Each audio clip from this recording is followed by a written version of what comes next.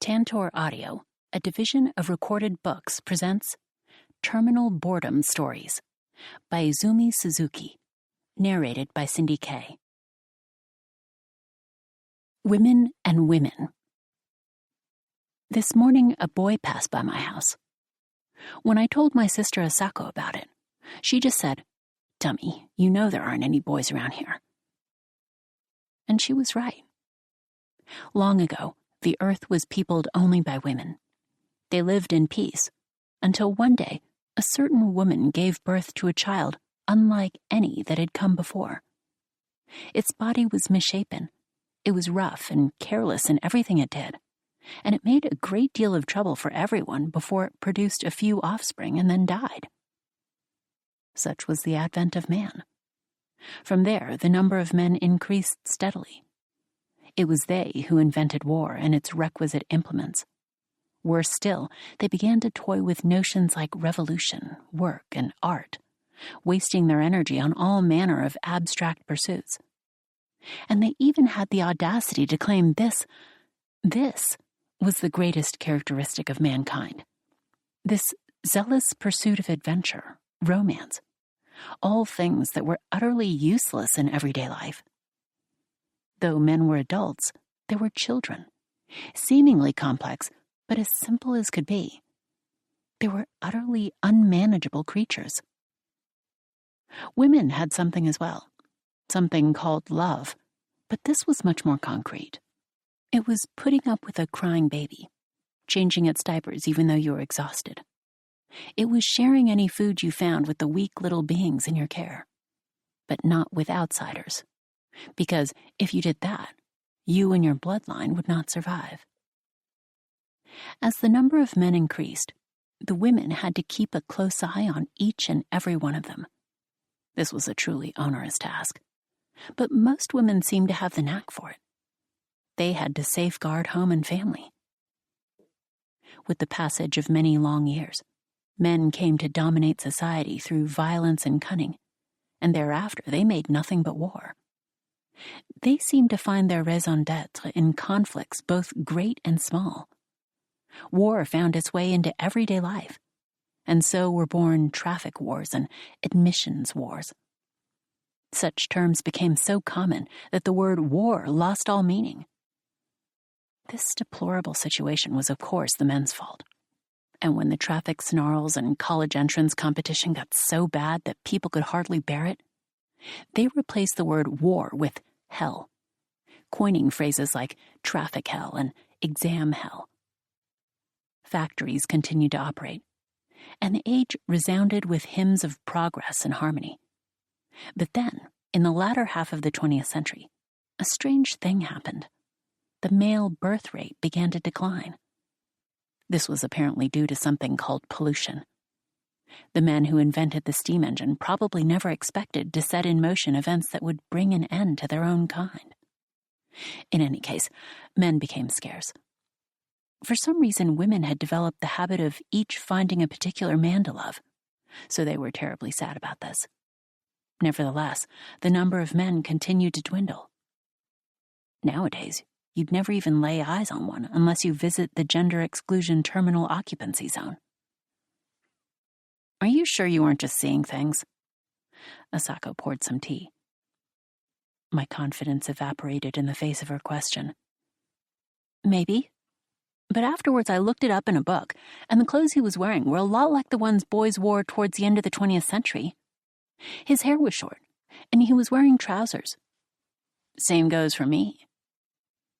Asako's hair was indeed cropped short, and she had on a pair of light cotton bell-bottoms. "I mean, sure, but his trousers were a lot tighter and not so wide at the bottom, and his chest was flat as a board. There are women like that too, you know. His whole vibe was different. He was solidly built and tall, with a spring in his step. There was something intense about him." "Wow.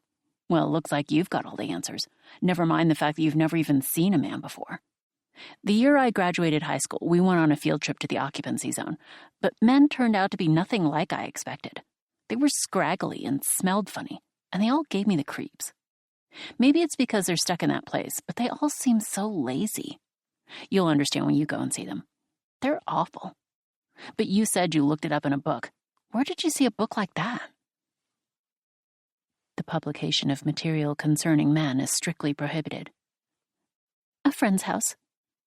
Well, how'd it get there?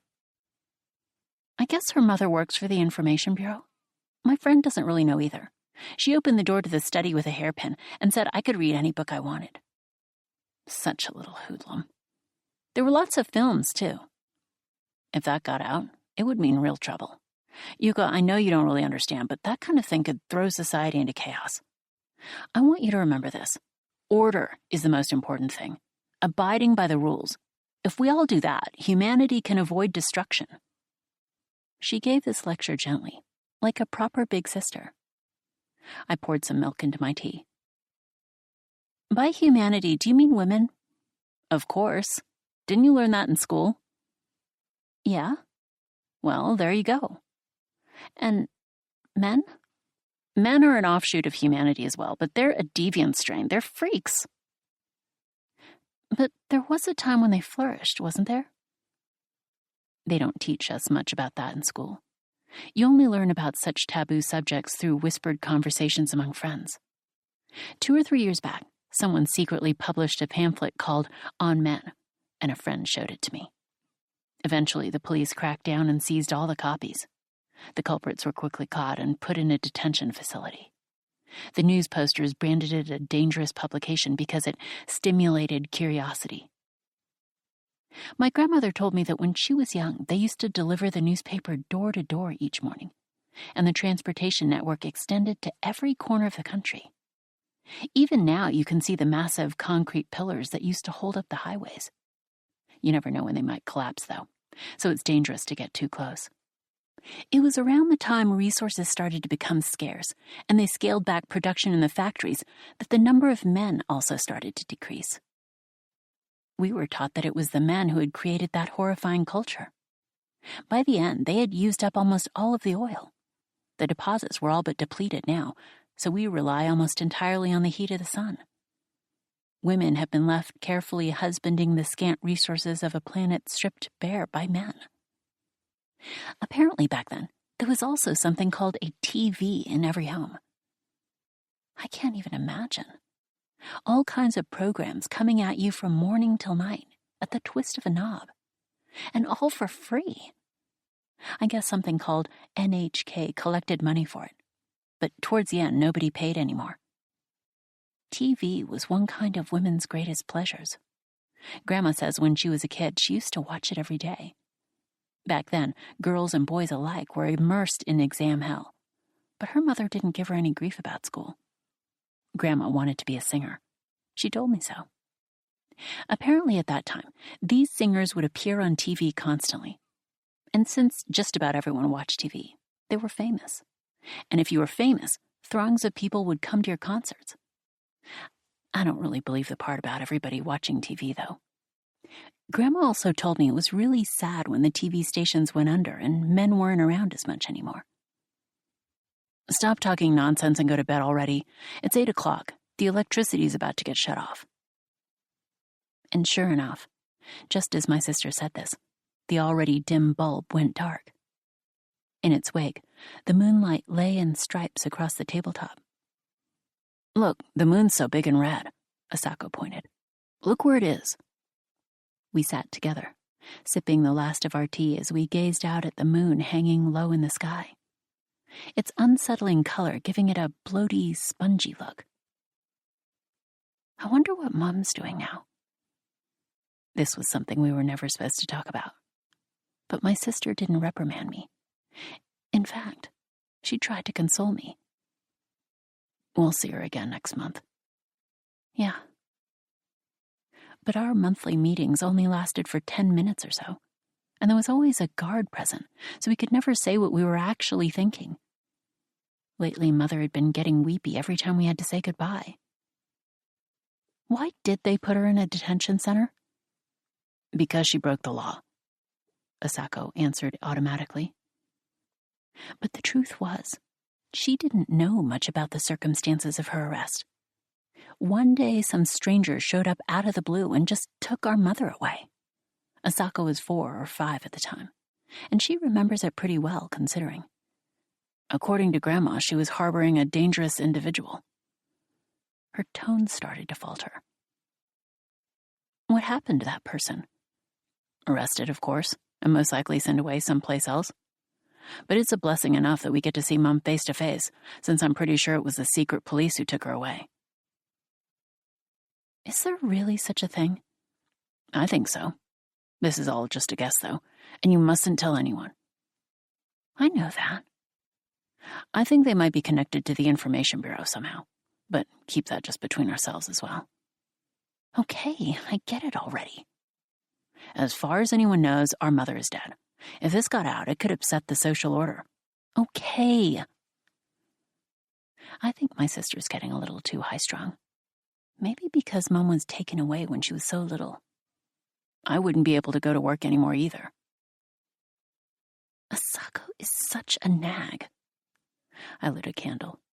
It was a cheap, smelly thing, but it was better than what most of our neighbors used. Wicks dipped in animal fat. They were smoky and smelled horrible. We decided not to be stingy when it comes to light. I'm going to bed. I'll do the dishes in the morning. I stood up to leave. It's fine. I'll wash them tonight, my sister replied. The stairs are dark. Why don't you take the candle with you? I'm used to it. I paused at the foot of the stairs. Here, too, moonlight was streaming in through the window.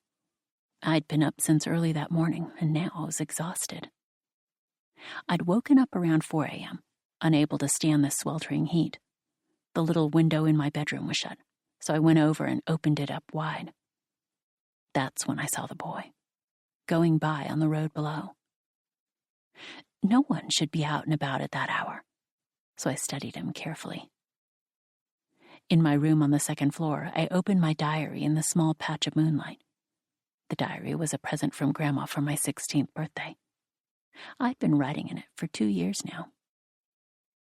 I intended to write about what had happened that morning, but my sister's words had shaken my confidence. My eyesight's really good, but it's not going to stay that way if I keep on writing by moonlight every night. Since I'd decided not to tell anyone else about the boy, I wouldn't mention it in my diary either. I wrote the date, paused, and then thought for a minute. Today, our teacher took us to the theater. They had the marquee lights on even during the daytime, and I was shocked at how bright it was. I've never been somewhere so lively, and so many things were new to me. Maki said, I hear sometimes they put men on stage here. They do something called boxing. And Ray said, not here they don't. That happens at a gymnasium or something. Then the teacher walked by, and we all clammed up and went inside. The lighting on the inside was bright, too. It was so pretty. On the way back, we rode in a horse-drawn carriage. Asako says that horse-drawn carriages are on the way out, too. Come to think of it, I haven't seen as many lately. Then again, it's a real luxury just to ride in anything, whether it's a horse-drawn carriage or the more commonplace pollution-free automobiles. If it's not going to take more than an hour or so, most people just walk. I was literally bursting with joy that I'd gotten to ride in a carriage, so I had to put it in my diary. Asako works at an energy research facility. She says they're gradually implementing the use of uranium and plutonium, and solar technology is getting better and better all the time. But she also says something disturbing about how the sun is sort of like a big cluster of hydrogen bombs. I opened the window and looked down at the road below, but of course there was no one there. Had my eyes been playing tricks on me that morning after all? I got into bed. The Zelkovas were rustling outside. I heard the stairs creak. Are you asleep? My sister asked from the other side of my door. My non-committal reply came out sounding like a moan. You understand, right? Not to tell anyone what you told me. Asako lowered her voice even further. Yeah, I understand, I answered in a drowsy voice. You can't go around telling people you saw a boy. Enough already. Don't worry about it. I could picture Asako standing at the head of the stairs holding the candle. She was silent for a while. I guess she must have been mulling something over. Or maybe it was supposed to be one of those demonstrative silences. Right. Okay. Good night, then. She finally went to her room. Night, I muttered curtly, though I don't think she heard me, and pulled the covers up to my chest. I always lie awake in bed for 2 or 3 hours before I fall asleep. But this time, I felt like I could drift off right away. When I awoke, it was still dark. I couldn't tell what time it was. The clock's in the living room, and it was too much of a pain to go check, so I just lay there. I tried to reconnect the fragments of my dreams, but without much success. And I felt well rested enough that there was no point in trying to go back to sleep. I wasn't the slightest bit tired. I got up and put my clothes on in the dark. Opening the desk drawer, I took out a cigarette. I'd filched one from my sister's room. She smokes herself, so I wasn't worried about the smell giving me away. And Grandma almost never comes upstairs. I lit the cigarette and took a drag. And within a few seconds, I felt like all the blood was ebbing away from my body. It was as if all the air inside my head had been let out. I started to feel dizzy, so I sat down. My fingertips felt cold. In that moment, the music from the previous afternoon's performance came back to me. It was a new musical, a love story about a heroine named Sappho or something. And everyone had been crazy about the actor playing her. Most of the students raved about how gorgeous she was, and it was clear everyone had a huge crush on her. I felt the same way, but I kept my mouth shut. It rubbed me the wrong way. I was finally at the age to start dating, but the most excitement I'd had in that department was an anonymous love letter or two. During the intermission, we went to the lobby to buy some sweets. There were lots of steady couples standing around together. The teacher was there, so no one was necking or anything, but it was still aggravating. Neither Maki nor Ray had a special someone either, so the three of us buddied up and ate some biscuits together. We probably seemed like the 3 class dogs. That actress is gorgeous, huh? I'd love to be with someone like that. The area around Ray's eyes had gone a pale peach color. What's got you so hot and bothered? I thought to myself. What would you do if you were? Asked Maki. I'd whip up a nice lunch every day for her to take to work. Pfft, that's ridiculous. Nothing good can come of having a crush on someone like that. She'd definitely cheat on you. She probably has little pillow queens all over town. You can use that kind of vulgar slang only among friends. There were rumors that Maki is a top, not that she's popular at all.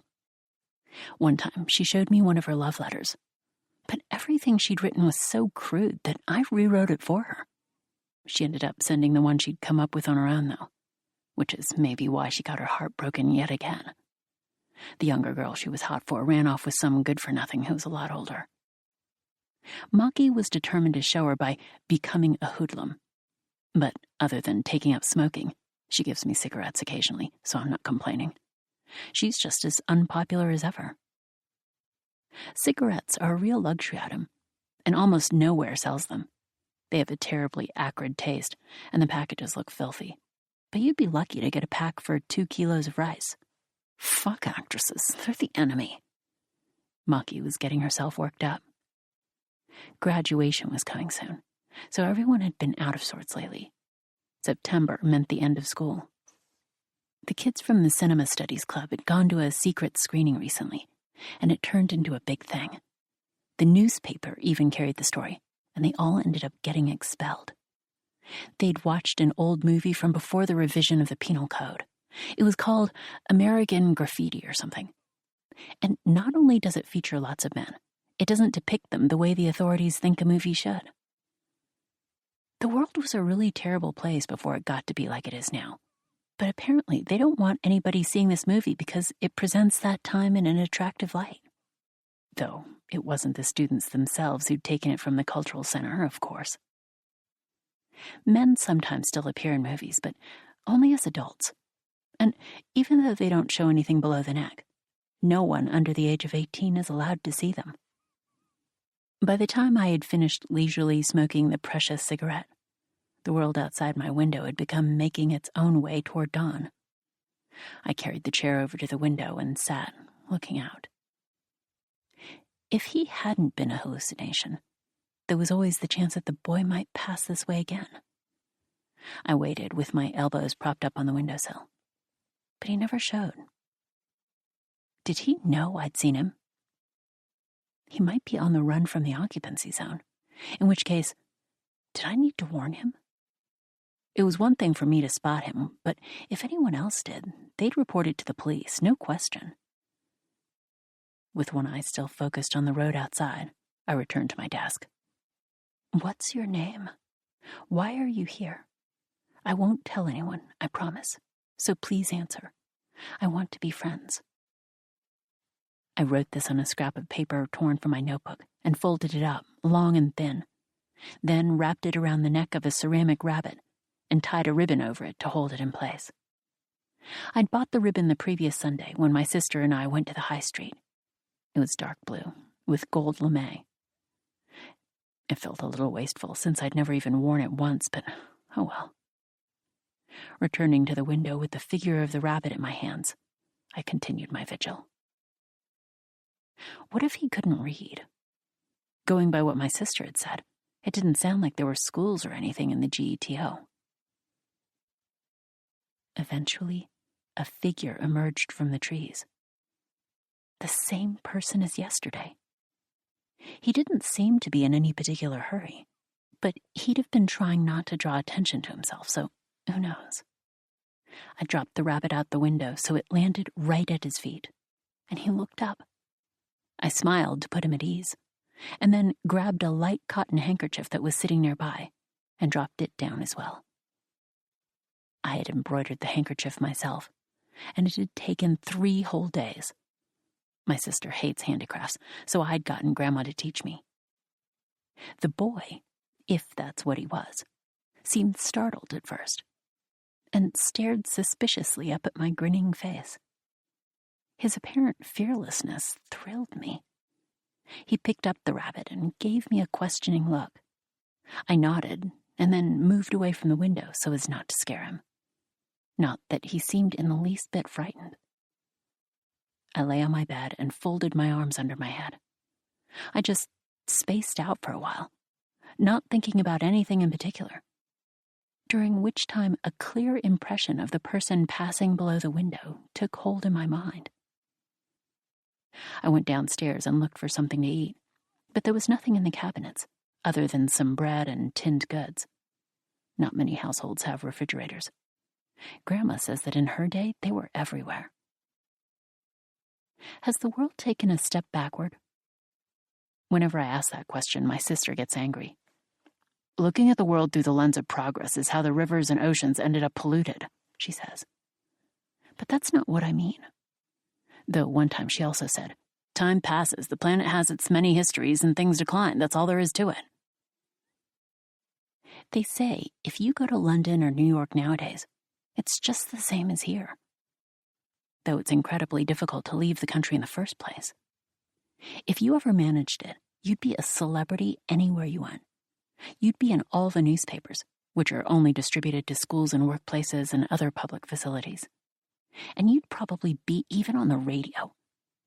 There are only 2 radio stations, and they broadcast from 7 to 10 in the morning and 5 till 8 at night. It's my dream to see other countries, but it'll probably never come true. I rested my elbows on the kitchen table and munched on a piece of bread that tasted like boiled roots. I'd have loved to eat something that actually tasted good. But our household gets by on my sister's income alone. Since there's a criminal in our family, we aren't eligible for public assistance. Grandma does a little piecework on the side, but that barely brings in anything. We get by thanks to the free meals they give out at school and work. I spread some margarine on the bread. The hands of the clock pointed to 5:17. The person had passed under my window just after 4. Bread in hand, I put on my sandals and went outside. I inspected the area under my window. The ceramic rabbit and handkerchief were both gone. He'd accepted my gifts. How disappointed I would have been if they were still there. I finished the bread where I stood, in the flood of morning sunlight. Yuko, you sleepwalking or something? What are you doing with your book bag? There's no class today. Maki reminded me. You've been kind of weird lately. Did you find a special someone? Ray was chewing on her pencil. Well, something like that, I replied vaguely. It'd been 2 weeks. I'd been waking up super early every day and keeping watch from my window at dawn. He comes by about once every 3 days. We still haven't spoken. We just wave to each other. Who is it? Maki raised her eyebrows. It's a secret. I pulled a suggestive expression. I tend to only play things up like that when there's nothing actually going on. And so they both lost interest immediately. Ray's been writing letters to that actress every single day. Sending her flowers even. What a moron, right? Maki said. And here's the thing. She got a response, but now she doesn't know what to do. Ray continued wretchedly chewing her pencil. She was writing, I want to see you, and going to her house every morning to deliver a letter. Then one morning they ran into each other when the actress was coming home from a long night out. And she said, you're cute or something, and took her hand. Maki turned to look at Ray, who frowned. The truth is, she did more than that, though, didn't she? Didn't she? Maki tickled Ray's neck. Ray flinched and knocked her hand away. So, what'd she say? I asked dutifully. I'd like to see you again or something? I didn't think that actress was even the slightest bit attractive anymore. I hadn't since that mystery person first showed up outside my window. I'd had my share of crushes on actresses and stars before, and I'd always looked forward to our semi-annual trips to the theater, saving up my basically non-existent pocket money in advance. That's the thing. What I said was, I want to be with you, Ray answered gloomily, though she was definitely happy about it. Like, live together? It was a tedious topic, but I tried to play along anyway. I'll inform the office, she told me. We'll have a ceremony, and I want to have kids. Wow, no shit. Once you're above a certain age, if you decide you want kids, you go to the hospital. Even if you're unmarried, it's fine as long as you can raise them. They probably inject you with some medicine or something. You're not going to look for a job? I'm not cut out for it, Ray replied shamelessly. Even if this doesn't work out, I'll just find an arranged marriage. Ray has a pretty face and pale skin, giving her good reason to be confident of finding someone to support her. Long ago, it was normal for the men to work while the women took care of the household chores. And that arrangement hasn't really changed. All that's new is that it's the more masculine woman who goes to work, while the more feminine partner takes care of the sundry other tasks at home. The bell rang. What are we doing today? I asked Maki. Field trip to the GTO, she replied, a disgusted look on her face. Gross, right? Why would anyone want to go see that? But it'll be educational at least, so I guess I'm not gonna not go.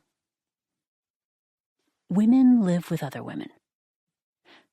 The strange thing is, one of them always does her best to emulate what we're told masculinity was like in the old days.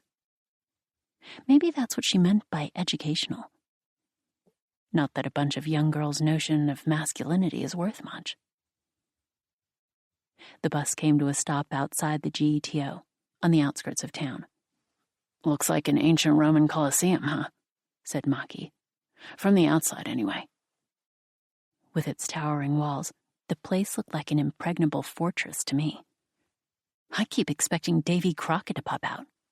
Who's that? Ray could barely keep her eyes open.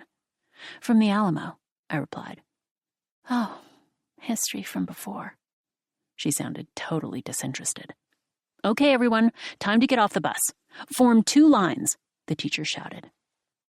We filed down a narrow stairwell that led underground. Muffled giggles and secret conversations echoed off the cement walls. Why is it underground? They have a vegetable garden on the surface. We came to a guard room where 2 armed guards sat side by side, smoking cigarettes. The gray uniform suited the one on the left to a T, but the other one had enormous breasts, and it looked odd on her. Our teacher showed the field trip permit at the window. The guards took a head count and made a cursory survey of our faces, as if that might flush out any gorillas lurking in our midst. If they're so worried, why not stop having these field trips in the first place? Though anyone who missed this opportunity would most likely never discover what sort of thing a male really is.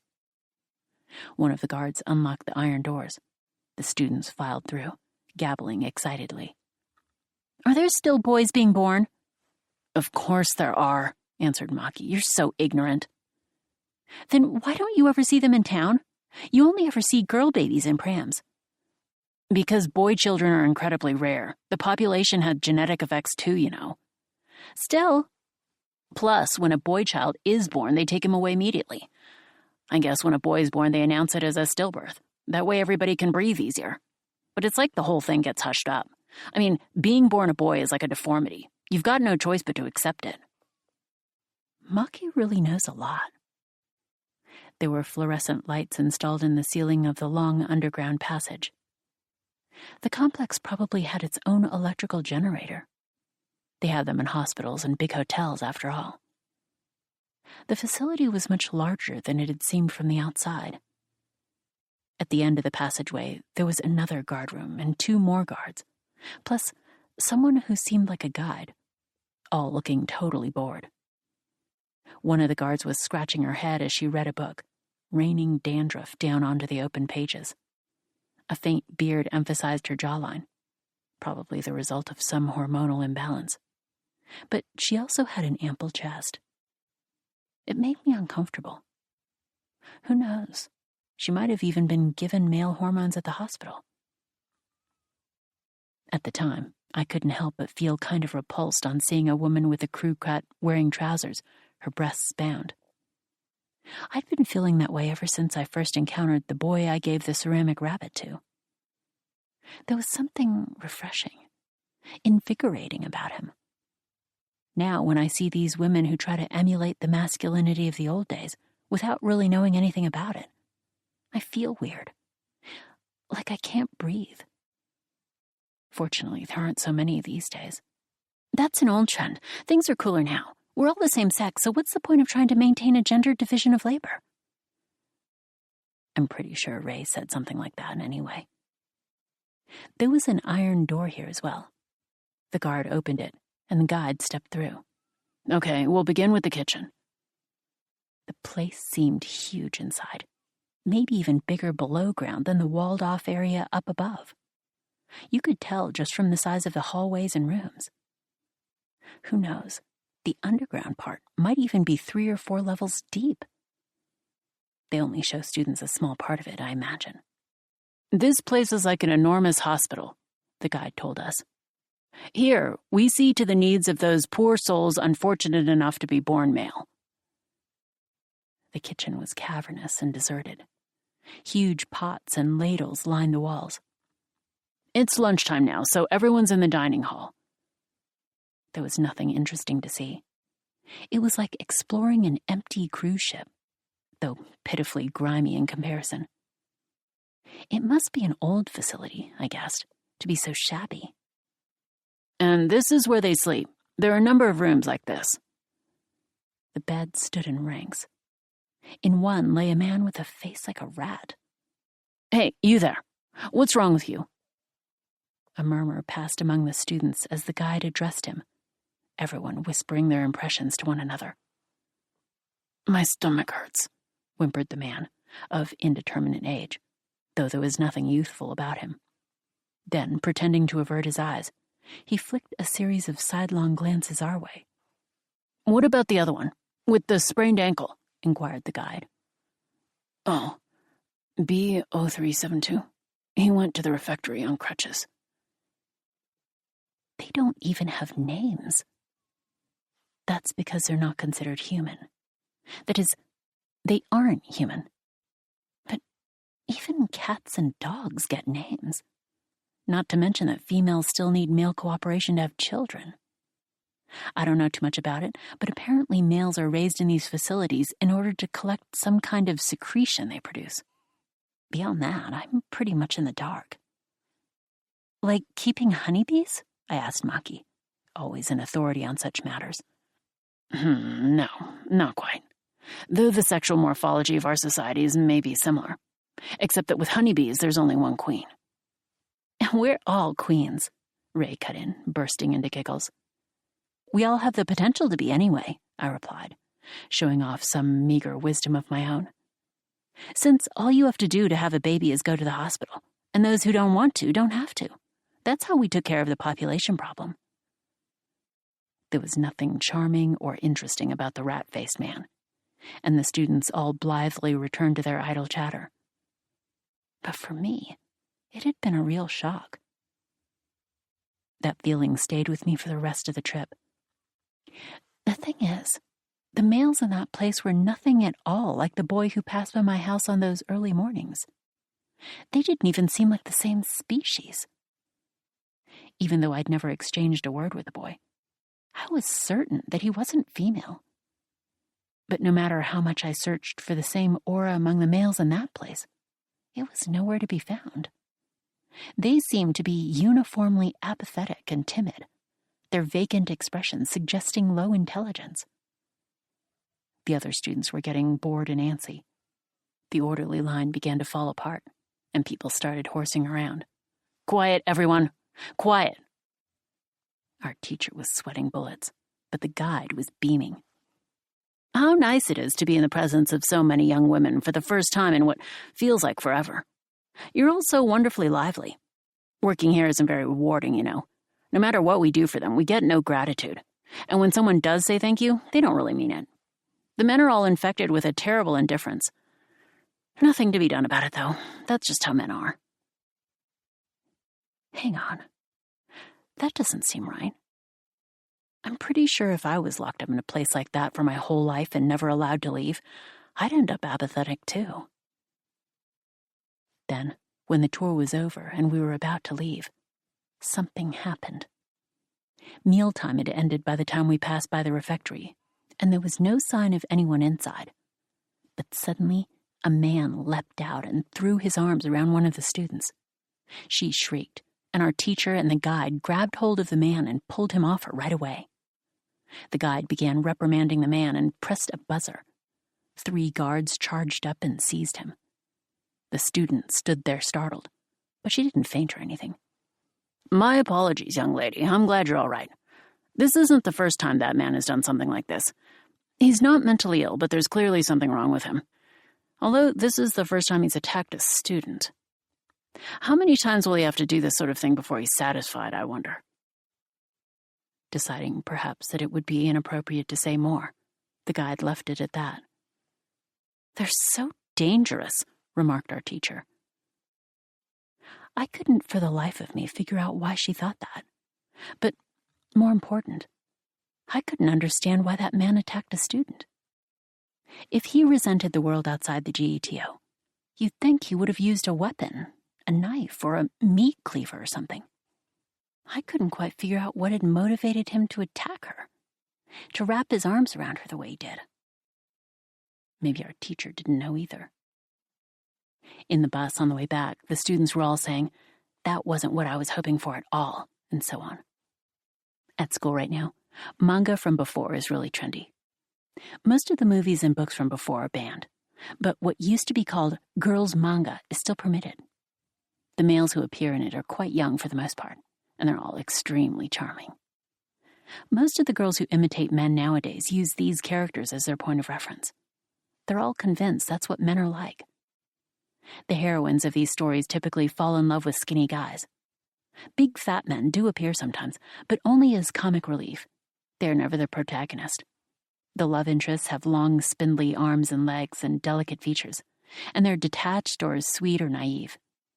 You never really see passionate men in these comics. According to Ray, the actresses who get super popular on account of their manliness are all extremely passionate. Anyway, It was because all these schoolgirls had been reading manga from before that they were so disappointed by the men they saw on the field trip. They give me the creeps. This was Ray. Not even one of them was attractive at all. None of them had white hands or long fingers or anything. They'd all been hoping for beautiful men. It was like a zoo. Not really, but it sure was like they were a different species or something. Why on earth did people marry men before? Maybe because the men before were like the ones in manga? They've gone downhill, no question about it. Or maybe the manga from before was just pure fantasy? Maybe the actual men weren't like that at all. Maybe they were stronger. That's what my great-aunt told me anyway, and she used to live with a man. She said that most men used to be way more reliable than the guys in girls' manga. But come on, didn't you notice the smell? It stinks so badly, I thought I was going to pass out. Yeah, they smelled awful. It made me want to puke. The volleyball club locker room smells the same way. No, it doesn't. Everyone was so revved up. But I was miles away, lost in my own thoughts. At dawn, I sat by the window. It had become a habit of mine to wait there, whether he ended up coming or not. Today was the day. I was going to say something. I was determined to make friends with him. Obviously, I decided not to go to school. I couldn't let Grandma or Asako find out, though, so I'd asked Maki to deliver the message. Why aren't you coming? I've decided to become a juvenile delinquent. Maki gave a weird chuckle and accepted the mission. I'd no doubt she'd be able to pull it off. The boy appeared around the same time as usual. He mimicked a bird call below my window so that my sister wouldn't suspect anything. She was always talking about how she couldn't sleep, though, and she'd finally got some illicit sleeping pills from a pharmacist friend of hers, so it was probably fine anyway. And Grandma's conveniently hard of hearing. I wrote, "I'm coming down, wait there," on a scrap of paper and dropped it to him. He read the note, put it in his pocket, and gave me a big thumbs up. I snuck down the stairs, clutching the big bag I always carry with me. The staircase creaked with every step. "What's your name?" I asked the waiting boy in a hushed voice. "Hiro," he replied simply, and started walking. "You're a man, aren't you?" I fell into step beside him. He was much taller than me, which I hadn't been able to tell when I was looking down on him from the second floor. "Yep." "Then how come you're hanging around here? Males are supposed to be in the occupancy zone, aren't they?" "Shh." He put a finger to his lips. He walked quickly, and I had a hard time keeping up. We didn't have to go far before the houses started to peter out, giving way to fields and the overgrown ruins of old factories. He seemed to want to steer us away from places where we might run into someone. "Want to come to my house?" he asked as we walked along the wall of an automobile plant that had shut down long, long ago. I nodded. I really couldn't say why, but I was suddenly overjoyed. "You can't tell anyone else about it." In spite of this admonition, it was clear he had trusted me from the start. "I don't have a home of my own, so I'm borrowing this place." He ducked into the automobile plant through a break in the wall. Somewhat removed from the main building was a small shack, like a school custodian's office or a night watchman's room. He headed towards it. "I almost never go outside. That's why it was such a stroke of luck that I met you. Sometimes I want to go out dressed as a boy so badly I can't help myself, but I only do it maybe once a month, and always in the middle of the night." "Once a month?" I repeated. He locked the door from the inside. It was dark. There were windows in 2 of the walls, but the shutters were closed. "Yeah. But after you gave me that rabbit, I sort of started to feel like I wanted to see you again right away. So I went out anyway, over and over again, even though it was risky. I'm lucky I never got caught. Gives me the chills right now just thinking about it." There seemed to be 2 rooms. He took off his shoes, then pick them up. I did the same. You don't have to, since they're girls' shoes. He laughed. These shoes, they belong to my father. They're still a little big on me. Father? It means male parent. Wait. A man can be a parent? I was taken aback and kind of appalled, and my voice came out sounding idiotic. Did that mean that being involved in reproduction was all it took to be a parent? Uh-huh. You must have a male parent yourself, he said calmly. No way. I don't even have a mother. But you used to, right? Hiro was laughing. I suddenly wanted him to know everything about me, so I started blabbering about my family and school and stuff. This sister of yours, are you related by blood? I was startled by how perceptive Hiro's question was. My mother had been living with my grandma, unmarried, but she'd adopted a child. That was my sister. Me, she gave birth to herself. Knew it. Can't hide something like that. I mean, come on. 2 women can't make a baby, no matter how long they live together. Obviously. They make them at the hospital. But if a man and a woman are living together, they can make one naturally. Which is exactly why the males have to be kept in the GETO. If they were allowed to roam free, the radiation or whatever it is they emit would make all the women around them pregnant. When I voiced this thought, though, he laughed at me. That's the stupidest thing I've ever heard. Hiro had been laughing pretty much the whole time. Why are you laughing? Because being with you is fun. Why do you live in a place like this? Because I ran away from home, obviously. Where's your mother? She lives near here. Not so far from your house, actually. When I go out during the day, I wear girls' clothes. It's safer that way. But I can't stand skirts. When I was little, I didn't mind dressing up like a girl at all, though. Hiro said he didn't know where she'd found him, but his mother had been living with a man. Apparently, he stayed hidden up in the attic so no one would find out. It was a big place on the outskirts of town, and the neighbors were pretty far away, so he would go for walks in the garden at night. Then, one winter, he died of some disease. They couldn't take him to the doctor, naturally.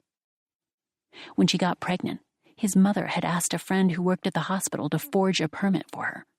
Then, a few years later, the other woman had used that favor to blackmail her. In your case, they probably couldn't arrange a permit like that. Take a look at the birthplace listed in your family register sometime. I bet it gives the address of the detention center where your mother's being held. I had even opened up to him about that. But because he had shown himself to me, he was vulnerable too, so I wasn't worried. When it got to be around noon, Hiro got out some bread and juice. Apparently, his mother brought him food sometimes, and other times he would go out and buy it himself, dressed as a girl. When we were finished, I took a cigarette out of my bag. He told me he'd never smoked one, and I showed him how. It made him dizzy, I guess, and he fell over backwards. He wasn't getting back up, so eventually I leaned over and peered at his face. Suddenly he hugged me, then flipped me over and pinned me down like we were wrestling. At first, I thought he was just messing around, but he wasn't. Not in the slightest. Hiro wasn't messing around at all. I spent the rest of that day learning the unexpected, dreadful truth about human life. Learning it with my body. When I got home that evening, a little after 7, my sister was already there. You're mighty late. Without a word, I started to go upstairs. What about dinner? I ate at a friend's house. I went up to my room and collapsed onto the bed. There's something off about this society. Women and women. What kind of a world is that? Hiro had said this as I was leaving to go home. He'd been rough, but he had also been tender in his own way. He said it had to stay our secret, but that was obvious. He also said that what we did was natural. Maybe so, but what a dreadful thing it was. I plucked my elbows down on the desk and spaced out. Then I smoked one of my precious cigarettes. Asako came in without warning. I've been knocking for a while. Why didn't you answer? And where did you get that? So you're the little sneak thief. What do you want? I replied finally, frowning. Grandma's calling for you. I stood up lethargically. Why the hell would Grandma be calling for me at this hour? Can't you just tell her I don't feel well?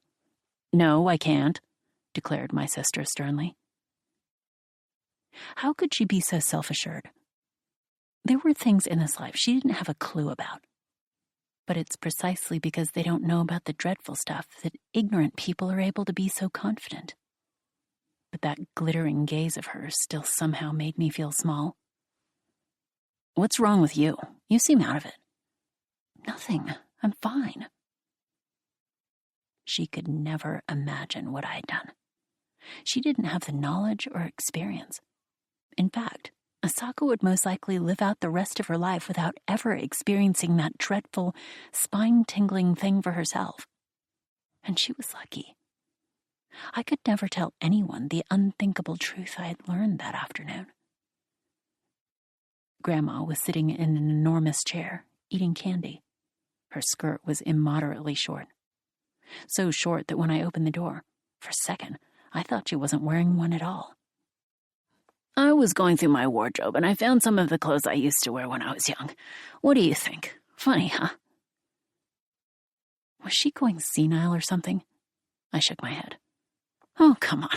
It's kind of funny. No, it's not. Neither of us spoke for a while. I stood by the wall, staring at my slippered feet. I'm sorry to say that I'm not all that hard of hearing, Grandma finally said. I heard a strange little bird this morning, and it took my granddaughter away with it. She must know everything. Asako's different, but you're just like your mother. You'd best let that go, though. That man isn't there anymore anyway. Recalling something Hiro had said to me, I was overcome with tears. This is what he said. Humans are animals. We pair up to mate. And two women can't do that. It's got to be a man and a woman. You and me, for instance. The two of us. Living out our lives together. Relying on each other. I think my mother was happy. And my father, too, of course. What did Mother do? I asked my grandma the one question I was never supposed to ask. I'd never put it into words before. I was sure the answer was somehow connected to what Hiro had said. The same thing you did, more or less. And because of that, my daughter was taken from me. That time I accepted it because it was what she wanted, and I even helped her. But not this time. Not with you. Not at this age. You're safe now, though. I took care of it. I expect that man is already in the terminal occupancy zone by now. Your sister doesn't know anything about it, though. And she doesn't need to, so keep it to yourself. I nodded. All right, then. I'll show you something neat. Open up that box on the right-hand side of the wardrobe and look inside. Damn, I can't even listen to records in the open anymore. Grandma closed the window and put on a record.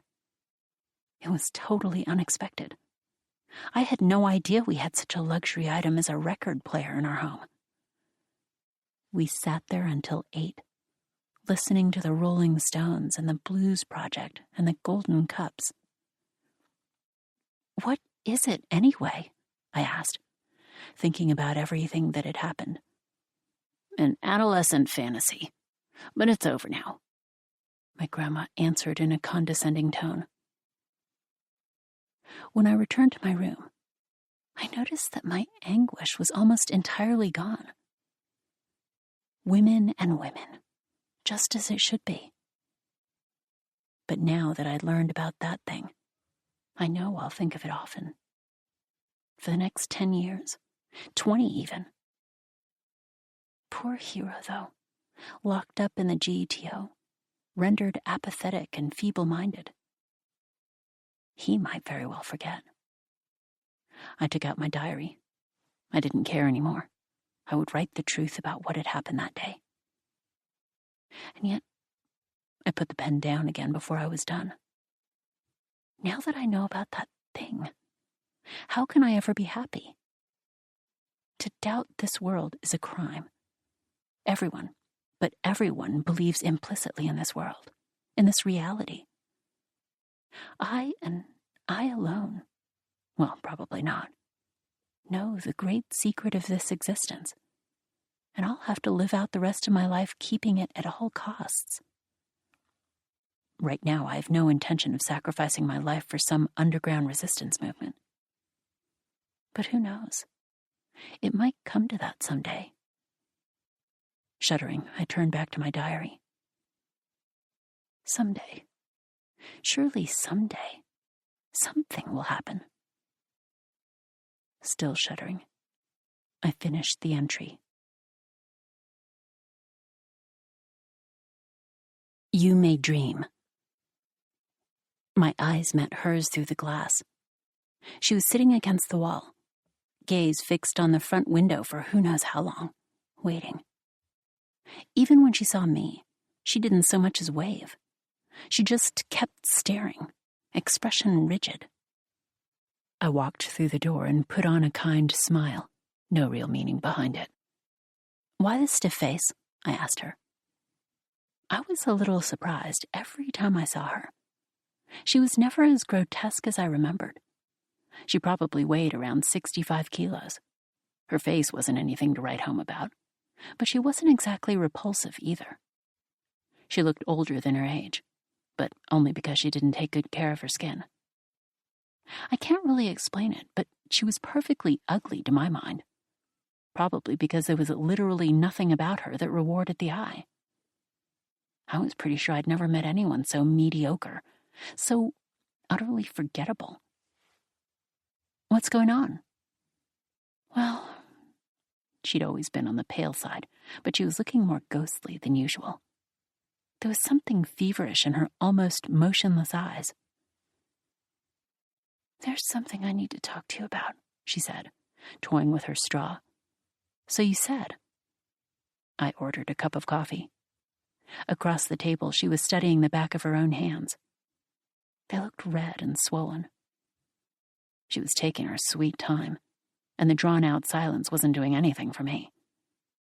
Come on, spit it out. I don't know if I can. She was still staring at her hands. Fine, forget it.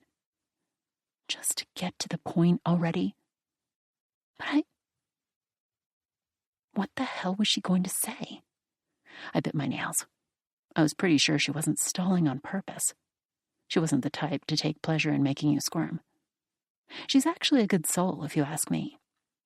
She'd never given me any reason to look down on her. Not that that ever stopped me. We probably had no business being friends in the first place. Not because we didn't vibe or anything. On the contrary, we really did. So much that I had to wonder if she wasn't the embodiment of my unconscious. She lifted her face slowly, then stiffly asked, We're good friends, aren't we? Of course we are, I answered without thinking. For me, a conversation's just a series of reactions, reflex responses. I've got a habit of saying whatever the other person wants to hear. I'm a real people pleaser. I know it's probably not a good thing, but I accept myself. Devil may care attitude and all. We've known each other for nearly 10 years. She wanted reassurance. Sure, ever since we were kids. Good or not, I didn't have any other friends. Ever since I was little, I'd had a hard time getting along with others. That's why they send me to the Medical Success Center. It's still hard for me to hold down a job. I do what I can to help Mum at home. Mum's no slouch when it comes to show costumes, designing them, making them. With age, I guess she's kind of lost her edge, and orders have dropped off a little, but my coffee came. She kept a sticky eye on the back of our waitress until she was out of sight, then turned to look out the window for a solid 5 seconds.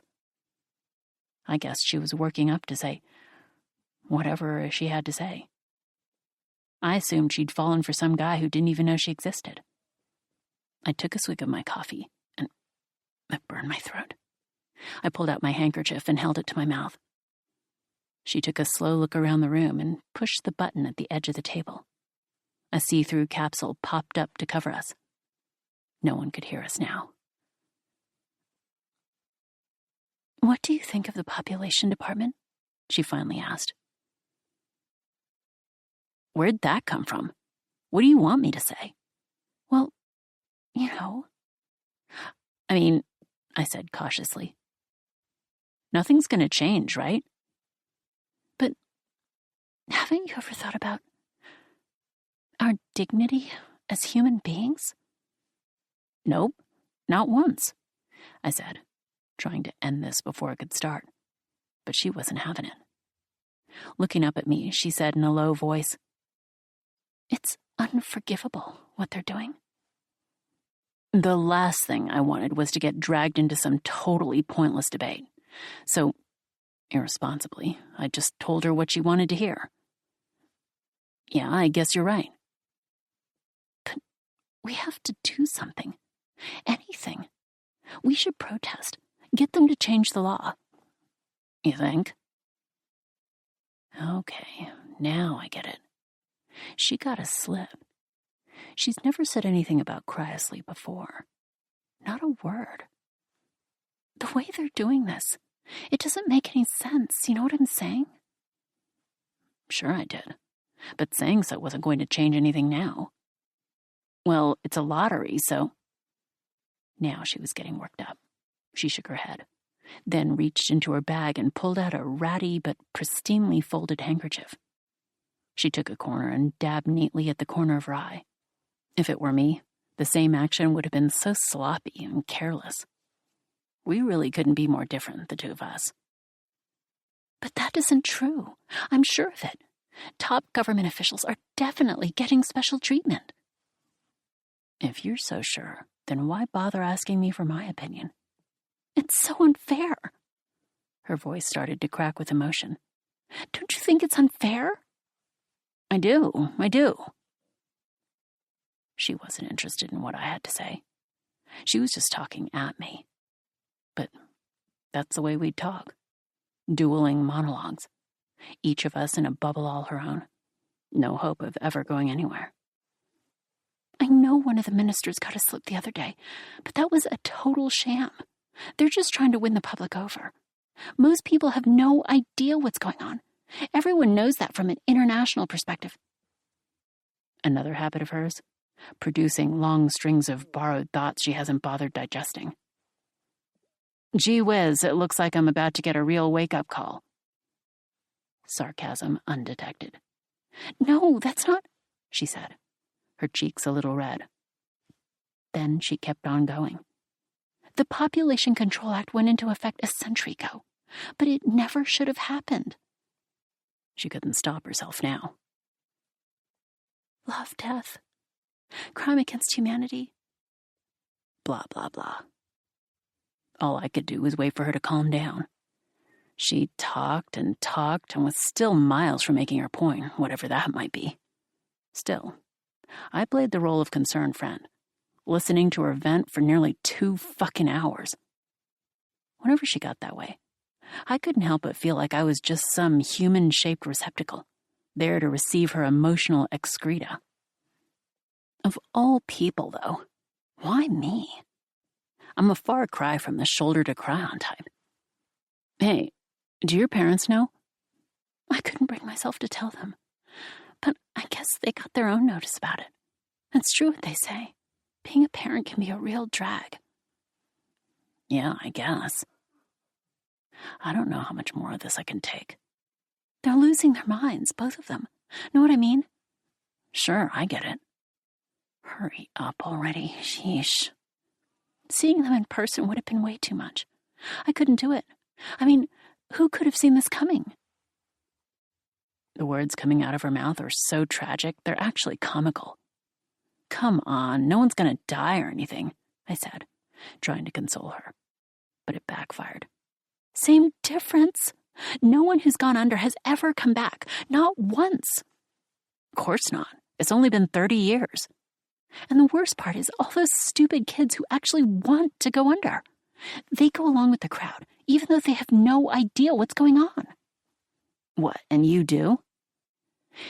Hey, I'm not saying I have all the answers, but it's kind of obvious if you think about it. The population's out of control, so they're trying to keep it in check. They act like it's just a little nap or something. It scares me how everyone's so cool about it. But I guess that's the world we live in. Everyone's so numb they can't even take life seriously anymore. Sure. Come on, I'm being serious. Did I hurt her feelings? Okay, what do you want me to say? Tell me and I'll say it. Now you're making fun of me. Wait, she just figured that out now? Hey, we're not getting anywhere like this. Okay, fine, she said, putting her hand on her forehead. I was pretty worn out, but I had to try to get her back on track. You had something you wanted to ask me, right? Right. I was wondering if you'd be okay with me transferring to your dreams. She was staring right at me, her question hanging in the air between us. Okay, why not? Huh? You wanted me to say no? No, you just blurted it out. Want me to reconsider? That's not what I'm saying. I got it. She wanted me to look deep into her eyes, holding her hands in mine, and give my solemn assent. She was convinced that everything that matters is revealed in big melodramatic moments. She was disappointed to be deprived of her precious climax. It's just most people transfer to a family member or a lover. Not that I'm opposed. I understand. Understand what? You know we're total opposites, right? You're okay with that? That's kind of the point. I asked my parents, of course. Neither one of them is much of a dreamer. Everybody dreams. If I dig deep, I can remember at least 4 dreams a night. The question's whether or not you remember. I guess you're right. That makes sense. You just don't want to be forgotten, do you? Of course I don't. That's the whole idea, right? What's the point of being transferred if you won't even be remembered? She was always so quick to agree with everything I said. What a way to live. Were her own thoughts so nebulous they couldn't resist the pull of other people's opinions and ideas? I dream every night. It really takes it out of me, too. My dreams are so fucking vivid. That's why I'm asking you. I mean, we're definitely on the same wavelength. Yeah, I guess so. From the time you get the slip, they give you 50 days. So, before they put me under, we'll have to go to the population department together. I guess they have those helmets or whatever that they have to put on us. Yeah, I know. It's supposed to take 10 minutes or so, wait time included. I bet they're really backed up, what with all the people out there dying to be frozen. Whole families, even. If you're terminally ill, I can get that. But some of them have the craziest reasons. They want their son to be a spaceman or something, stuff like that. I don't know. Kind of makes sense. But not for us. It's way too optimistic. The population network is constantly broadcasting images of some perfect metropolis in a future full of nature and all-around prosperity. Most people are so naive, they buy it too. So many kids out there want to be crew members that it's getting seriously competitive. They want to wait until they can make enough ships. They can call it cryosleep all they want, but it's death. They're putting these people to death. So, when's good? Called back to reality, she balled her handkerchief in her hands. How about next week? I'll set it up so we can go drinking after. Hardly necessary. All we had to do was stop by the nearest office. Walk-ins welcome. We could find a bar wherever we went, no problem. I was feeling worn out again. I should have said no. We're just so different. Like most people these days, I don't overthink things. I'll go along with whatever. No firm beliefs, no hang-ups. Just a lack of self-confidence tangled up in fatalistic resignation. Whatever the situation, nothing ever reaches me on an emotional level. Nothing's important. Because I won't let it be. I operate on mood alone. No regrets, no looking back. Before me, the world stretches out flat, smooth, and featureless. gentle and inconstant. But this friend of mine was a serious stickler. Every single thing she did was awkward, wholly devoid of charm. We'd been friends for years, but not once had she ever surprised me. I don't care who it is. Everyone's got to have a side to them that takes you by surprise. Typically something childish. An unexpected purity, naivete, coldness. Then there was her. No ups, no downs. Living in her own tiny little world, clinging to the past, indecisive, maudlin, over-emotional. But it was fine. It was too much of a hassle to back out now. Why bother? Though I suspected thinking like this was a bad habit of mine. I also reasoned that even if I granted this obstinate soul entry into my mental universe, it'd only be while I was asleep. You have time now?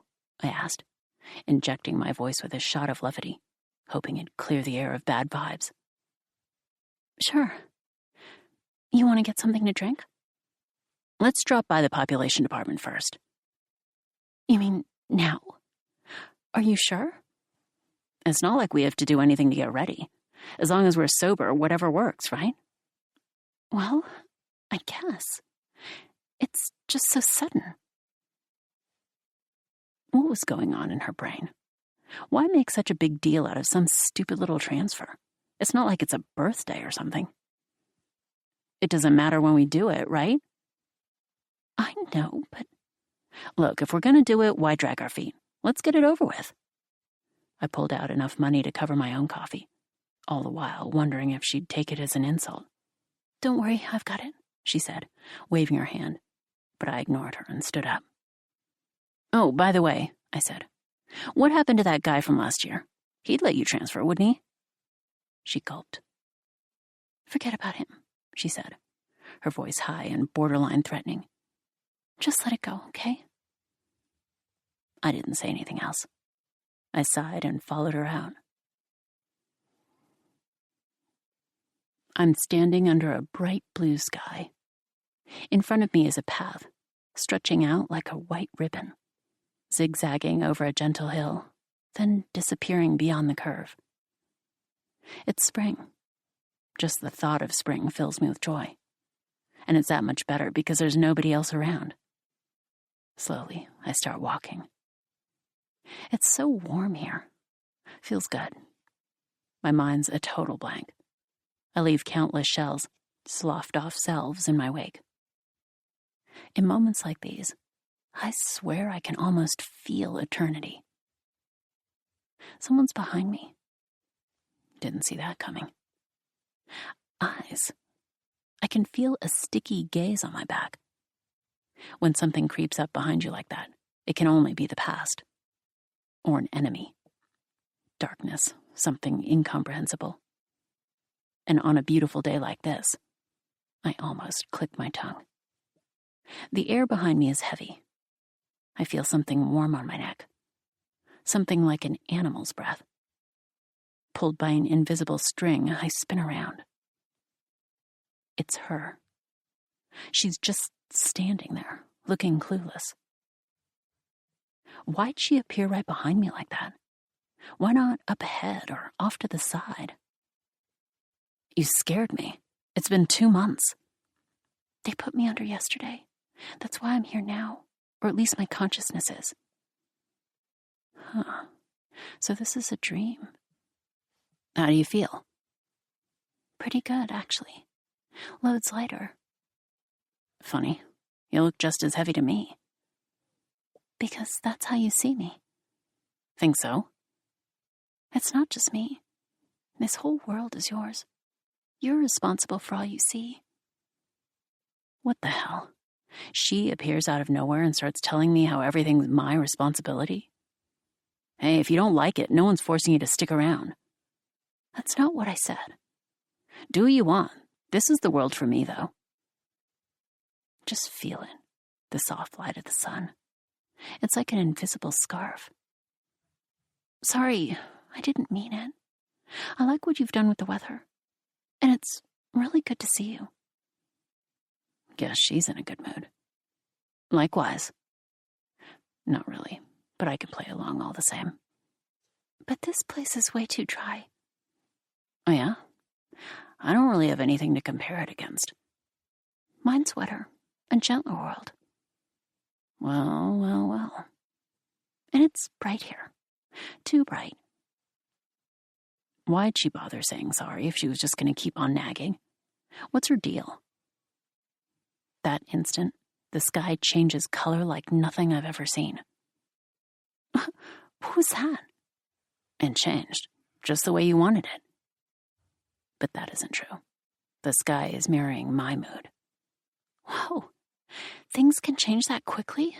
Kind of scary. Well, I start to say. Don't get all mushy on me now, but I bite my tongue.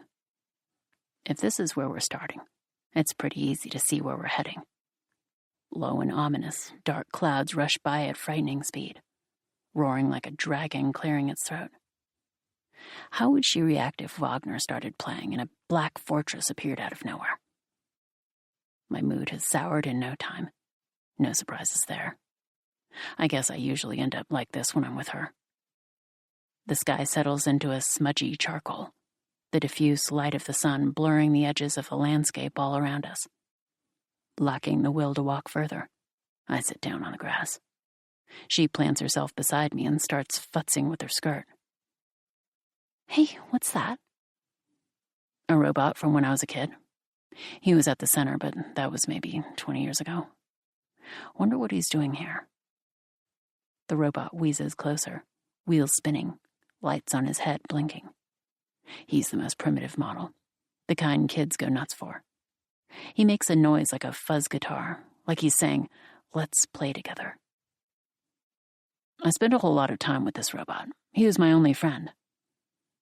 She's making me dig up childhood memories. I'm a hardcore people pleaser, even in my dreams. Wow. Is she actually blushing? She's such a sucker for schmaltz. It's like she gets drunk on emotion, like it's a religion for her. That's love for you. It's always there, deep inside our hearts. That kind of sentimental bullshit always kills my buzz. I reach out and flick the robot. It's reduced to a pile of rubbish in an instant. Nothing inside. The look of shock on her face. Then that shock turns to sadness. I can see it in her eyes. Whatever. Like I even care. It must have been hard for you, going so long without love. Listen to the words coming out of your mouth. If I ever said something so sappy, I'd bite off my tongue and die of embarrassment. There are laws against saying stuff like that in this world. I'm just making it up as I go. Wait, what? Seriously. The ban on sentimentality. Break it and you'll dissolve into nothingness. Your perspective will linger on a little. Then even that'll dry up and get blown away by the wind. Like that. Poof, and you're gone. Hold on. That's insane. I mean, I just got here. Now you're saying it's my way or the highway? Nobody can change just like that. She's trying to smile, but it looks more like she's having a stroke. I want to say something, to make some snide remark, but can't bring myself to do it. Same as always. She doesn't get jokes anyway, so what's the point? I'm repulsed by my own nastiness. Nothing like that's ever happened before. I've always enjoyed making fun of other people, cornering them. But now that she's here, the whole world feels different. I've always been so soft, but I can feel myself hardening up. Does she stand for so-called goodness and morality in this place? I guess she's always had that side to her, even in the waking world. She was always saying, "Don't do that. It has to be this way. That's unforgivable." But her power's not without limits. When I put my foot down, she abides. Later on, she'll start griping ad nauseum, but I can usually tune her out. Maybe she corresponds to my underdeveloped unconscious. Maybe like she's my shadow, which I guess means I'm her shadow.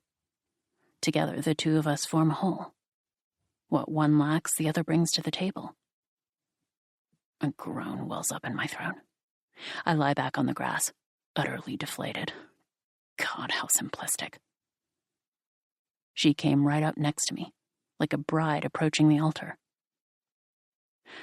Now I understood why our relationship turned out the way it did. Her looking after my every little need. On trips together, as soon as we'd reach the hotel room, she'd make tea, wipe down the table, hang up my dresses.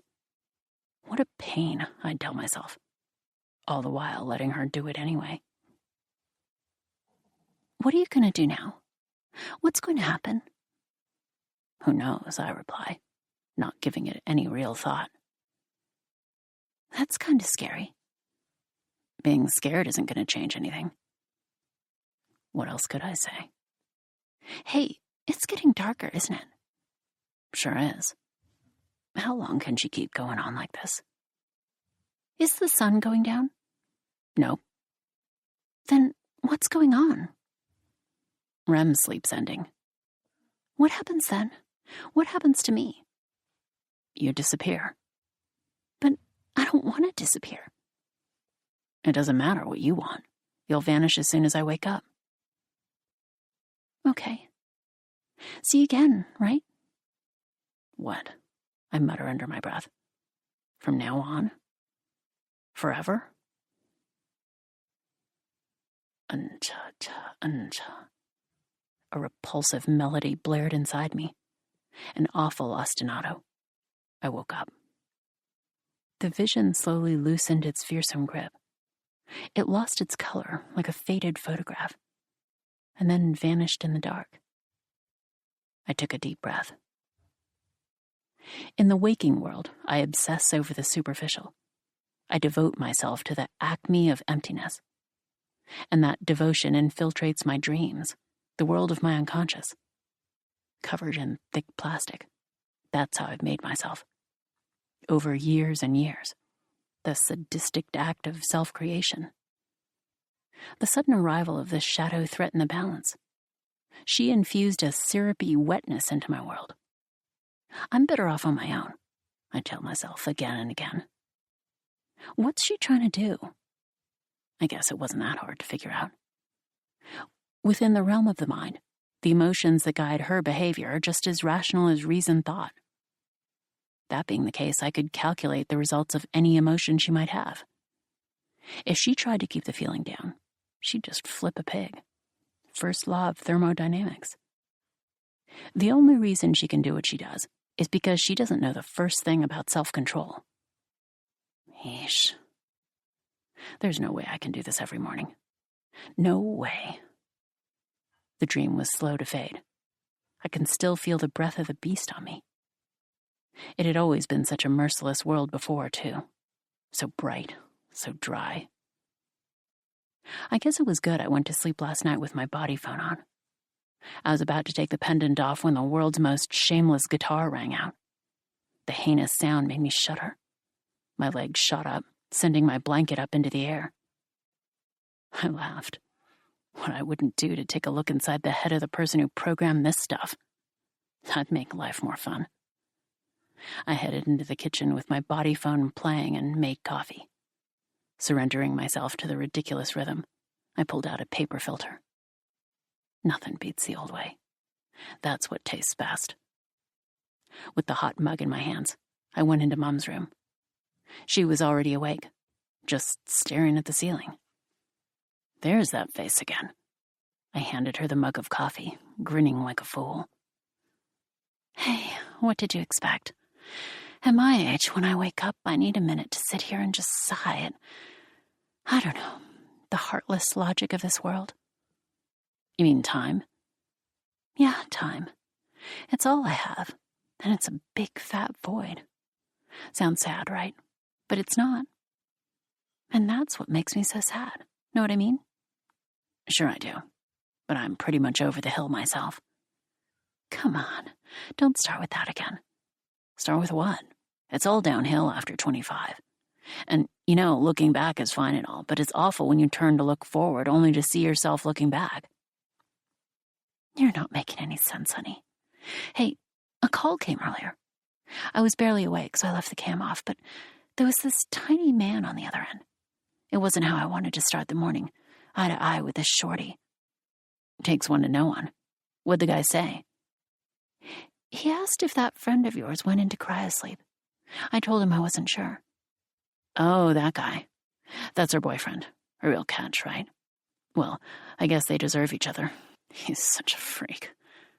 I don't know. Maybe he's not that bad. If that's her thing, though, she'd be better off going out with a dog. You're joking, right? You're such a phony, Mum said, a smirk on her face. I sat on the floor. Yeah, obviously. I'm cursed, incapable of being serious with anybody. I could never say something like that and mean it. Just said it for kicks. No intentions, base or otherwise. Maybe he'll call again. Mum threw on her gown and started looking around for her slippers. He's got to be wondering about her. Hey, keeping somebody under costs money, right? I wonder if the population department can stay in the black. They're saying they can. Well, with their new methods and everything. That's what they say, sure. Exactly. But maybe all those people are actually dead. The doctors at the population department show us all this data and swear that's not the case, but who knows? We won't know anything for sure until they're unfrozen, and that's way in the future. Hey, you okay? You look zapped. I picked at the carpet, saying nothing. I killed that robot at the center ages ago. She made me remember that. The fact that I have zero remorse makes me feel weirdly cold and sad. Dreaming every night was draining me. I could see her accusing finger pointed right at me. I horrified her. She's probably itching to throw herself into some classical tragedy. Do you really have to work today? I asked, mustering all the sweetness I could. As if I have a choice. Oh, come on. Work's the worst. What if we took a day off? We can live like a couple of bedridden biddies and have a good old-fashioned nap-off. You're getting a whole lot of sleep these days. But I always wake up tired, no matter how much sleep I get. I'm so worn out that I go back to bed early. Then I dream, and my dreams wear me out again. Honey, it sounds like you hate this friend of yours. Not at all.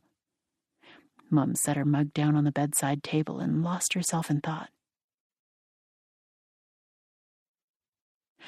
Did you talk to the doctor at the center? I told him everything, but lately it all feels so moronic. I mean, why should I bare my soul to this guy? Think about it, we don't even know each other. I did like him once. He was basically a stand-in for my father, but he turned out to be completely useless. He never did anything for me. Still, I guess he filled a certain role for a little while. But I no longer had a need for him. Where the hell was I heading now? I was always moving from one attachment object to the next, no end in sight. And Yoshiko probably thought that made me dangerous. It scared her. You feeling okay, honey? She's worried, poor mama. How'd you wind up with a daughter like me? Your head's full of sawdust, like the stuff those dolls are made of, Mum said. You're like a composition doll. I felt even worse now than when I got up. Music wasn't working. I turned off my pendant, killing the sound no one else could hear. Isn't there a way to keep yourself from dreaming? There is, but you'll go insane if you keep it up. Schizophrenics are fine without REM sleep because they dream during the day, with their eyes open. Mum frowned at me. Hey, want to eat? A necessary change of subject. What's going on with you these days? All you ever want to do is eat. Are you sick? Mum went into the kitchen. Sick of not having a man in my life. I tried making Mum laugh, but I missed the mark. Staggering to my feet, I dragged myself to the dining table. I thought you had a guy. I got bored. Did something happen? Don't be stupid, Mom. Nothing happened. That's why I was bored. He didn't do anything wrong. Nothing. I'm just beyond it. I guess I've achieved enlightenment. Yeah, right. This time she laughed. I could tell by the way her back shook. Ever since Yoshiko started showing up in my dreams, all I wanted was more sleep. More food. Did I want to die? No, that wasn't it. The phone rang. I went to the screen and flicked the switch. Even that took it out of me. The doctor's face appeared in front of me. "Oh, good morning." He bobbed his head a little, like he was sorry to bother me. I did the same in return. "It's been a while since we've seen you at the center. Is everything okay? Do you want to put our meetings on hold for a little while?" It's just... Suddenly I was a child again. "There's no point." "Jeez, will you listen to this kid?" Mom muttered, twisting her neck to look at me. "Why would you say that?" The doctor blinked. "Because I don't need a cure, even if I am sick." "But you're not sick." "What difference does it make? I'm so white. All I mean is, I think I've made my peace. Like, I'm fine the way I am." Safe to say, I'm definitely not. "If that's how you feel." The doctor looked down for a second, then lifted his head again. "Well, you should come visit whenever you're feeling up to it. Are you working?" "Not really, no." "Then how about next Friday morning? If you're heading somewhere else, maybe you could stop by." Why is he being so polite? Poor guy. What the hell's going on with me? Why am I taking pity on everybody this morning? "I'll see what I can do," I said softly, ashamed. "Well, I'll be waiting. Take care." Then the screen went dark, like a fading dream. Mom started setting out cups and plates. "You've been like this ever since the transfer, a shadow of your former self." Mom took some time to think, then continued. "What if you had them erase her? Could you?" "Yeah, any time." "Well, maybe you should." "Not yet. I still want to see where this goes. I kind of feel like something's going to happen. Something crazy." "You always want to see how far you can push things.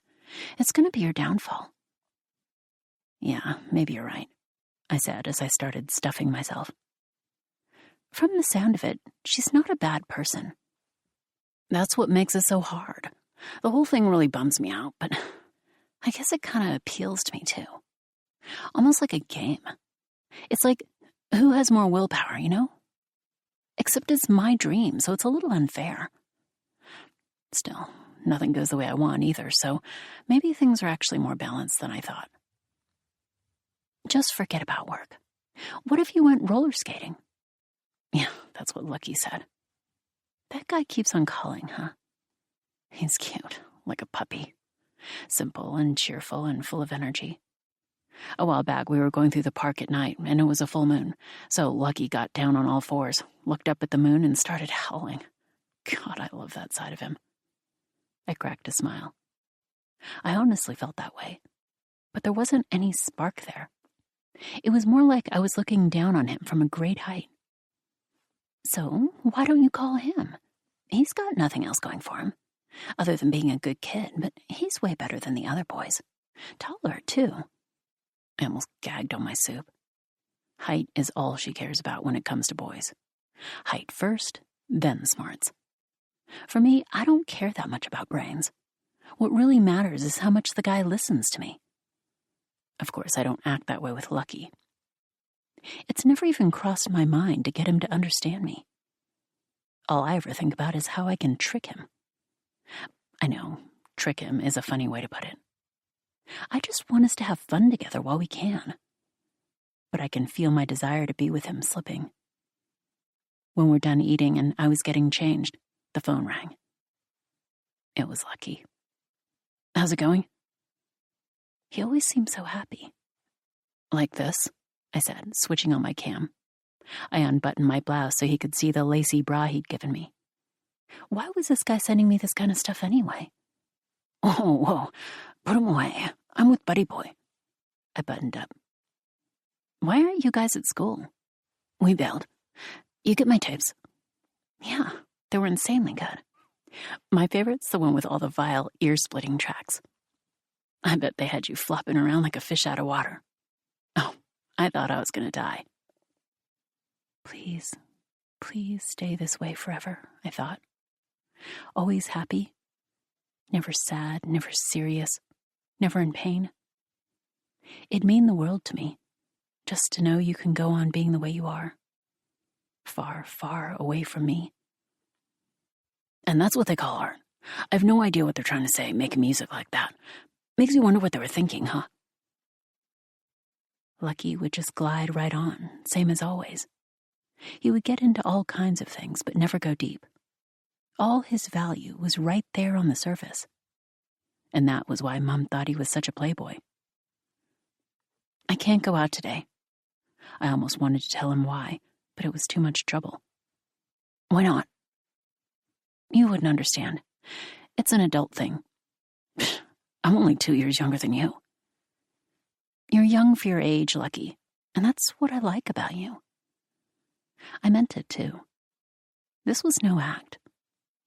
But I could feel a comfortable distance growing between us, which was fine. Hey, we're going to be at this guy's house later. He grabbed Buddy from off cam. You know the place, right? Don't keep us waiting. Cool?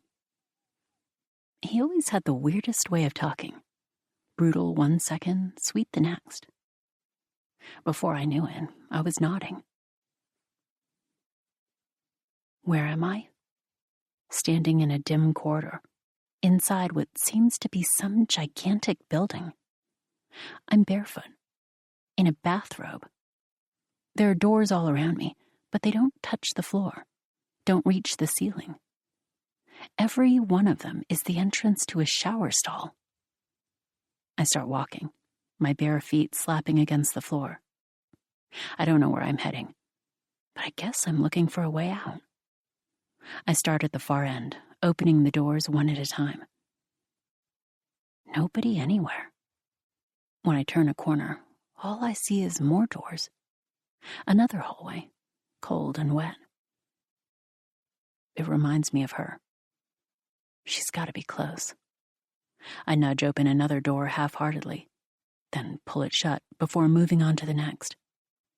So weird how they're all shower stalls. Then she came out of the darkness in the same overalls as always. Every time I see her, she's wearing the exact same thing. I'm sure she had a few different looks in the waking world, but I guess I couldn't tell them apart. She really loves her grays and browns. The duller the better.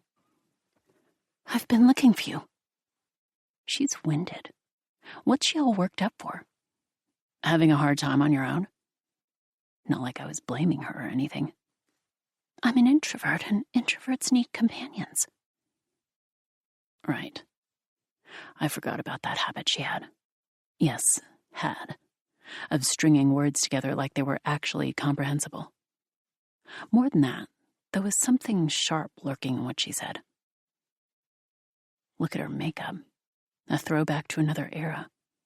Blue eyelids and red lips leaping off her otherwise drab face. What a train wreck. I think it was an ex of hers who said it. She's got no style when it comes to clothes or makeup. And I'm pretty sure I shot back, so what kind of styles she got? Oh, right. I have something to tell her. Your man called this morning. The second I deliver the message, she brightens up. What did he say? Whoa, chill out. Nothing to get excited about. My mom picked up, so I feel sorry for her. Did he call back later? Nope. I didn't want to tell her that. I feel like there's a snake inside me. I hate it. It wasn't like this before the transfer. I used to be so empty inside, so pure. What are you trying to say? Don't ask me when you already know the answer. No, wait. It's a scary thought, but maybe I'm the only one who knows.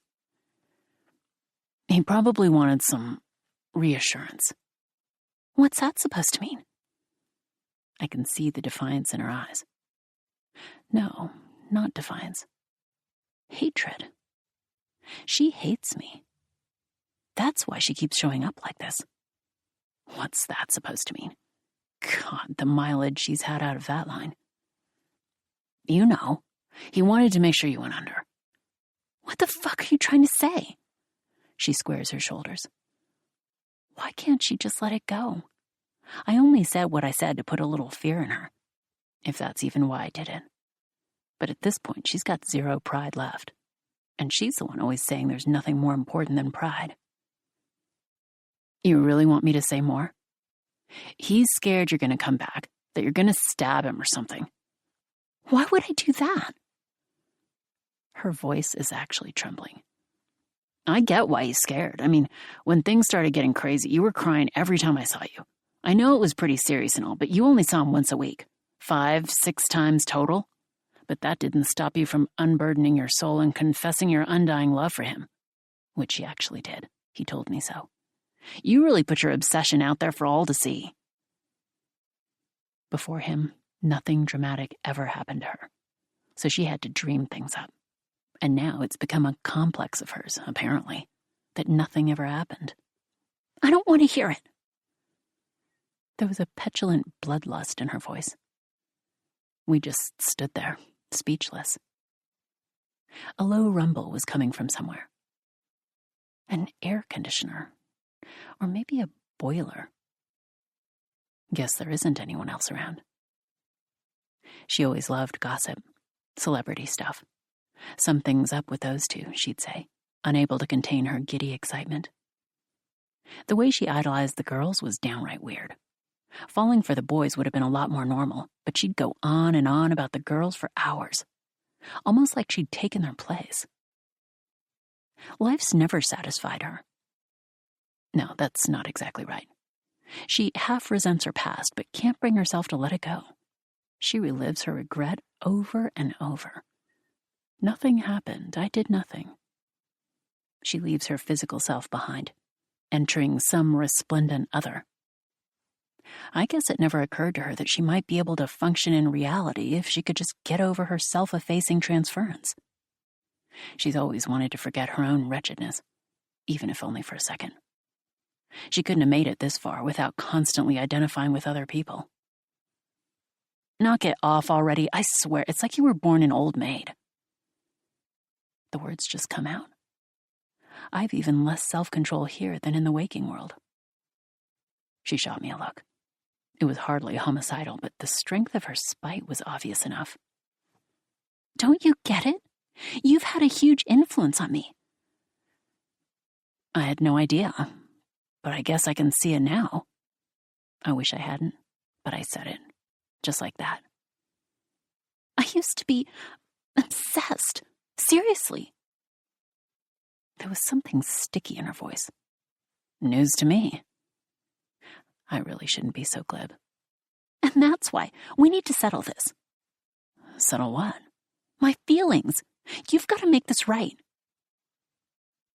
My, what a scary thing to say. I can feel it again. Something hanging in the air. What do you think is going on outside this building?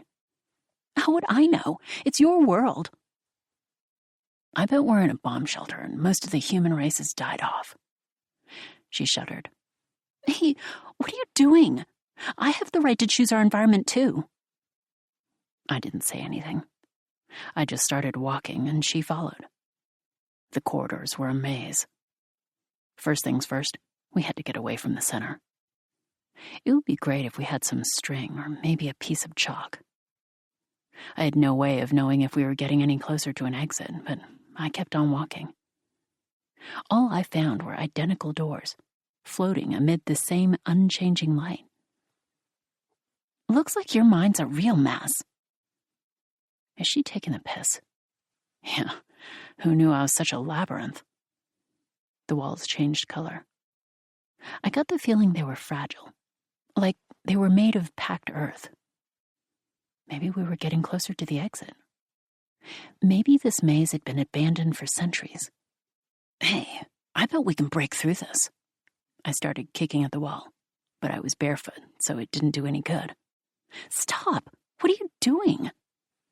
What do you think I'm doing? Trying to get out. I thought you hated this place. But it's dangerous. Yeesh. You're afraid of everything, aren't you? When I threw myself into the wall, it came crumbling down. She shrieked. On the other side of the wall, we found an empty room made of mud. One window. Outside, I could see the blue of dawn. We'd made it to the outer wall. In one corner, there was a huddle of people so dirty I couldn't even tell if they were men or women. They were in rags, skinny and covered in grime. They had faces like rats and ate like rats. I guess they weren't human after all. She kept poking me in the side. I think she was trying to tell me to stay away, but I walked right over to talk to them. Their responses were obscure, but not indecipherable. I asked them question after question about the outside world, until eventually I learned that they'd lived through some kind of apocalypse. Far from here, there are human survivors, the rat people said to me. We know because we're telepathic. We'd better go and check it out. Wait, we don't even know what happened. What if there's radiation out there, or ammonia storms? We don't even know for sure if we're on Earth. I guess she's right about that. Look, the window. There's a crack in it, so the air's got to be fine. I walked away from the room. It looked like the building was buried under a gentle hill. The corridors weren't corridors anymore, more like a cave system. Timidly, I made my way toward the source of the cold, white light. I could see a storm outside the cave. The sea was close. Trees that looked like black palms were blowing in the wind. There was a narrow trail of clay so weather-beaten it was almost gone in places. I could tell we were at the edge of an inlet. There are people, way over there. That's where I want to go, but there's no way in hell. The more I talk with her, the more I sound like a boy. Even though it's not like that when we argue. She starts clinging to me. Is this the end of the world? Calm down. It's not like you're the only one who's scared here. I don't know. What were you thinking? Why'd you destroy the world? It's not like all life has been wiped out. Those aren't human beings. Hey, do you think it was a nuclear war? No way. I have a feeling this world is in another dimension. So what do you think happened? I don't know how to respond. I'm afraid that if I voice the doubts spreading inside me like ink, they might become real. The kind of light you see before the dawn, its brightness unchanging. We were standing at the top of a hill. All around us was a wasteland of red earth. This planet has to be extremely small. There's a roundness to the horizon. She couldn't speak for a while. It was all too much. The sky hanging over our heads had transformed into a dome. Harsh mineral light covered every inch of the hard blue surface. At the center of it all was a pasted yellow sun that looked like cheese. It had a cruelty to it, like a giant eye glaring down at the beings on the surface. This place is terrible, she spoke at last. Each ray of light was like a needle, offering no warmth, but it was so bright it stung. Nothing in this place had a shadow. I wish there were people here. Even if there were, they probably wouldn't be any help. Still, I wish there were people. Maybe she got her wish. Slowly, I turned around and saw a group of humans, maybe 50 or 60 of them, crawling along the earth like ants. What was this? Forced labor? I heard a siren blaring somewhere, announcing some catastrophe. All this nothingness. It's horrible.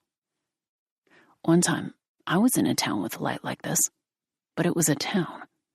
Still, I could tell all the buildings were just some kind of backdrop. When I looked at the backs, they were nothing but plywood. The sky was an ominous purple. The roads were packed with people and cars, though. Don't tell me you like this kind of world. I don't hate it. Why not?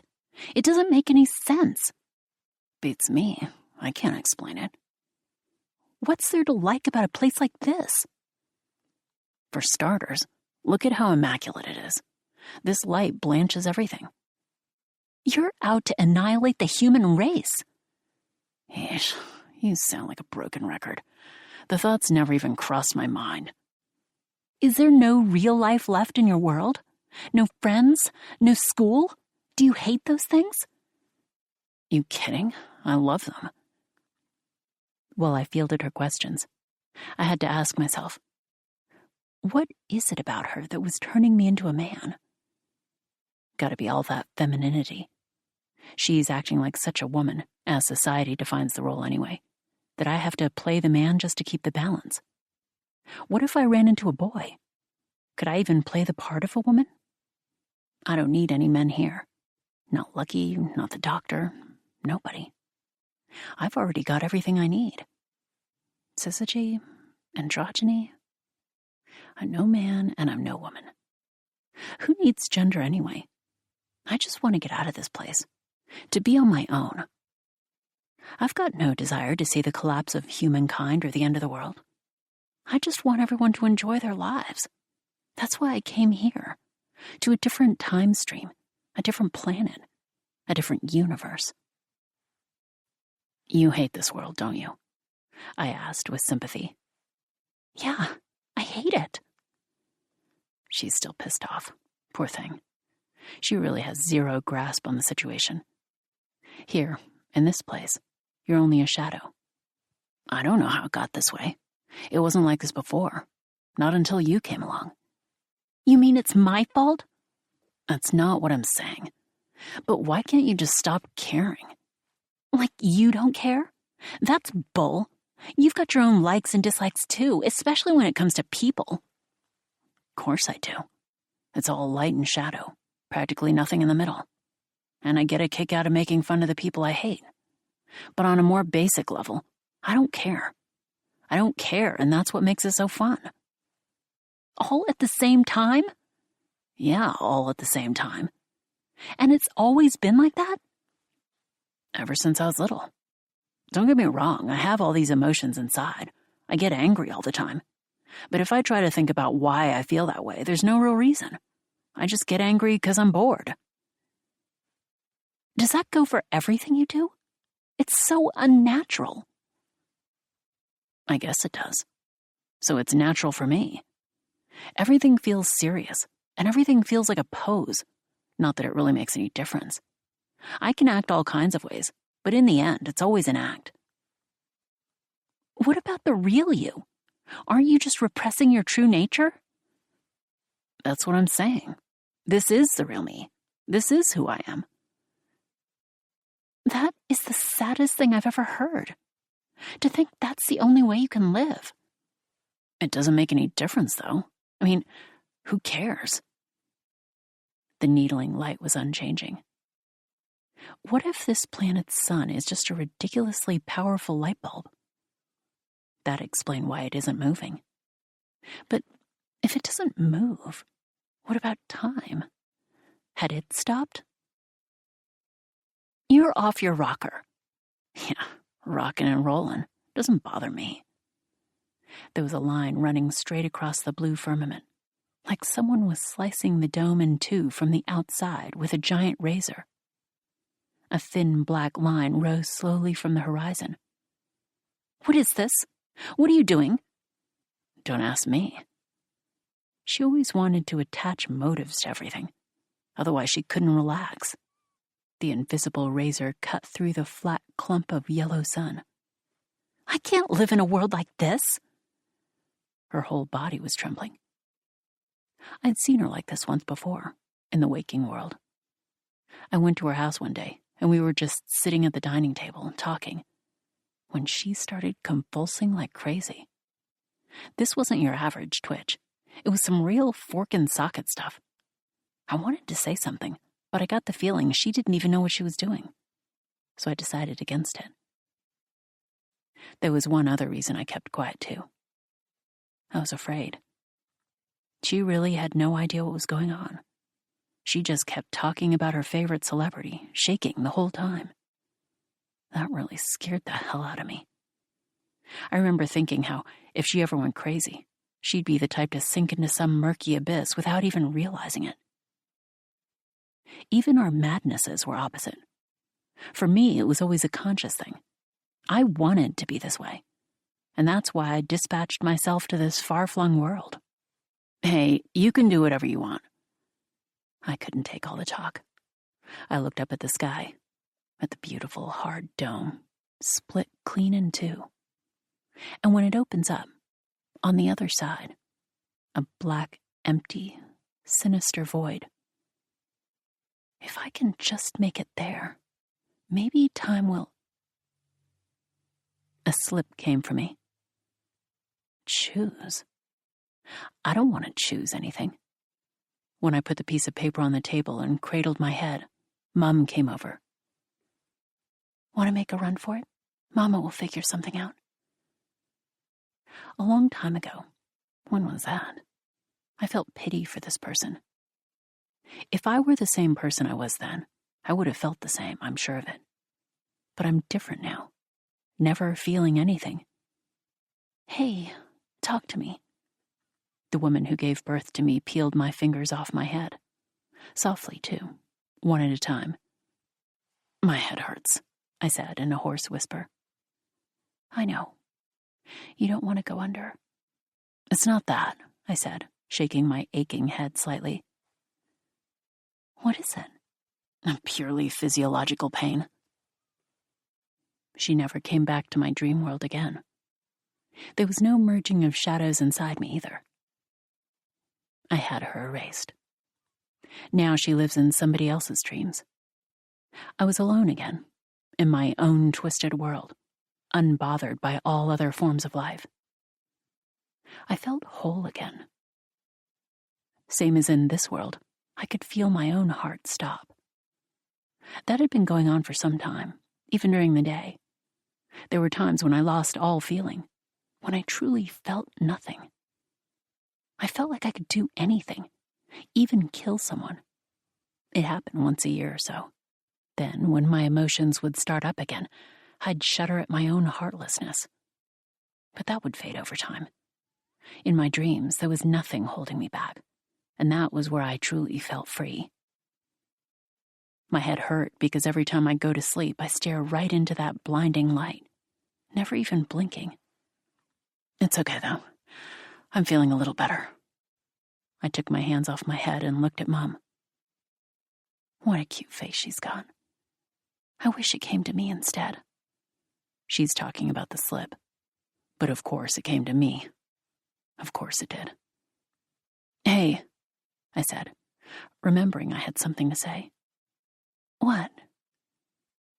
Don't hate me, but I'm not going to transfer into your dreams. So who are you? No, I don't want to be in anybody's dreams. I want to go someplace where there's nothing. My mental work was over now. All thanks to Yoshiko. You?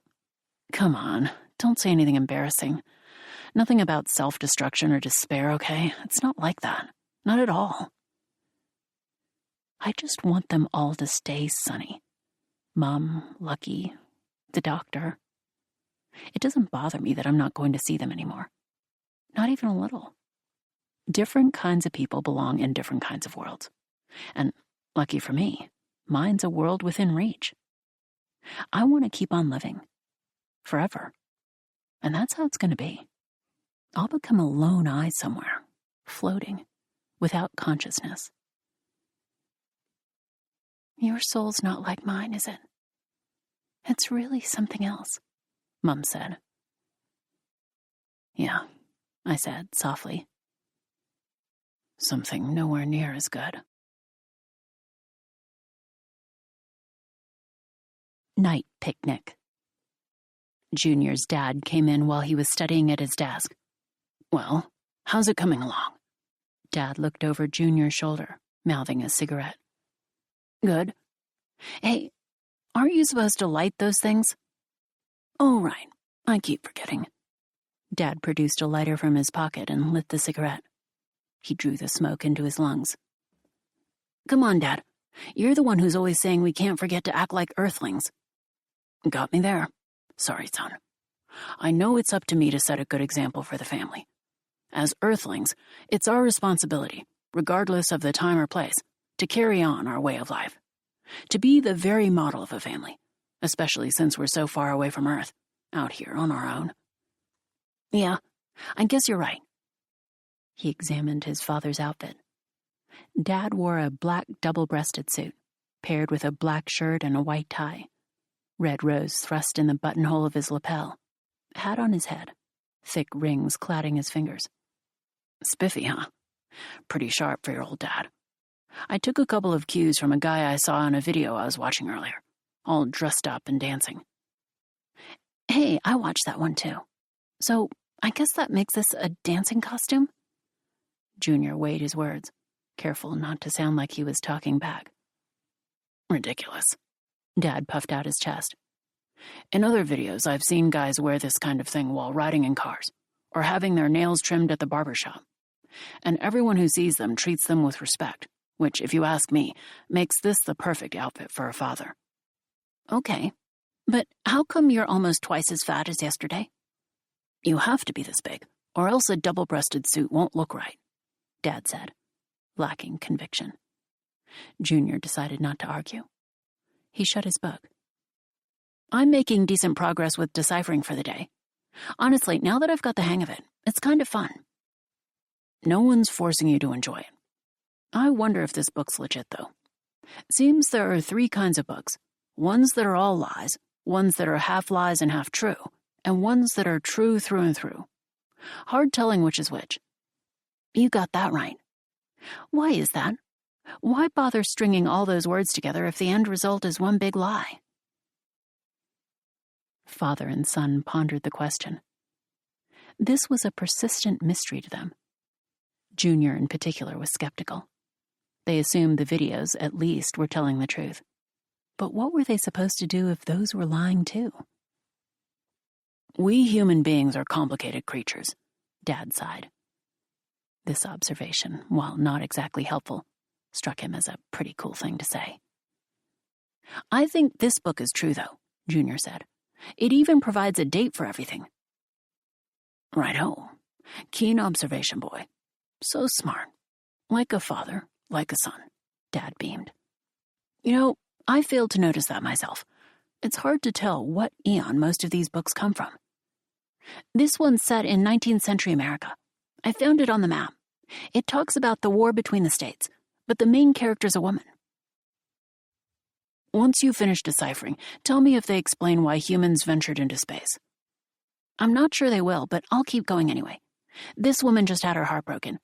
Look how many pages I still have left, though. So maybe there's time yet for her to wind up on a spaceship. I mean, when people get jilted, don't they usually skip town? The gifted son spoke with certainty. Suppose so. Dad cocked his head. You know, like take a trip. You hear a lot of that in songs. I guess so. I kind of want to try getting my heart broken. I think you need to be in a relationship. What about my sister? Right. Sure. Worth a try. First, though, we have to meet up at a dance party or go on a date or something. Don't get your hopes up. There's only 4 of us Earthlings left, after all. Who else would you invite? The monsters that gamble they beyond the hill they do? Wait, but can't those guys transform so that they look exactly like us? We could make them tons of nice clothes with the replicator. Then they'd have something to wear. They don't have any interest in that kind of thing. The concept of a civilized existence is beyond them. We're lucky they're tame. They won't do us any harm, but they're obviously a different form of life. Who knows what they're thinking? They'd have a lot more fun if they were living in our automated city. But they insist on roughing it. They must prefer it that way. Mom poked her head into the room, hair knobbed with curlers. You need to talk some sense into that girl. She wore a bathrobe and held an orange and a glass of milk. What's wrong? Asked Dad. She's hiding in the closet again. Huh? What's bothering her this time? It's these awful books. Now she's started reading about how daughters hate their moms and love their dads. As if I needed this today. Mom shook her head. What? Dad asked, perplexed. What's she been reading? Psychology or something. What a load of baloney. Junior assumed a noble air. Don't worry, I'll get her out. Let me do it, Dad insisted. I call the shots around here, see? Yeah, but Dad, what do you know about books? Junior left the room. How long are you going to keep this up? Get out of there right now. Mom pounded on the door. Go away, said Sis. I'm being rebellious. The response was muffled, as if her face were buried in a cushion. You've got it wrong, Sis, Junior said. How so? She asked. I'm an adolescent. We're supposed to be going on a picnic, Mom shrieked. Get out this instant. Hush a minute, will you? Junior pushed Mom aside, but pushed too hard. She tumbled to the floor and bashed her forehead. For a while, she lay still. Leaving her like that, Junior crossed his arms. Were you reading about the Electra complex? Yeah, Sis answered from the closet. Did you know that there's a negative Oedipus complex too, though? Huh? Her voice was quiet. What's that? It's when you form an attachment to a parent of the same sex. Isn't that the opposite? Exactly. In psychology, for any given case, there's generally another case that constitutes the polar opposite, though not in every single situation. Really? Sis was losing confidence in her position. I've read more books than any of us, right? No response. Mom sat up, feeling woozy. She rubbed her forehead for a while. Apparently it wasn't serious. She went over to the replicator. Besides, do you realize how bored you're going to get if you stay cooped up in the closet? Junior was changing strategies. But you call yourself an adolescent, but that's bogus. This place has a different orbital period than Earth. Not like I've actually done the math, but I bet it's different all right. Junior tried to sound as nonchalant as possible. How old are you again? He asked. In local years? I guess, like 17 or something? Sis was earnest, but sounding doubtful. I'm not sure, though. Sometimes my calendar stops working. Know what you mean. After a week, it's all a blur. I've been trying to pinpoint when it was that human beings invented time. I'm still trying to figure it out, but evidently time was a big deal. Junior pulled up a chair and sat. In imitation of his father, he had a smoke. When he ashed on the floor, the robo-vacuum scurried over. Yeah, but that's exactly why I'm doing this. Sis fidgeted in the closet. Don't you realize, Junior asked, time is bogus. After 3 p.m. today, for all we know, it'll be 7 a.m. 4 days ago. Mom craned her neck at Junior. She was in the process of pulling a bamboo basket from the replicator. What are you saying? Time is passing by just fine, thank you very much. We're the ones who need to make sure that we keep on acting normally. Now get your sister out of the closet. Once I've got everything together, we're heading out. This has been on the docket for quite a while. I get it, okay? Junior turned around, knitting his brow. Sometimes it was okay to get upset with your parents. It was a regular occurrence in the dramas on TV. Let's talk about time later. 17, huh? That's pretty old to be going through adolescence. So what am I supposed to do? She asked reluctantly. Well, women in their late teens wash their hair excessively. They stand in front of the mirror, trying on tons of different clothes. Sometimes they go on dates. Is that supposed to be more fun? Yeah, absolutely. Tons of fun. All right. The door slid open from inside. Sis was sitting in the top compartment of the closet, hugging a pillow. Nimbly, she jumped down to the floor. Whew, I'm tired. I was in there 6 whole hours. Mom took forever to notice. She reached her arms up high and stretched. We were busy, that's all, said Junior, attempting to console her. I try to be rebellious, and our folks don't even notice. Just like that, her voice was buoyant. Mom headed for the kitchen, arms full of picnic fixings. What's that woman doing? Asked Sis. Making us lunch. And it's a little weird to call your mom that woman. It's fine once in a while, if you say so. Junior didn't really know himself. I'm going to get ready, Sis said. His little sister stood before the replicator and punched a series of buttons. Insufficient vegetable oil, quoth the replicator. Among the contents of the basket Mom had set beside the machine was a tub of margarine. Sis scraped the tub clean with a knife, emptying it into the hopper. The processing light flickered. At length, 2 tubes of lipstick popped from the machine, accompanied by a gentle tone. "Hey, think you can make some stuff for me, too?" asked Junior. "Sure. Let's see. I'll need a comb and some pomade. Or maybe gel instead." "Changing your hairstyle?" "Yeah. Can't decide if I'm going to spike it up or do a pompadour." Junior thought of all the coming-of-age movies he had seen.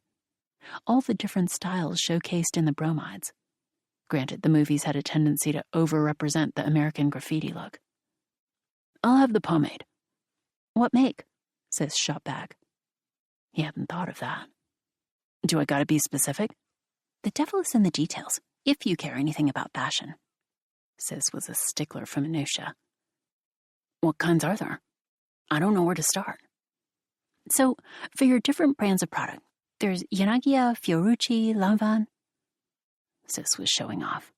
"That many kinds?" "Then there's Nestle, Ajinomoto, Kewpie." "Give me one of the good ones." Sis manipulated the machine and pulled out a jar of pomade. It had a Kewpie emblem on the lid. "It's the little things in life that matter." "So I hear." "I know way more about this kind of thing than you. I read the women's magazines. I even know more about Sunday brunch than Mom. Girls are supposed to eat yogurt and fruit. Oh, and cheesecake." "Look at you, acting like a real girl now." Junior was genuinely impressed. "Correct me if I'm wrong, but didn't you used to be a boy?" "Think so. It's all kind of vague. Mom and Dad decided that having one boy and one girl would make for more variety, but the hairstyle and clothes are totally different. It's a real pain. If I was still a boy, I could just copy you." Junior thought back to when his sister was a boy. They both wore shorts and chased each other around, playing tag. Mom was adamant that a child with a girlish body should be raised to be a woman, so his little brother became a little sister. Sis seemed fine with it. After dressing as a girl for a while, her body was much softer looking than before, thanks to no small effort on her part. "Where's Mom?" Nothing else to do, Junior paced around the room. "Isn't she getting dressed?" "What's taking her so long?" "Hello! When women go out, it takes them a long time to get ready."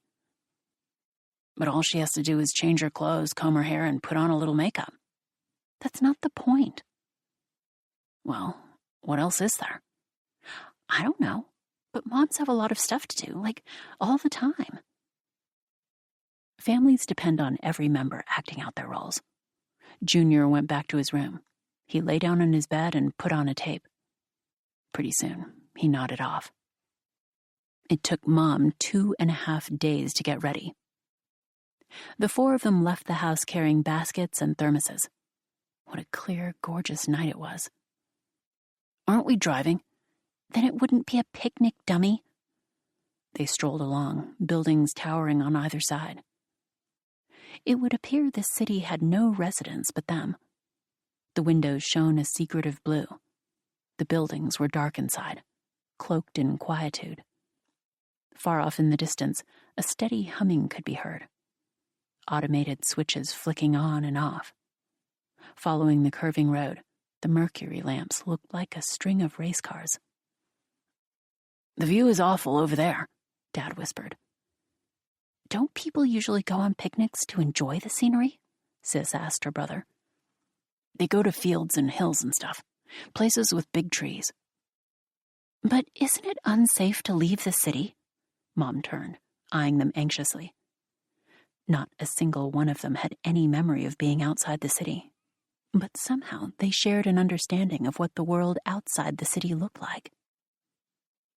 It ended abruptly.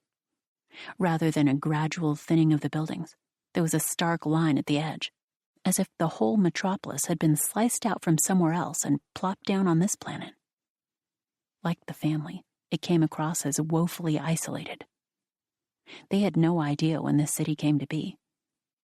Settlers from Earth had built this settlement, and for one reason or another fled or all but died out, leaving the few perseverant souls from whom they were descended. At least, as Dad would have it. Outside the city, Hills and fields stretched off into the distance, where prowled the blue-black monsters, thick bristles on their crowns and backs, squat-legged creatures they, trotting about on their hind legs. Their front legs were brawny. Black claws grew from their fingertips. They appeared to be indifferent to the presence of this earthling clan. Though none of them had ever seen one of the monsters, they knew how they looked and behaved. Inexplicably, the monsters subsisted on tree nuts and were exceedingly benign. Or perhaps not benign, Dad told them once, so much as indolent. It was unclear whether they were napping or slacking off. Hence they could not be human. Human beings, he said, were supposed to lead orderly lives, their family being a prime example. "Dad," asked Mom, "did you read the morning paper?" "Yeah," Dad answered solemnly. He was the one who had insisted they read the paper, to keep up with the Joneses. A person who neglects to read the news each morning is a bum, like those who fail to pay their cable bill. But then again, they only use the TV to watch tapes. So who cares about the cable bill? It's not like there were any stations anyway. The newspaper, however, was indispensable. The fact that there was no newspaper company was no excuse. Using articles from magazines and old newspapers, Dad made his own gazette. Each night before bed, he pushed the shuffle button. If he was too punctilious with the selection, it would spoil the surprise. And he made sure to set the postometer accordingly, so that the paper landed in the mailbox at 5 a.m. each morning. "Anything good?" Mom had no interest in the news, but let on like she cared. "Price of wheat's gone up." "Again? That's the 6th time this month." Her response was artificial, and why not? The articles were artificial too. All that mattered was that they went through the motions. "It plateaued for a while, though." Dad was being difficult. "Look, I've been giving it some thought." He crossed his arms and watched their son and daughter, who were now a little ways ahead. "I think it's time we built a house." "Why's that? What's wrong with where we're living now?" "We can't stay there forever. The only plus about that place is that we're settled in. It's been too long already. We need to resist the temptation of perpetual convenience, every corner spick and span. Human beings only grow through hardship. Building a house is a man's life work." "Where will we go?" Mom figured, why not ask? She knew it was ridiculous, but when he got like this, she had to do her best to play along. "Where? That's why we're here, to find the perfect spot." She wouldn't dream of living outside the city. Besides, Dad had no clue how to build a house. "I will avoid a casual approach to life at any cost." But Dad immediately qualified himself to smooth things over. "I simply don't want us to wind up the butt of the joke. When people behave shamefully, their children follow suit. Children only notice when their parents make mistakes. One false move and pretty soon they're, whatever you call it." Dad flapped his hand impatiently. "Delinquents?" Right. In no time flat. Who knows why, but kids love being delinquent." He was emphatic, though not exactly sure what being a delinquent entailed. It sounded like something from the newspaper. But then again, he was the newspaper. "I blame it on the motorcycles." "Damn straight. Great point, Mom. That's the problem. Motorcycles and cars." "But they already have both. They made them with the replicator." I don't like the sound of this. We'll have to figure out a subtle way of talking sense into them. Discipline is all about taking the right approach." They continued down the deserted street. "How much further?" Junior produced his comb and ran it through his hair, making a ducktail at the back of his neck. He took care to ensure that the hair met in a vertical line. A solitary bang fell across his forehead. "I got this," he told himself. "I am the coolest cat." Sis wore an evening gown with a lengthy train, the proper attire for going out at night. She knew the deal. She had debated wearing something disco formal, but it's not like they were going to a disco, so she gave up on that idea. Someday, though, she hoped to see a disco, at least once, but Dad refused to let her go.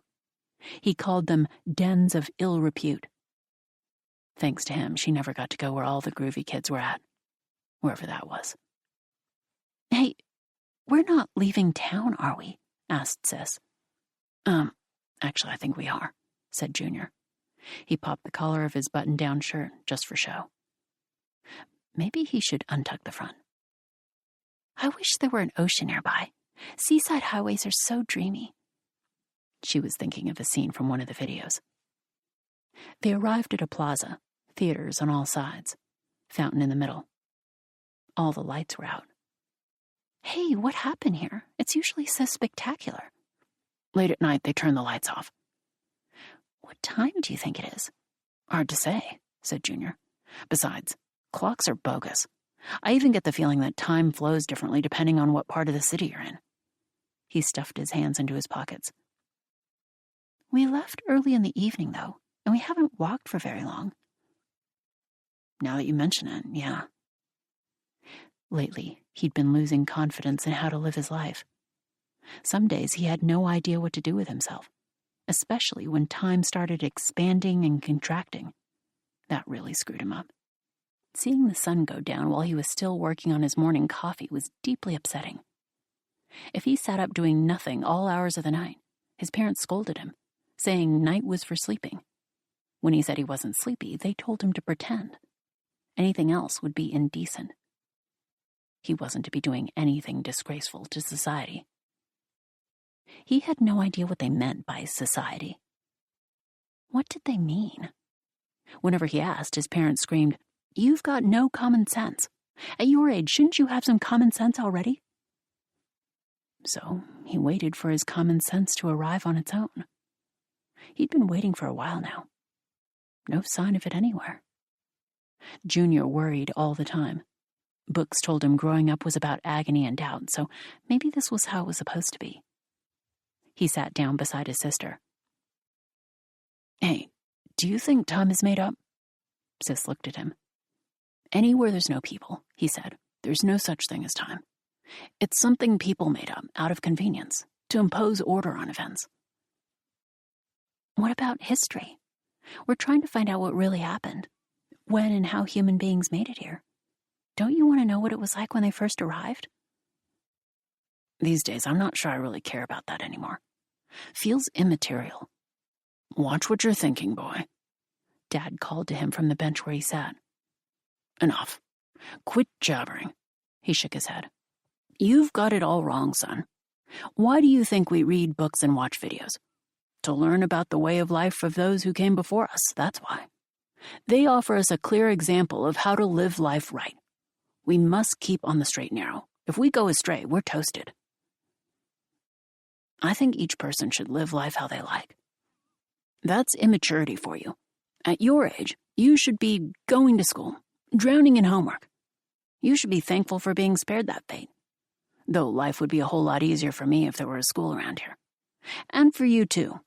On Earth, they had something called entrance exams. I know. It would do you good to have an outlet for your youthful vigor. Burning your glory days on tests, that takes me back. Dad spread his arms theatrically.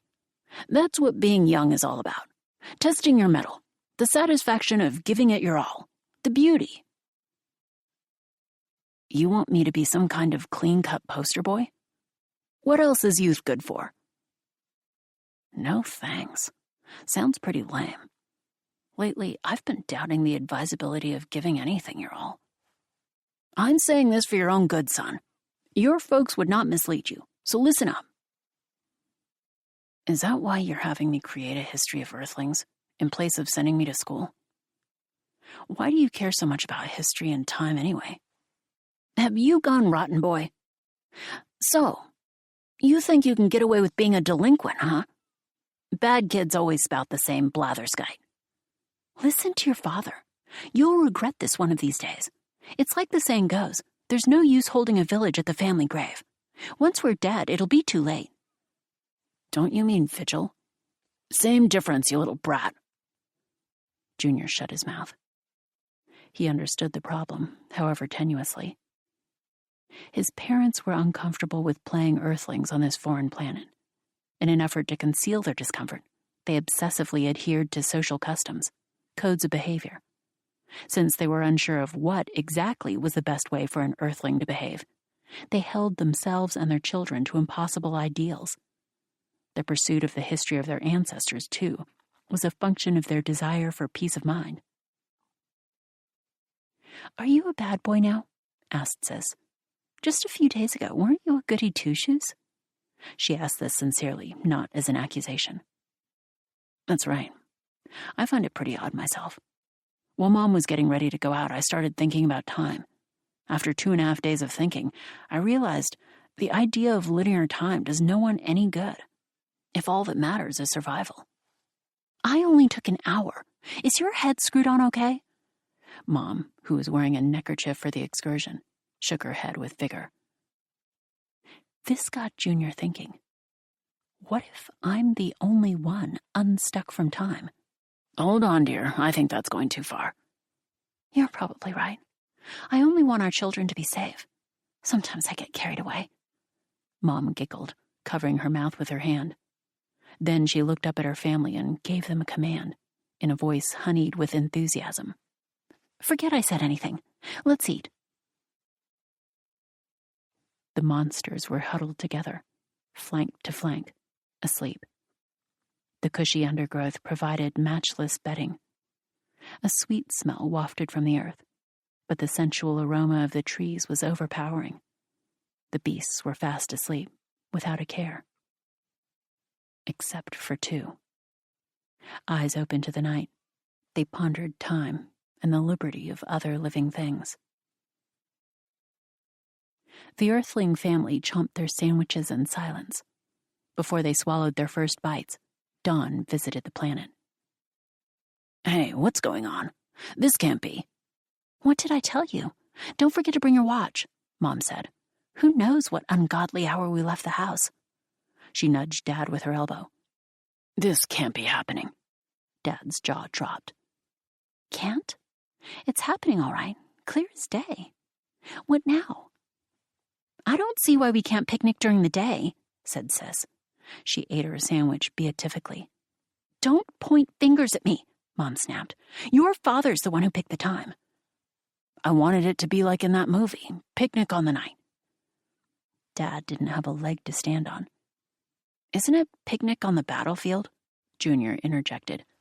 "Don't talk back, you little shit," Mom said. "If we wanted to do that, we'd have to march off into a war zone. Do you realize how hard it is to find a proper battle in this day and age? Of course you don't, because you don't know anything. You're confused." Mom was borderline hysterical. "Isn't there a picnic on near side, too?" Sis looked at the faces of her family members. None of them seemed to know what she was talking about. "Oh well, let's go home," Dad spoke with much chagrin.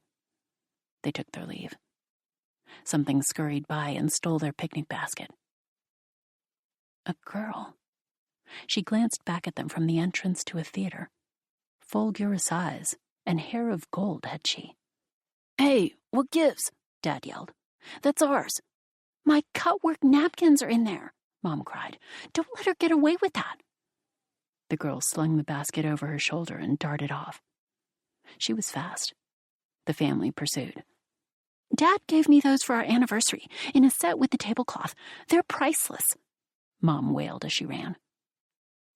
Just when they thought they'd lost her, they saw the girl in the next intersection, waiting for them on the corner. "She not an Earthling bee. I'm positive that we're the only actual Earthlings left." Dad was out of steam. "Are there unactual Earthlings? What would that involve?" "Quiet! This is no time for insubordination." "Can't you make more napkins with the replicator?" asked Sis, keeping pace. "They have sentimental value. They're the only ones in the entire universe." Mom was blowing things out of proportion. This game of tag, running full speed and stopping short, then dashing off again, continued for some time. "If she's hungry, we would have shared, but this is unforgivable." "I bet she's trying to lure us off somewhere." In which case, you would think they would have given up on chasing her. But the parents ran like mad. Junior and Sis chased the girl too, though not without a modicum of glee. They reached the edge of the city. The girl atop a gentle hill stood she. "No one makes a fool out of this family. We'll get you yet." "Stop, dear. It's too dangerous." The four of them stood their ground, eyes trained on the hilltop. An elder appeared from the shade of a great tree and stood behind the girl. "Sorry for your trouble. I hope to speak with you, but our kind, as a rule, cannot enter the city. Not because we are unable to, but because we hate it there. It is made by human beings, for human beings. No place for us." The elder's speech was stilted, though his voice was soft. "Give it back!" Mom was frantic. "When we are finished, I will return your things. Long we have been watching you, not with our eyes, but with our minds. Since this is something that you're capable of too, I think you'll understand." "We have no clue who you are." Dad was flushed with anger. "Please, hear me out. Once upon a time, we lived in peace. We may not have manufactured or consumed, but our existences were rich. Alas, in any crew, there will always be misfits. Some of us began to wonder why they were alive and where they came from. Their thoughts consumed their every moment. Eventually, they set off for the city made by denizens of another star and then abandoned. Once there, they spent their days deliberating about time and history and origins." The elder didn't sound the least bit elderly. "Are you talking about us? Well, you can quit while you're ahead. We're not like you. We were born in the city, lived here our whole lives." Dad was livid. "So, you don't remember. The memory, however, has a tendency to reorganize itself rather conveniently. I figured it was time to set you straight, which is why we've led you here. Why do you insist on role-playing as Earthlings, or whatever riffraff you purport to be? You can be free, without such pageantries of humankind. A calm existence, unplagued by these anxieties, is within reach." "Asshole!" Dad swelled with malice. His body literally swelled. Violent shock waves daggered from his person. Foul electricity, filthy purple. The waves crested the hill and sapped the elder and the girl, killing them instantly. The family had no idea what was going on. They had never suspected their rising tempers could physically kill someone. "Phew," Mom pointed. "Not human after all." Two blue-black monsters slumped at the top of the hill.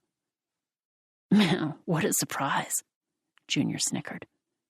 When he beheld the faces of his family, he saw 3 monsters.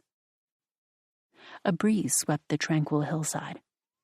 The monsters who had posed as a family stood stock still, overtaken with amazement. They could not wrap their heads around what had transpired or why. Feeling stupid, they remembered now that monsters, such as them, were able to take any form. Perhaps they had been so convinced that they were Earthlings, they began to look the part. The wind changed. Disregarding one another, the monsters loped off, each heading its own way. Leisurely, with no particular place to go. Stewards of a new anxiety. That old seaside club. Sunlight floods the bay. Boys and girls sit on benches beneath the canopy of trees lining the walkway, lapping at ice cream cones. Others cut zigzagging paths down the walkway on their roller skates. Red and white parasols shelter hot dog stands. I begin whistling, both hands shoved into the pockets of my denim skirt. The low notes blend together. If I try to whistle too hard, I veer off key.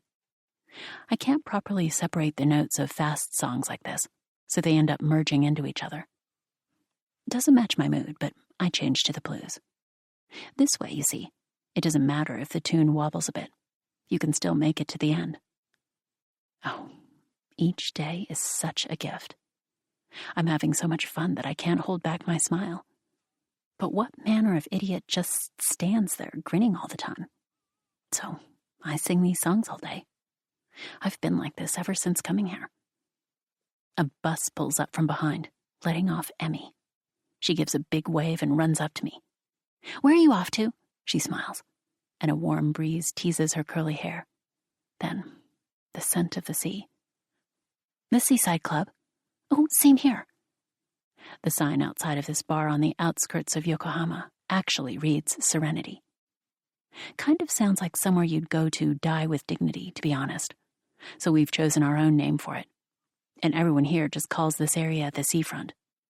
Some folk go for coastal promenade, but who knows what they're on about. Emmy and I walk along by the pier, looking at the Hotel New Grand off to the side.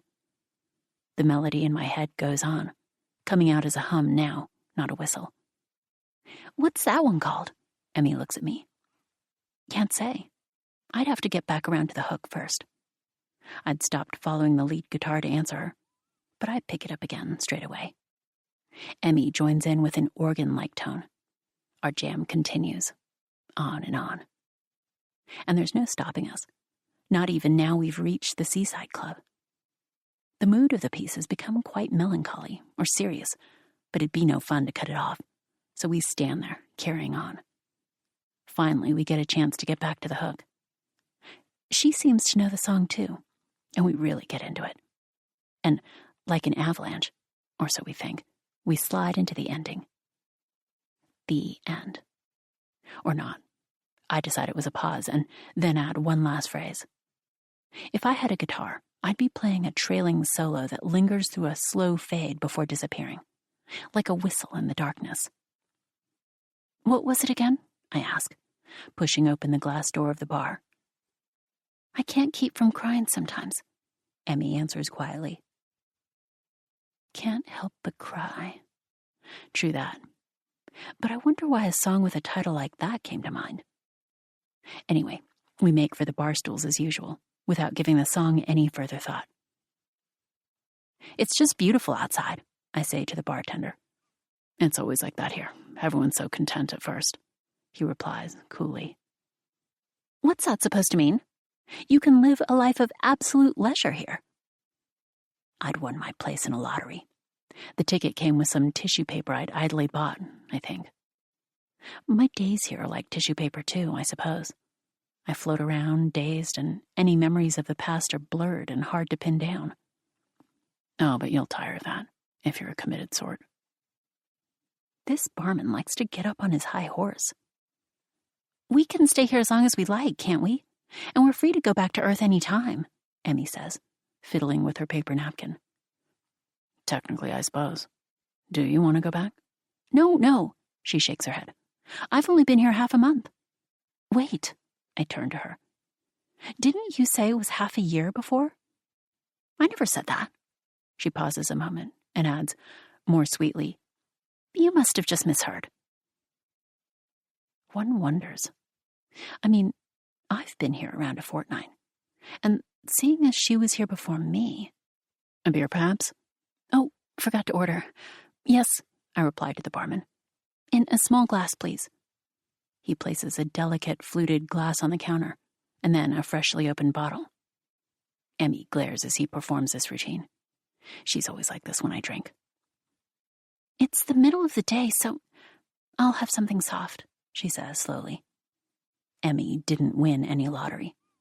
She's here for therapeutic reasons, a change of scenery. Apparently the air on this planet does you good. She says she's 25 years old. I'm not sure what she was doing before coming here. "Go pick some music," she says quietly, her mind elsewhere.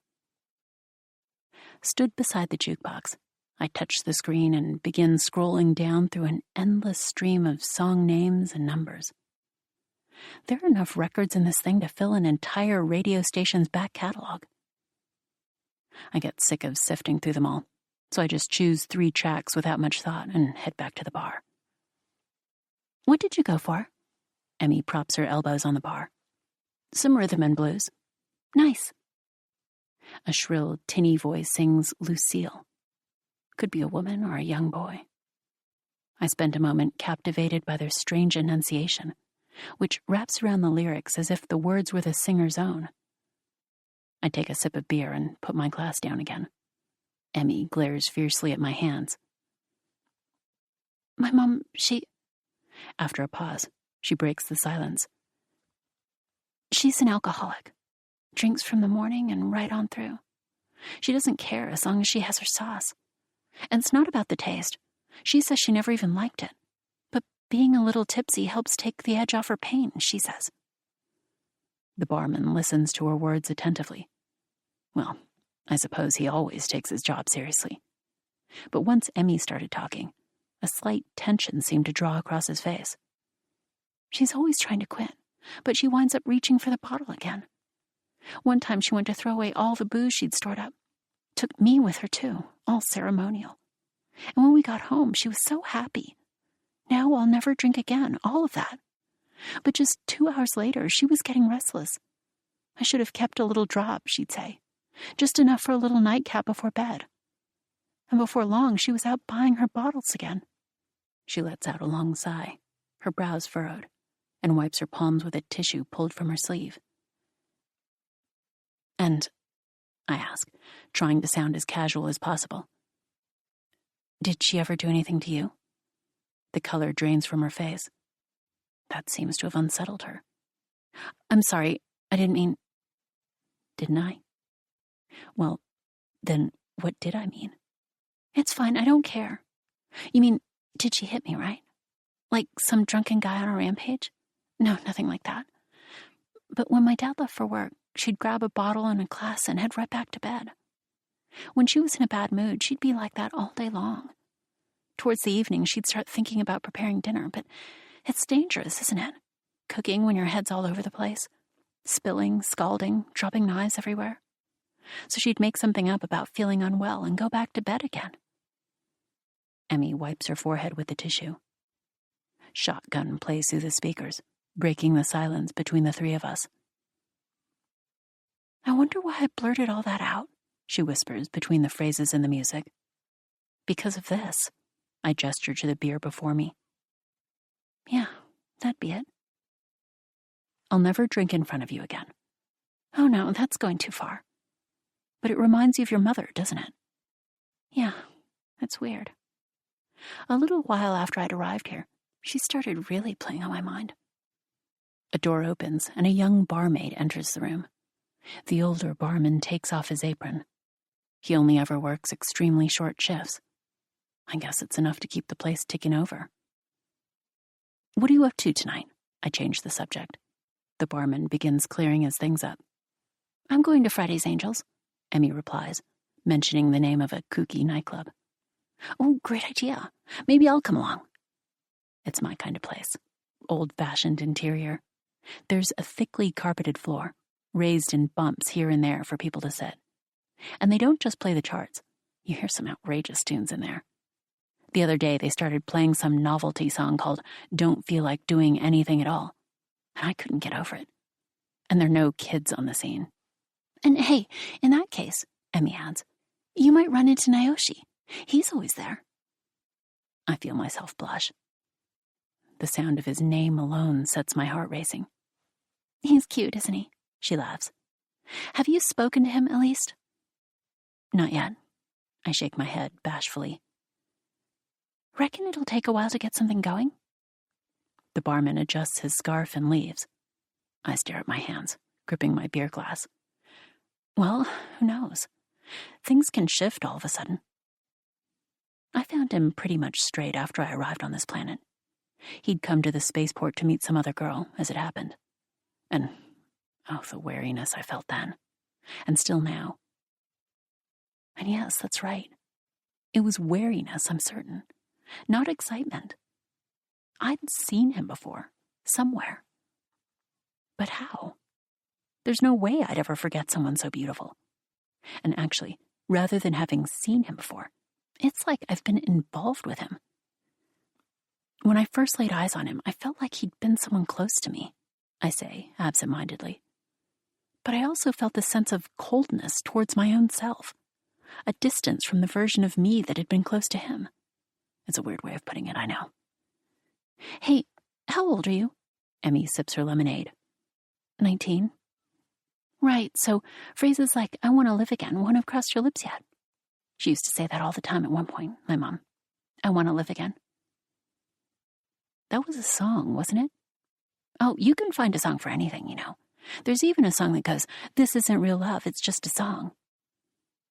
Emmy grows silent and starts picking at the peanuts set out by the barmaid. When did your mom say that? When she was 36. It was a dreadful age for her. All she wanted was to hit reset and start everything over again from 25. 25? Why so specific? That's how old she was when she got married. We fall silent again. At some point, the barman comes back. Music continues playing from the jukebox. Next up is Love's End Does You Bad. I'm sorry, I'm all over the place at the moment, Emmy says, after a pause. I keep remembering all these things from the past without meaning to. And these memories, they're so vivid. This stuff about my mom, I mean. It's as though I went through her suffering myself. It's because you've got all this time on your hands. I play with my silver bracelet. Emmy's wearing the same one. They have little discs on them that work as a sort of cash card. While we're on this planet, nothing costs a penny.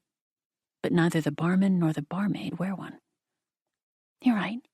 It's so easy to end up imagining stuff when you're idle. Seems like she's got her mind on other things today. A languid song, almost dripping with despair, comes on the jukebox. I check the screen. I've got a mind to give up living. Paul Butterfield. Can I get you to anything else? The barmaid asks. We take the bus out of Yokohama as dusk nears. What's the next stop? We sit towards the back, and I gaze outside. Yokosuka. I want to go shopping, Emmy says, quite out of the blue. Shall we get off then? But we only just got on. The sky grows an ever deeper blue. It's almost too exquisite to watch. I gaze out the window, eyes glued to the view. The sides of the buildings, lit by the sinking sun, all glow a uniform gold, subtle yet intense. It's as if rectangular shapes have been cut out of the sky, revealing this shining layer beneath. I didn't know the city could look like this. I feel something drop into the back of my hand. Tears. Shocked, I turn to face Emmy. This is the first time I've cried over a little scenery. It seems like everyone starts being honest with themselves about their feelings once they come here. She takes a tissue from her pocket and puts it to my nose. Well, it's different for the workers, of course. She seems troubled. I blow my nose. Come to think of it, this must be the first time since I was a child that I've cried in front of another person. Apparently there's something in the air here that gets you all wistful and nostalgic. Hey, are you glad you came? Of course I am, I answer ardently. I haven't told Emmy about this yet, but I had absolutely no friends before this year. It was a serious problem, and not one that could be easily explained away by shyness or introversion. I did have an idea of why people didn't like me, but I just wasn't prepared to admit it. I consoled myself by deciding that I hated other people and had no desire to love anyone. But I'm drawn to Emmy now, after only meeting her a couple of times. And there's Naoshi, too. We're shopping then? Oh, right. Let's get off here. And the magic doesn't wear off, even after we leave the bus. It's actually painful how beautiful even the ground is, and how the air is laced with the sweet sense of spring. The last of the sunlight gives an even coat to the tops of the buildings. I can see the start of Chinatown a little down the road. Ages ago, I used to go out with this boy from Hong Kong.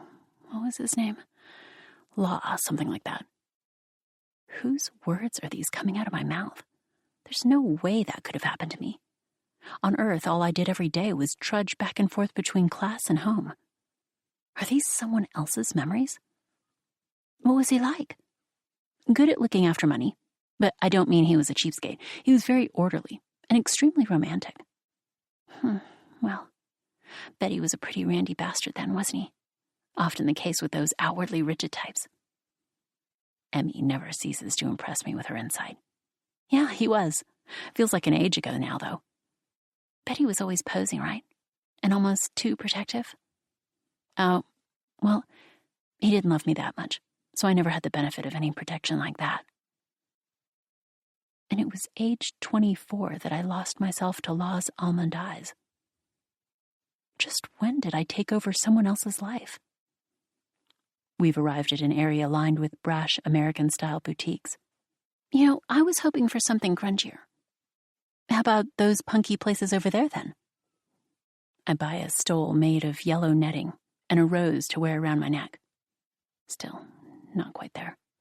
Then a black suit from a less racy shop, with a tight skirt, mind, not trousers. Want to come round to mine for dinner?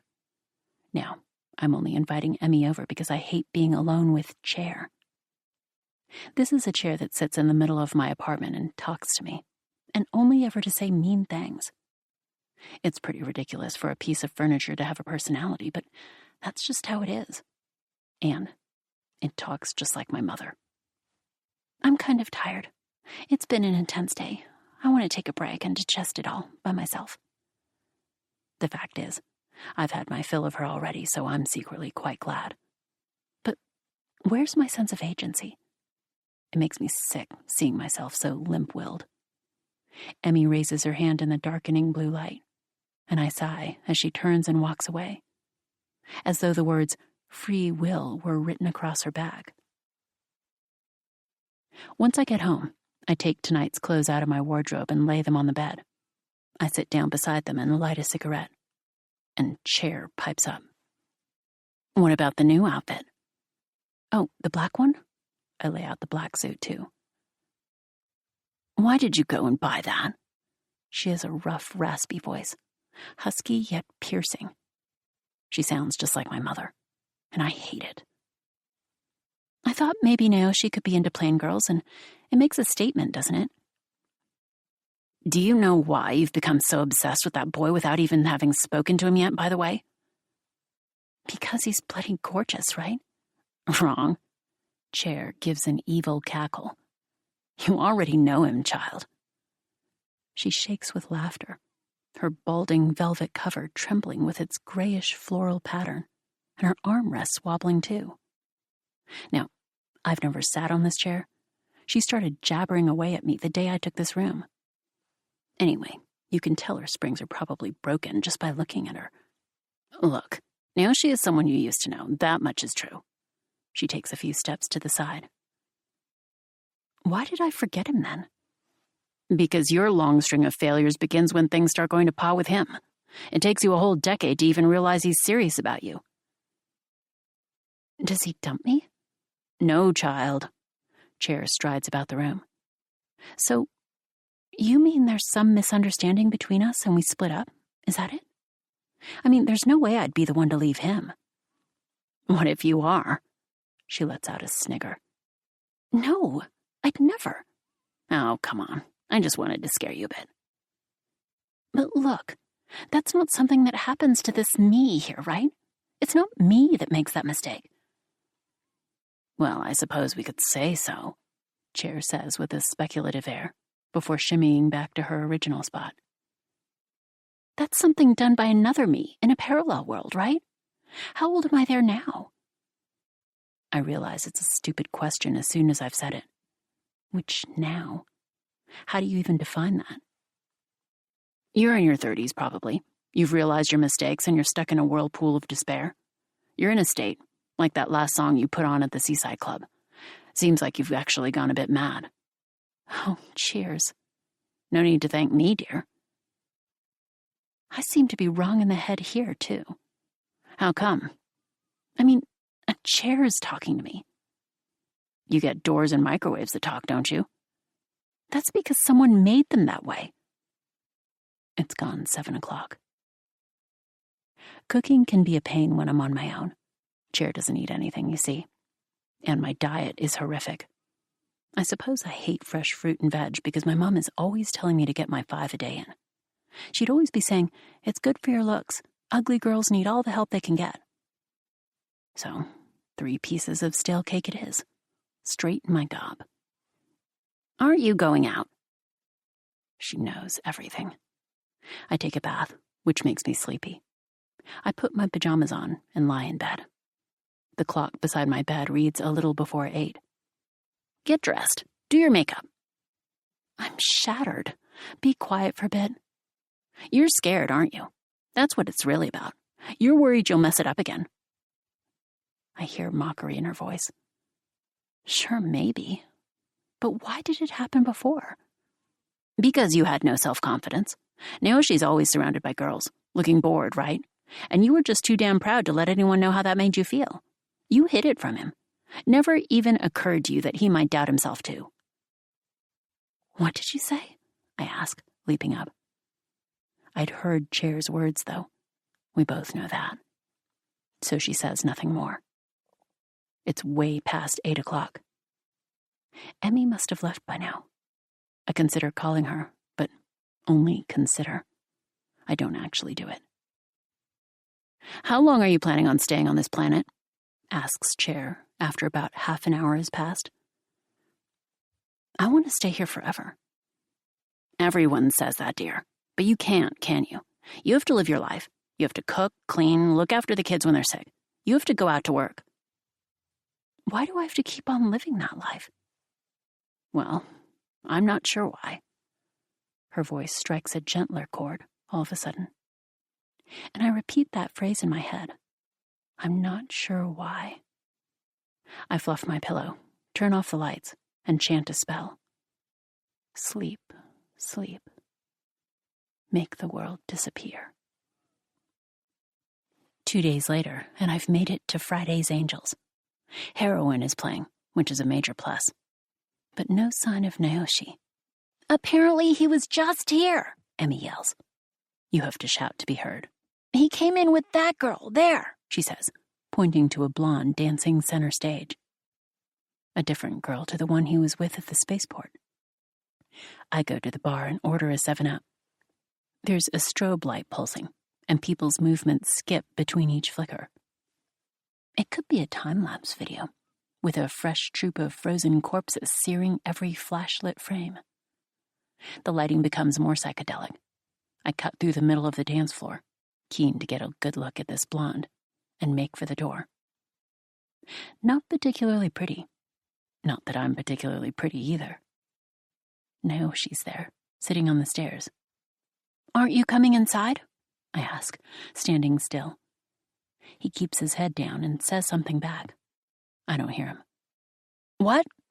He repeats himself. But the sound coming from inside the club swallows his words, and I can't make out what he's saying. I sit down beside him. He's repeating, I think, the same words again, and with great patience. This girl said she wanted to come, so along I came. But I just hate people looking at me. I say nothing. Apparently he came to this planet around the same time Emmy did, whenever that was. And he's famous, so I knew his name straight away. He cuts a very striking figure, and there's a distinct aura about him. Some would say he has a sort of ethereal beauty, and you can't help but know he's only half human. He was one of the first alien blends, and, well, his almost completely green head of hair is hard to overlook. Expressionless and gloomy, he has these severe, empty eyes that seem to say he's long given up on any kind of hope or ambition. I take a sip from my bottle and pass it to him. He looks back at me with that wide, unsettling stare. It's like looking into the glass eyes of a creepy doll. His eyebrows are also a deep green and bushy around the sockets. Meekly, he sips the 7-Up. I don't get it. Girls always want to come to these crowded places. I just wanted us to be alone together, somewhere quiet. Well, it's because they want to show you off. He runs his long fingers through his hair. I can hear some popular song playing through the door. The dry, superficial performance sounds pretty funny to me now. The melody is so monotonous, and the phrases are excessively long. Grand old golden ratio tunes just don't seem to suit this era. You know, lately, I begin slowly. I'm finding it hard to identify what happiness and pleasure are. He looks up. Well, does it matter? If something feels good, that's pleasure. He gives a weak laugh. Nothing more to it. Seems like you live a pretty straightforward life. Oh, I've got my problems. I used to come over and pick apart every single day. Then, all of a sudden, I stopped thinking. I became ill. My brain cells took some damage, and I lost the ability to, think like I used to. It's as if he's talking about someone else entirely. What do you mean you're ill? I'm a drug addict. He looks up at me after giving this blunt answer, trying to gauge my reaction. I fight the muscles in my face, trying to keep from expressing anything. He gets up. I follow his line of sight to find a boy standing at the bottom of the stairs, seemingly fixed to the spot, looking like a glitch in the scene. He's an absolute fashion victim, with a bandana tied around his calf. Brilliant. Doesn't suit him at all, sadly. The boy makes his careful way up the stairs, step by step. He's smaller than Naoshi height-wise, but sure makes up for it in width. One of those baby gym rat types. Need to have a word with you, pal, the boy says, with a cracked voice. Here we go, I think to myself. I don't think I know you, Naoshi says, apparently racking his brains. About the girl. He glares at me. Her. There. Sorry, what? I step closer. Don't be moving on other people's girls. You hear me? He looks at us both. Since when am I your girl? Look, there's no sense in pretending. We met twice before, out there, and you made the moves on me, remember? The world's gonna end soon, you were saying. Let's watch it go together. And I've been preparing for it, but here you are, spilling all the fucking beans to this one. He's a nutcase, I say. Naoshi lets out a long sigh. Everyone's messed up here. The boy tries to grab my arm. He falls down the stairs. Naoshi yells something. The boy hits the landing hard. Seems I'd kicked him over with my very own boot. I say seems because my body moved before I'd even thought about it. I stand very still, surprised by my own actions. Is he knocked out? Naoshi is intolerably calm. It's fine. He didn't hit his head. The boy gets up, clumsily, trying to recover his dignity. Emmy comes out through the door. Fancy getting something to eat? Oh, dear. That blonde girl's looking for you, you know. Naoshi makes to leave, but pauses and asks me, timidly. Mind if I come see you tomorrow? What time? Just afternoon. And he heads indoors before I can even nod my head. I lean against the wall. I wish he'd stop this. The fighting? No, that was me. That's not what I mean. You're shaking. Emmy gives me a hug. I open my mouth to say something, but close it again. Let's go. She leads us out. And as we approach the landing, the muscly boy is still there, staring dumbly at me. Cloud covers the night sky. We walk along, blown by a warm and balmy breeze. Wide streets, dark buildings. Now and then a peaceful haze will soften the neon lights of the drive-ins and the nightclub doors. Doesn't this town make you feel all nostalgic? Emmy voices what I'd been thinking. You know, I'd always assumed I just wasn't capable of seeing myself with real emotional clarity. Well, without that clarity, you'll never make it to the big leagues. You'll just spend your whole life stuck among the amateurs. We cross the bridge. Chains of boats line the river. The road by the edge seems to be part of some big construction project, with cranes overhead casting their dinosaur-shaped shadows. The lights of cars following the curves of a distant motorway are joined like a necklace. A desolate scene, quite apart from the seafront. Yet I still feel a similar sense of nostalgia. But recently, I've been having these moments of shining coherence. I really mean it. So until now, you've just been laying on emotion for show when you're with other people? I suppose so. Hey, how about that place over there with the orange curtains? It's an all-night cafe with pokey windows, a cheap air, and sparse scattering of customers. Emmy and I sit at a table by the wall, and a waiter approaches with a lengthy menu. Can't be bothered with that, so we just go for the set meal and drink. What have you been seeing so clearly now, then? People say all sorts of things, don't they? Like, I'm turning into my mother, or I'm really feeding the weak woman stereotype. There's not much of a difference, really, is there? Emmy's mouth creases into a smile. Everyone thinks they're unique when they have these moments of clarity. Kind of like how you felt when you cried in Yokohama, perhaps. I don't know. I find those moments allow me to forgive myself, even if it is just a little bit. And I forgive my mother, too. Things get easier once you acknowledge the situation. That's right. Even if you don't solve anything. It's the same with my own illness, too. It might flare up again once I've gone back to my life on Earth. It might not. There's no controlling that. It's not a good habit to want to solve everything. Emmy gazes elsewhere as she speaks. My meal arrives. There's the main dish, a salad, and also a small glass of rosé. Is this included? It wasn't on the menu. Emmy wraps her handkerchief round her finger. Before long, her order comes too. And sure enough, another glass of wine. They're really testing me. The handkerchief, tied like a rope, turns her finger white. Come on, it's fine, I begin, only to be shocked by Emmy's intense glare, seething with energy. I thought her gaze would pierce right through the glass. She looks away and wraps the handkerchief tighter until it hurts. Her hands are shaking. Hang on, was that? She looks up. Resentment wells in her eyes and spills out with her tears. That's right. The stuff about my mom, that's me. And no, I didn't mean to lie about it. I just couldn't acknowledge that part of myself. It was too painful, so it had to be smuggled in under the guise of my mother. They put us to sleep before we came to this planet, right? They must have manipulated our minds along the way somehow.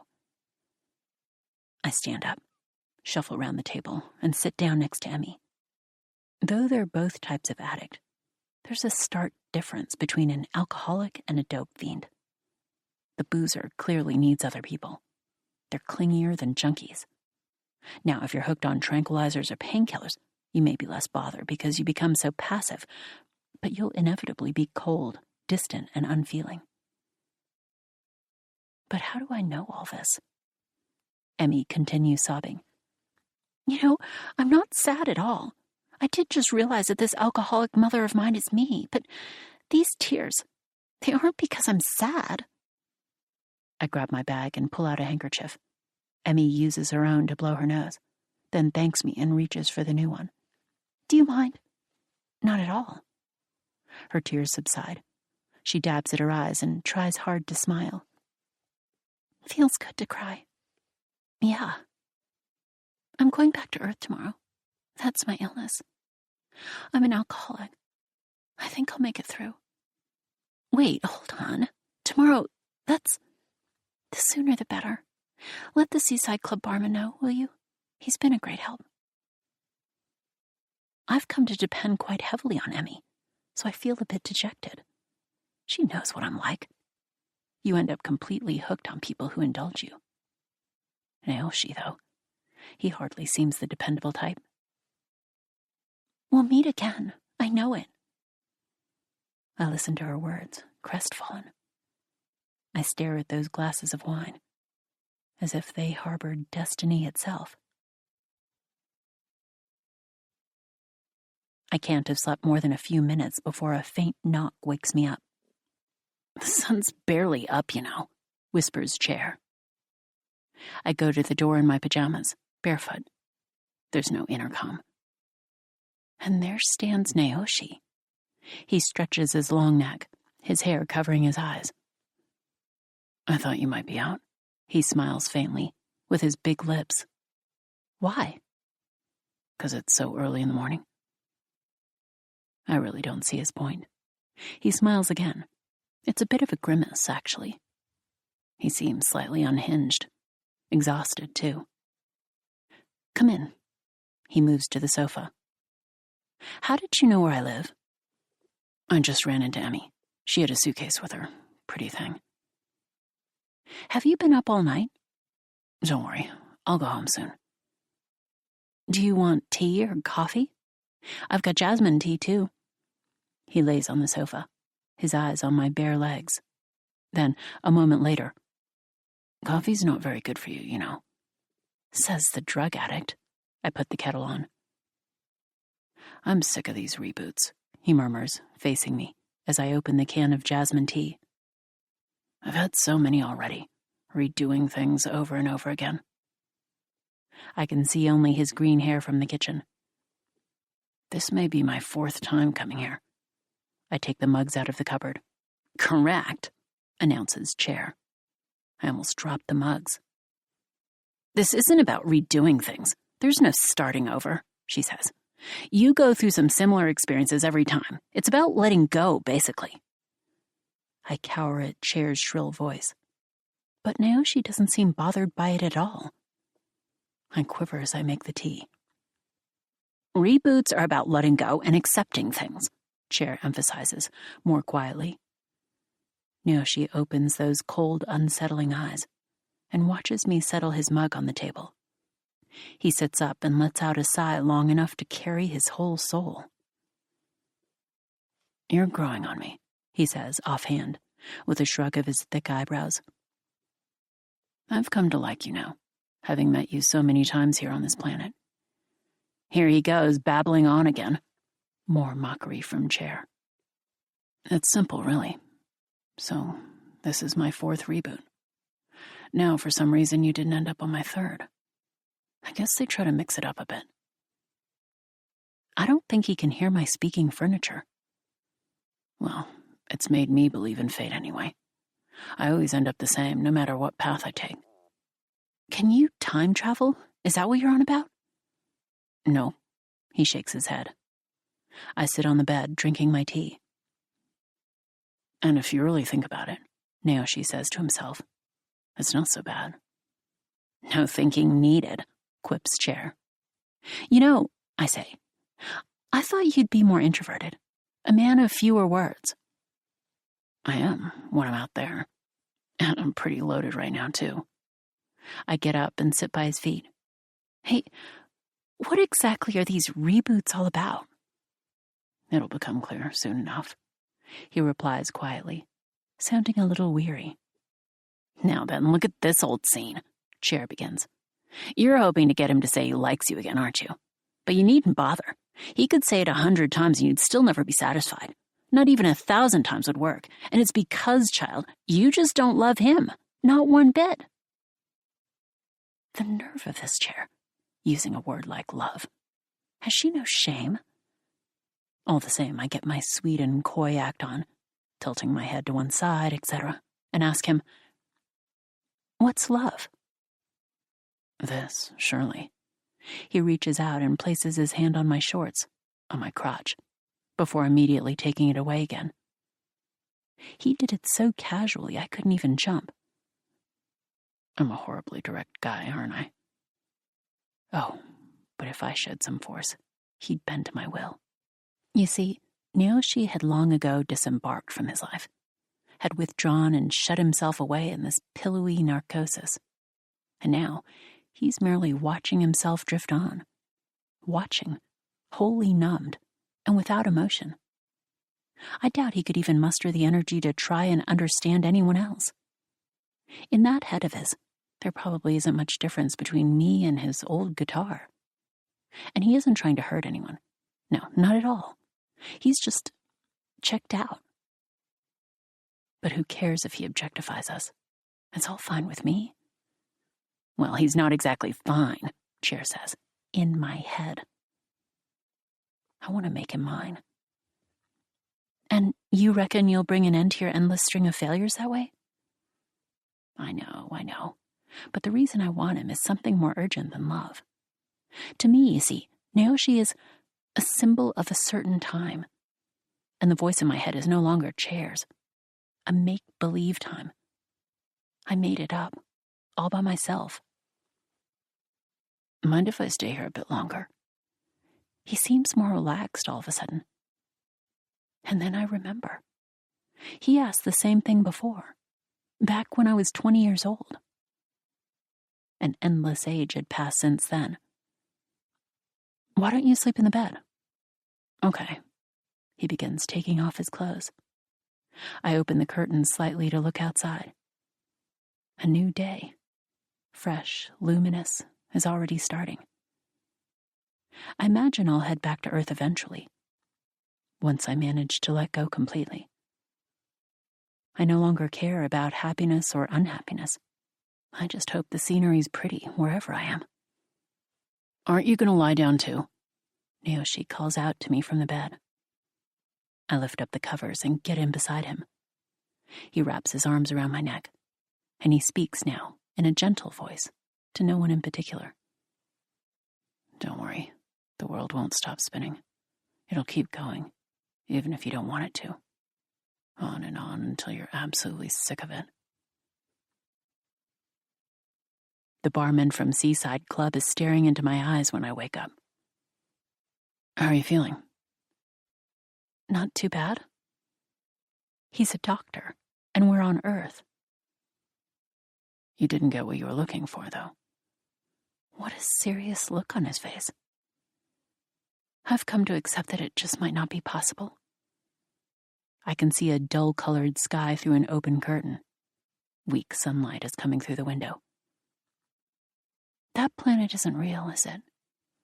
That's correct. Everything you experience there has been programmed and transmitted to your brain.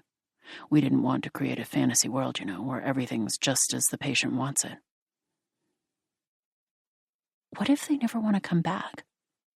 We forcefully wake them up, which can be quite painful psychologically. And the travelers with silver bracelets were all patients, weren't they? So everyone else must have been fabricated, imagined. Emmy, who we discharged a little earlier, she left her contact details. Seems she wants to meet up with you. She must be 36 years old in this world. Naoshi must be out of the facility too, then. He took off from that planet 3 days earlier. I get up. No need to look in a mirror. I already know the score. I'm a dejected housewife in my 30s, impatient and frustrated, yet too limp and lethargic to do anything about it. And I live in one of those hideous, uniform, low-rent apartments I can see out the window. The doctor has left. I change into my clothes. Waiting for me in the corridor is my husband. Naoshi's grown so shabby and unsightly, a goblin next to his past self. Silently, he steps toward me. I take his hand, for the first time in forever. Please, let's not go to that planet anymore. Do you realize what these reboots are doing to us? He issues some vague sounds in response. And outside, the day turns to a swampy night. Smoke gets in your eyes. I was just killing time. After I'd cleaned my room, cooked, and finished the dishes, I had nothing left to do. So I was hanging around at this arcade, I was there by myself. I became aware of someone approaching me from behind. It wasn't like a shadow fell over my game, but I'm sensitive to these things. It seemed like the person was standing and watching me. I looked over my shoulder, wanting to know who it was. I saw an older woman, probably a little over 60.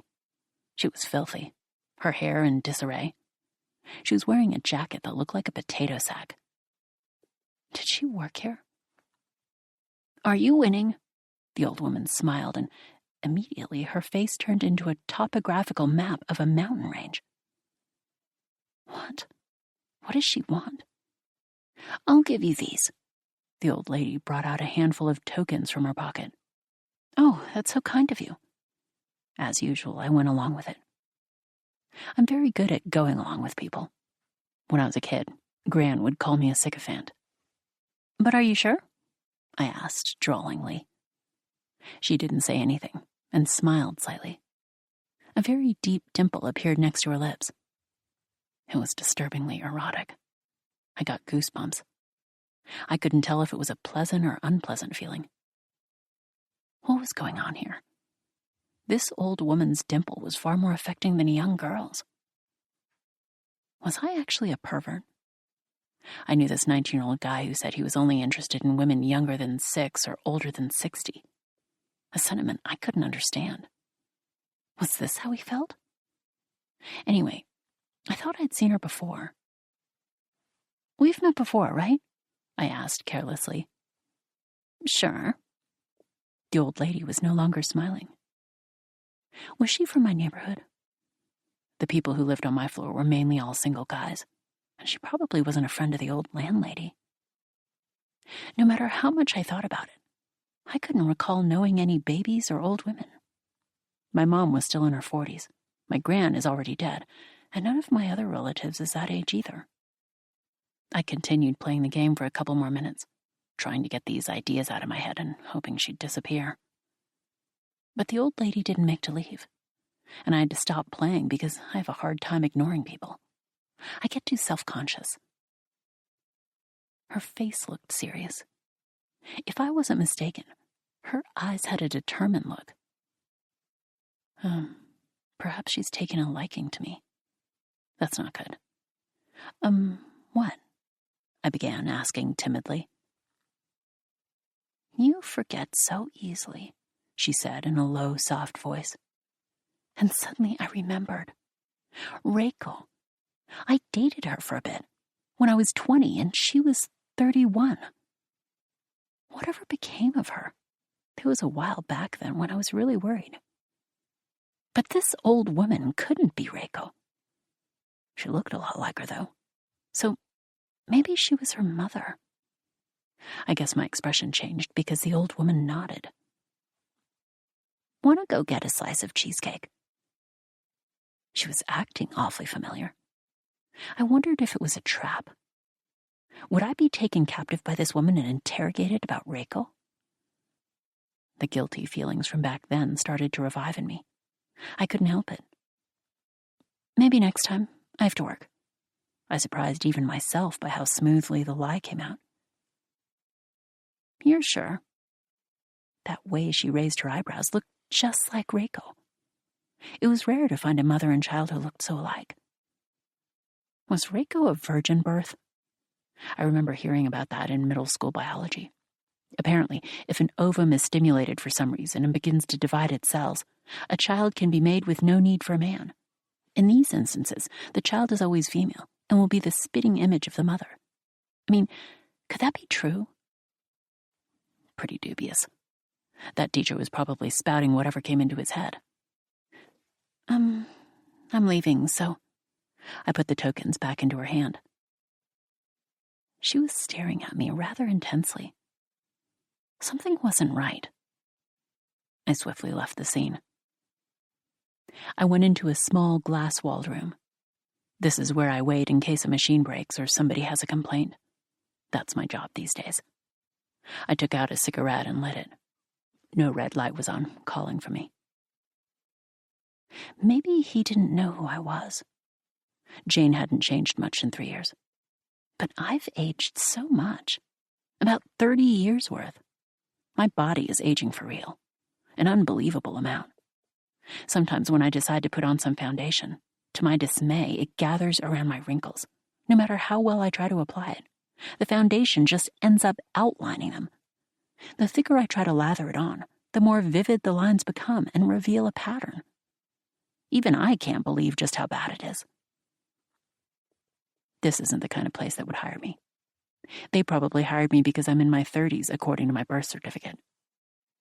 On my resume, I only wrote in the silver ID number we all have below our clavicles, neglecting to mention the fact that my psychologist had given me that treatment. I've already cashed my first weekly paycheck, but I'm sure they'll wise up soon enough. Could be any day now. What'll I do if I get fired? There's no day or night here.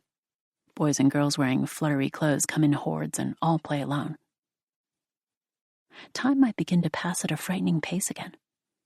It's why I incessantly keep checking the clock on the wall.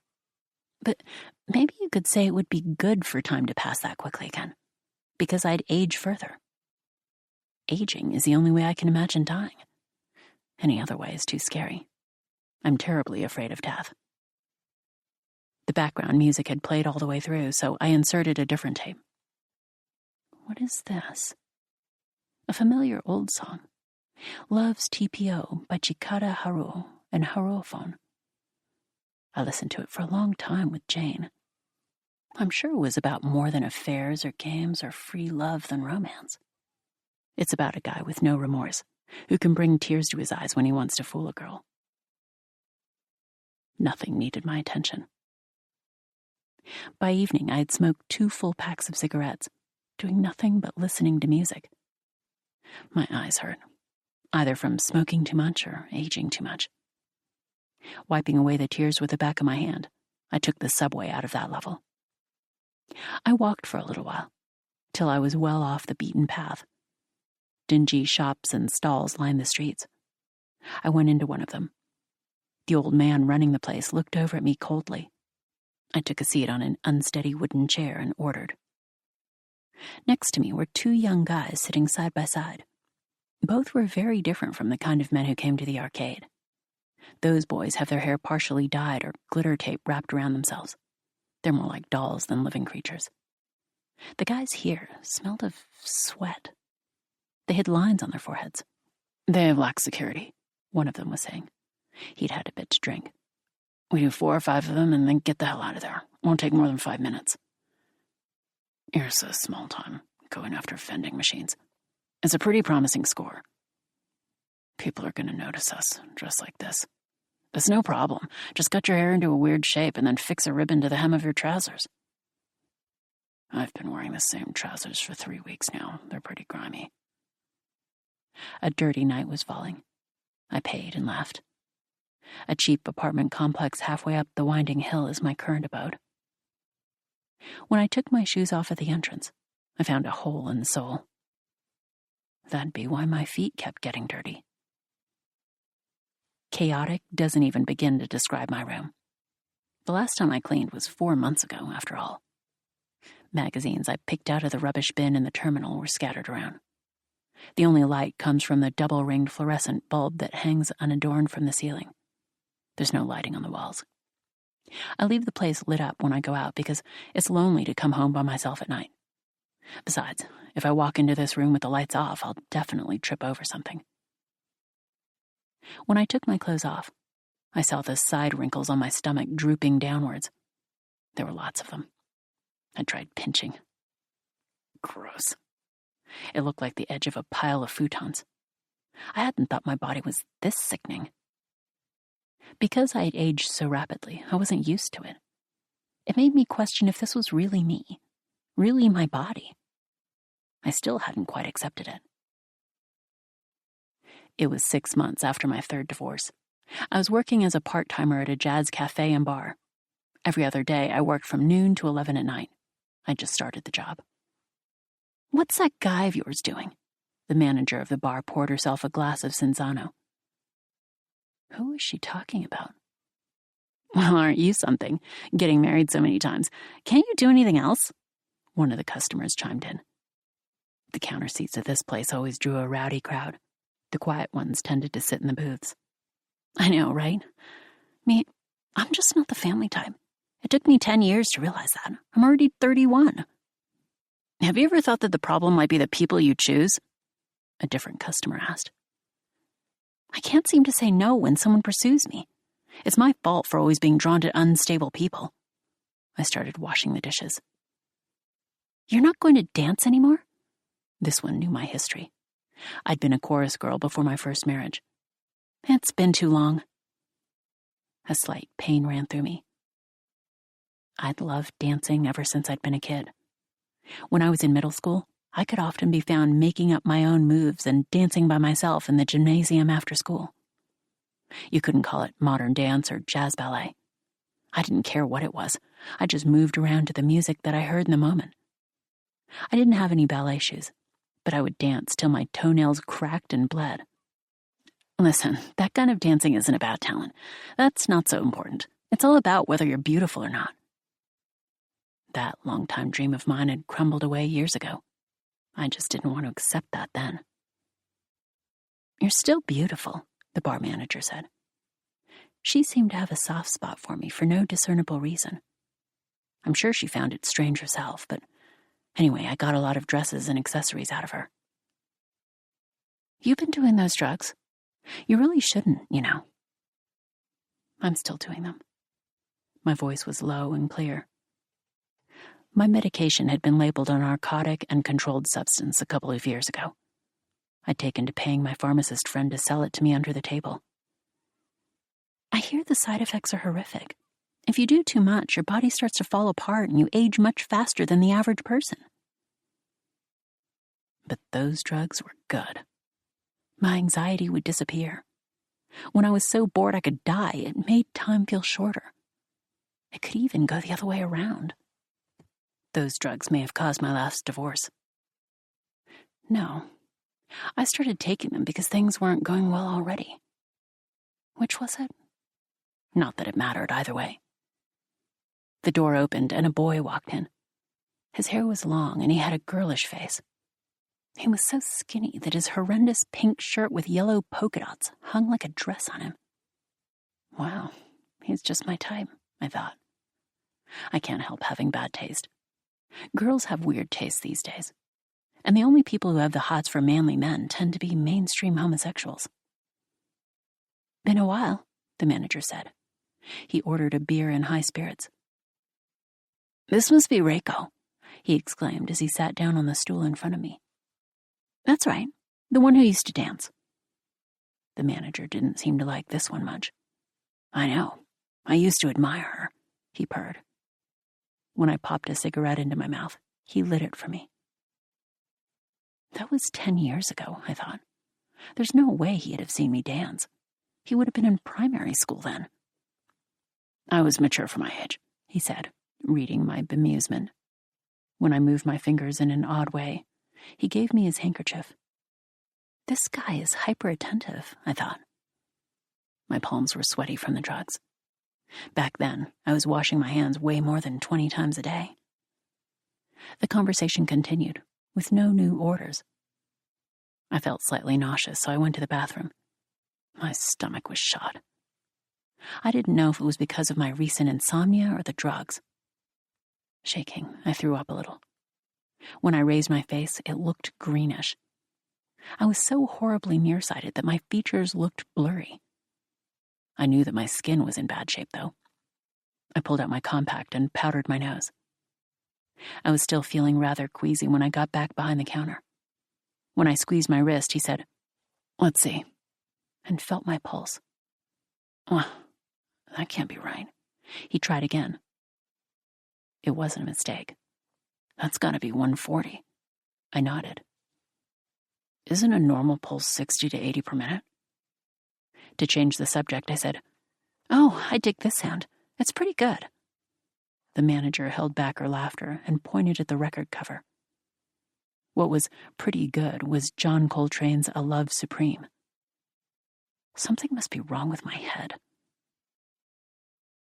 I did something like that again later that night. "I hear this one a lot. What's it called again?" It's probably a very famous song," he said, continuing to smile. The guy's brightness felt slightly fake. Too much need to please. "Yep, it's famous, all right. Dolphy's Last Date." The manager paused. "You don't look well," she said, sticking out her chin. "My head doesn't feel well," I said in a monotone. "I'll take you home then. I know I sound innocent, but maybe my ulterior motive is to take you somewhere dark," he said. He showed a lot of gum when he laughed. In my dreams, he appeared as a woman named Jane. When I awoke, I found him staring at me intensely. His eyes were unnecessarily big. It was horrifying. When I rolled over in bed, he put on a forced smile. He picked up a hairbrush. "I'll brush your hair for you. I'm really good at doing things like this. I can do any kind of housework, too. I'm way handier than most women. It's like I can survive by myself. I'm the kind of guy who never need get married." He kept yapping on about things he couldn't care less about. Jane sometimes fell into a hole all by himself. Whenever he caught me silently looking at him, he would immediately start to clamber out and get all excited. It was hard to figure out what he was actually thinking. "You're beautiful," I said as he teased my hair. "No way. I really hate my face. It's too smiley." "But you're ugly on the inside." Jane's head was tilted away from me as he tried to brush my hair on one side, so I couldn't make out his expression. "Maybe it's because I'm two-faced. Been this way since I was a child. I don't trust others, you know. I tell myself there's no way that anybody will ever like me. As a result, even though I'm craving some love, I can never accept it, you know. It's like someone starving to death but not eating the food in front of them because they can't stop wondering if there's poison in it." When he put the brush back down, his face became expressionless. "You're afraid of other people?" "Yeah, it's never turned out well. I have no close friends. Friends are to be used. I'm very good at pandering to others, though." A feeble smile remained glued to his face. "I want to do something about that." "You shouldn't think like that. It's best to leave people like me alone. We prefer it that way." The smile had completely disappeared. "I didn't want to get into this kind of relationship with you. I wouldn't have let things get so far if I'd known you were serious. No, it's different than with other girls. That's a problem." "What are your relationships usually like?" "Totally throwaway. I anticipate the breakup and hint towards it to prepare for a smooth exit."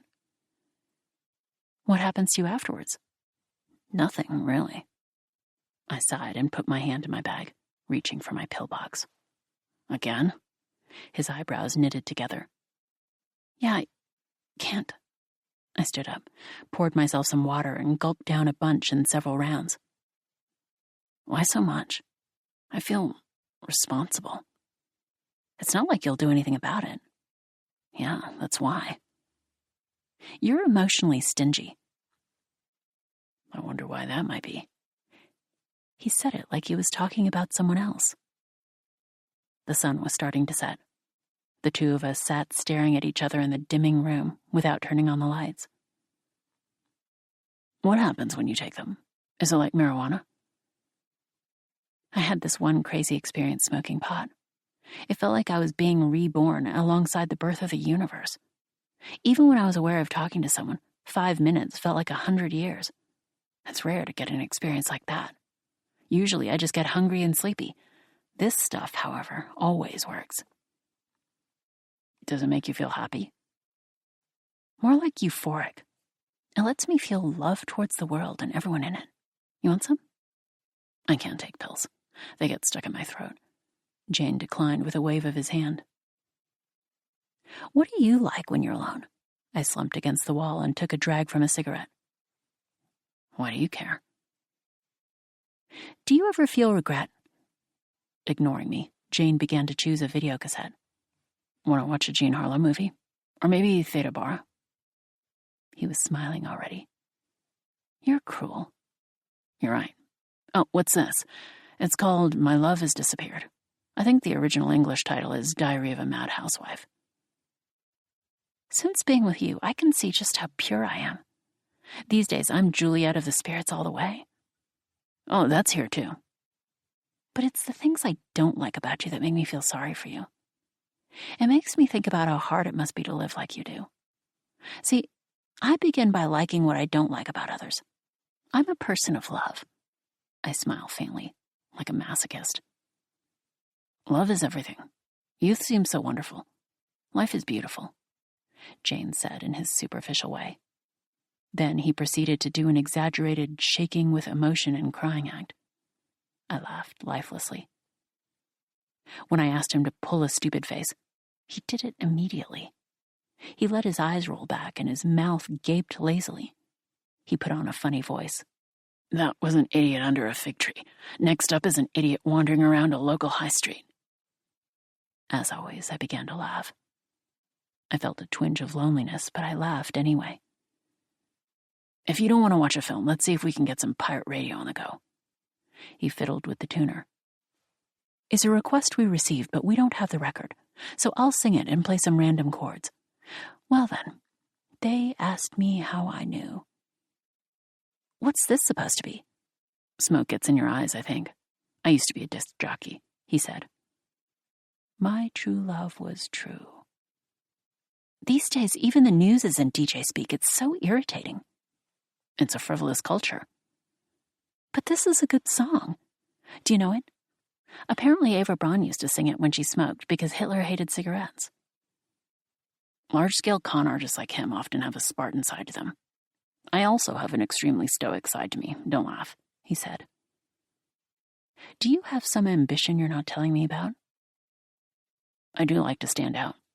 I'm thinking of going into entertainment, something like that. You can't be an actor, I said frankly. A real actor needs to be able to feel things. Are you ever moved or inspired? Of course not. When I'm being thankful, I think, this is a moment when I should be thankful. And then I press start on my heart mechanism. Besides, I don't ever feel surprised. Suddenly, I felt the space that we occupied, a vague concept in itself, start to shrink and recede. Life as a fresh and complex entity was drying out and threatening to disappear fast. The caretaker of the soul hung his head low in shame. Oh, dear God, God has disappeared somewhere, I screamed. Is this a bad trip from all the grim talk? God's down in the deep range, Jane whispered quietly, almost like he was singing. Yes, God has left the monastery and may have met his end at the bottom of the sea. Is there a God for you? There is.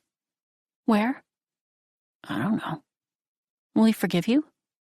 Nah. After a while, time began to flow more slowly.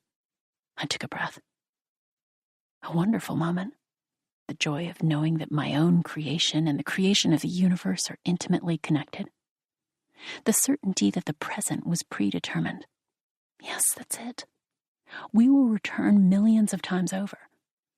Life might merely be a momentary bolt of lightning in the dark, after which the self melts into the infinite darkness. But it means that we will continue forever without interruption. I was filled with a baseless delight. Time flowed even slower, but it was taking on a sense of eternity. Now only happens now. But now exists everywhere. The past and future have vanished, and countless nows continue infinitely. That is why I can keep going forever. I'm completely free and can go to any now I choose. I can exist anywhere, firmly, in any time. Are you hungry? Jane purred. I smoke 2 cigarettes once 11 o'clock rolls around, thinking to myself that I really shouldn't do these things. I go to the bathroom anyway and swallow my pills. I take more each time. My body is slightly feverish, always. I've no strength whatsoever. I feel so heavy that I can't do anything. Somewhere always hurts. Maybe I'll go see him tonight. I'm talking to myself. Quit it with that guy, the manager tells me sternly. There's nothing in it for you. Best case scenario is you getting knocked up with an unwanted baby. What does he to you anyway? The manager and Jane have become very hostile to each other. My paramour? I pick up my bag. Yeah, I think I'll go see him. Time feels strange these days. I'm no longer able to change the speed of time according to my desires. Time has become patchy. I feel like it's passing by at a terrifying speed. Sometimes I have these momentary lapses of consciousness. It's like an episode of microsleep. Before I know it, I'm outside Jane's apartment. You look tired, he says, his eyes searching. What have you been up to since last week? Last week? It seems like only 2 or 3 hours ago that we last met. Oh, that's right. It was last week. But why does it feel so firmly attached to now? You've been acting strange recently. Jane anxiously wraps his arms around my neck. Maybe you're right. I have no confidence. I feel like a puppet on a string. I'm being moved by someone else, with no will of my own. Are you taking the drugs? Yes. Why? They give me relief. I'm probably headed towards destruction. Whose life is this? It's completely empty. Poor thing. Why do you hurt yourself so much? Is it on purpose? Maybe so. Not that it matters. Am I trying to make him a witness to my collapse? What kind of relationship are we in? I whispered him, moving my face closer. A stoic and static one. Is he struggling? Why does he struggle instead of me? Maybe I'm not actually struggling? Am I taking more drugs because he won't identify with me? I want to do something for you, but I can't. He nuzzles his fuzzy cheek against mine. You're probably the type who would feel regret if you killed someone, even though you're cold. I say something like that with my face and voice inexpressive. We never raise our voices. But I'm not cruel. Yeah, that's right. The difference between cold and cruel is that to be cruel, you need to have feelings, but to be cold, you don't, right? Can you stop saying that? Jane shakes his head. Is it so scary to watch another person self-destruct? I don't think I would feel any remorse about killing someone, I continue. I don't know how I got this way. It's like I crumbled into pieces. I'm starving for time. God has gone away somewhere. If someone invented a matter regeneration machine, it would be my God. He shakes his head. I keep going. I have no remorse about having no remorse. So what can I do? I can only watch myself go to ruin. Let's stop with this repressive relationship. It's not good. It's not good for you. Jane's eyes look the same way they did when he watched me sleep. When was that? I can't remember. I'm driven only by my desires. Let me do what I like. God, I'm tired. I'm going to lie down. I get into bed and smoke. I might have been in a daze. Quickly, it becomes light outside. Had morning come? I'm going mad, I say to myself. When did time begin to flow so quickly? Next to me, Jane is asleep. I rack my brains and remember what we had done. We watched a film from the 1920s. We acted things out and laughed together. I remember the conversations and the facial expressions too. But I have no sense that it actually happened. Out of the blue, the thought comes to me. My skin is sagging. While I spaced out, it became evening. Jane was gone. Around noon, I had eaten what he had made and listened to music. Went for a walk, then felt sick and came back. My memory is intact, though it all feels like something that had happened to somebody else. No sensory recollections. It almost feels like an implanted memory. Also, he had left to meet someone for work.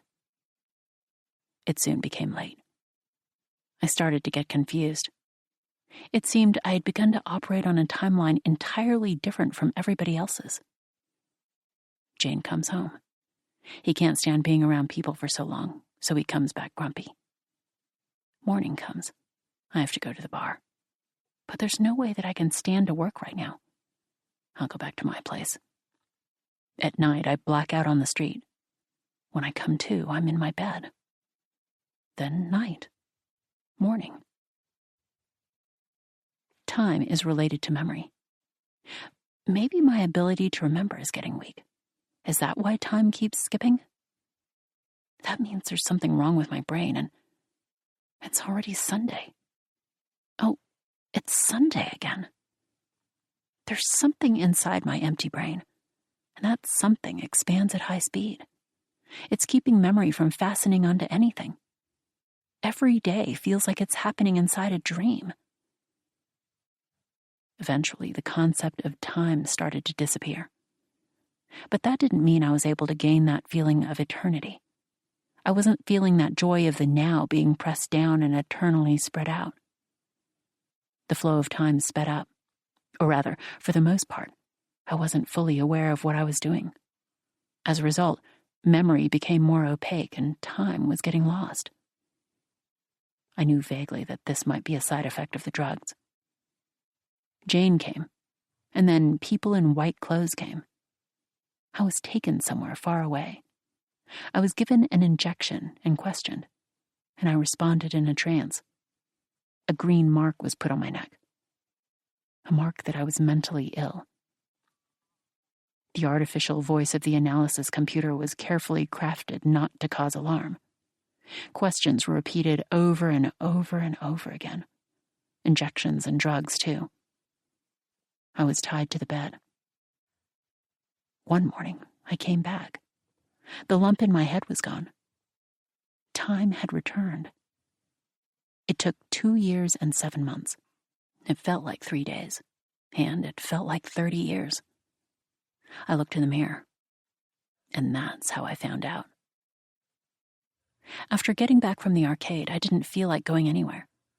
I watched the 3D television with the sound off. My favorite thing is to be by myself. I can't take drugs. I don't smoke, and I can barely drink, but I still know how to pass the time. These days, I only work 1 day a week, if that. Right now, I do illustrations for a living, but I've done around 20 different jobs. Physical labor is better. I don't have to think about things. When I begin thinking, I start to dislike myself. But boy, today was terrible. I really didn't want to remember Reiko. It was hard to see someone live that way. I didn't want to accept it.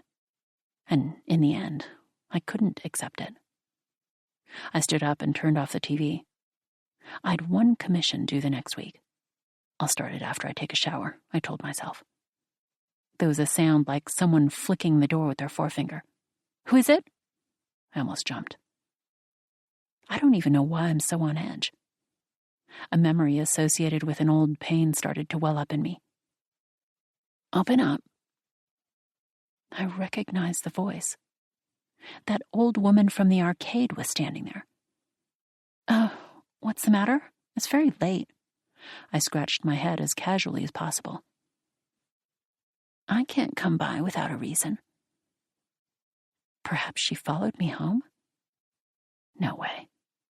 The old lady pushed into my room. Her movements gave me a real shock. I'd seen them before. That dancer's grace. Was it really? A horrifying thought began to spread in me like a blot of ink, with a speed and intensity too powerful to resist. Oh, you moved the bed. Reiko.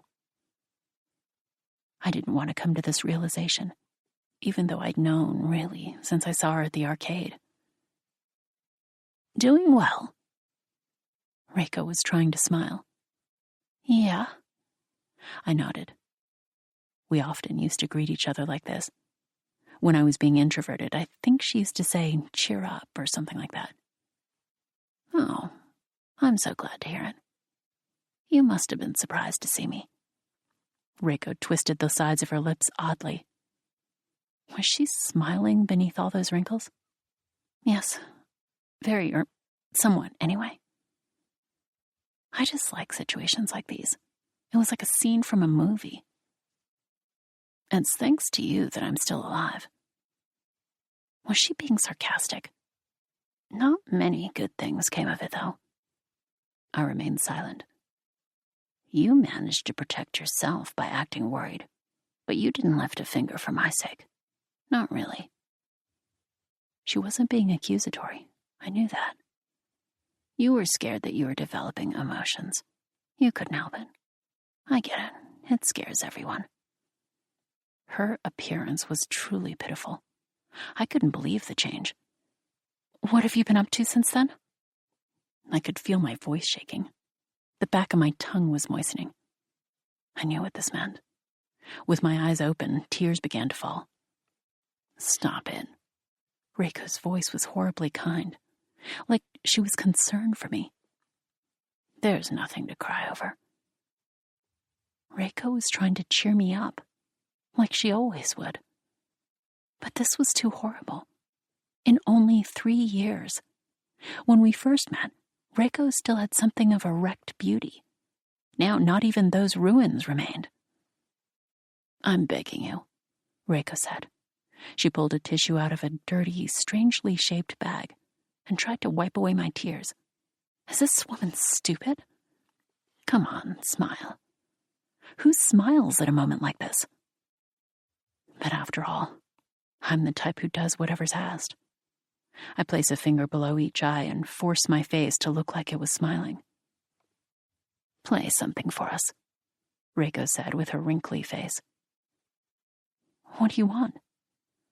I couldn't get myself to look at her face properly. What am I even supposed to say? Do I say the same thing I used to? That I can't do anything for her? My eyes are bad these days.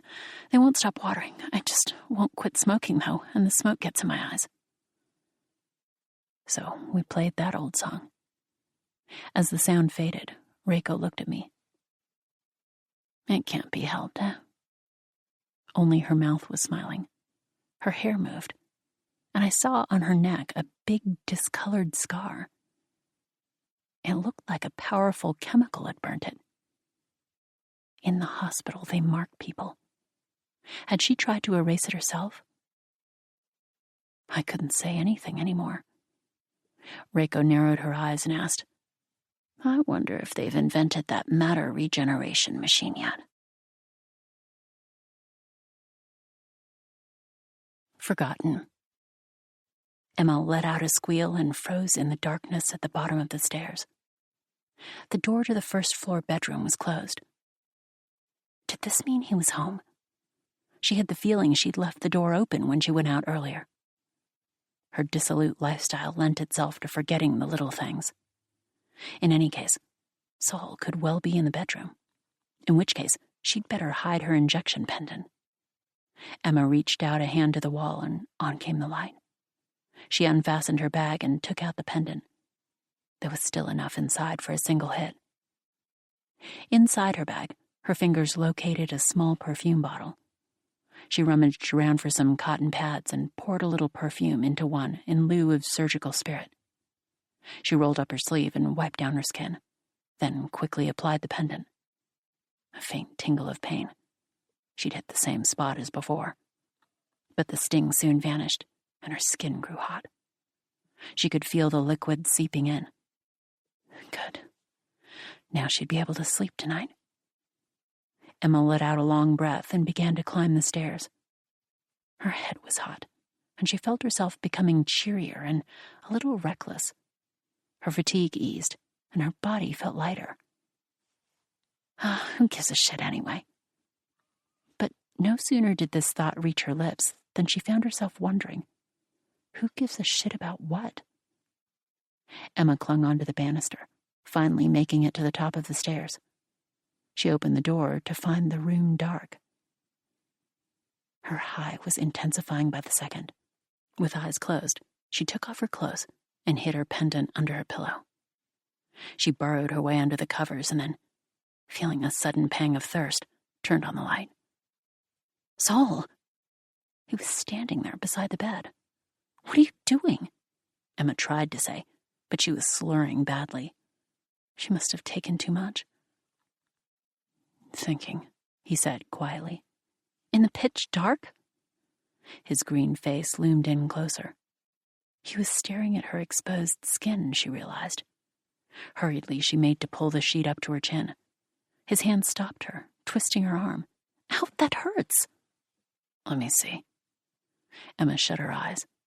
Saul's gaze affixed itself to the purple track marks on the inside of her arm. After a little while, he let go. Show me. Show me what you hid.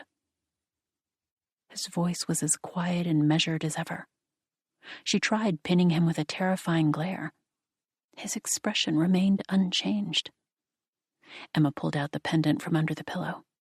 Saul took it from her and threw it down the rubbish chute. What did you do that for? What does it matter what I get up to anyway? It's got nothing to do with you. She objected futilely. That's hardly true. Keep this up and you'll be a junkie soon enough. Surely you can see that. If you wind up an invalid, I'm going back home. This reaction tickled Emma.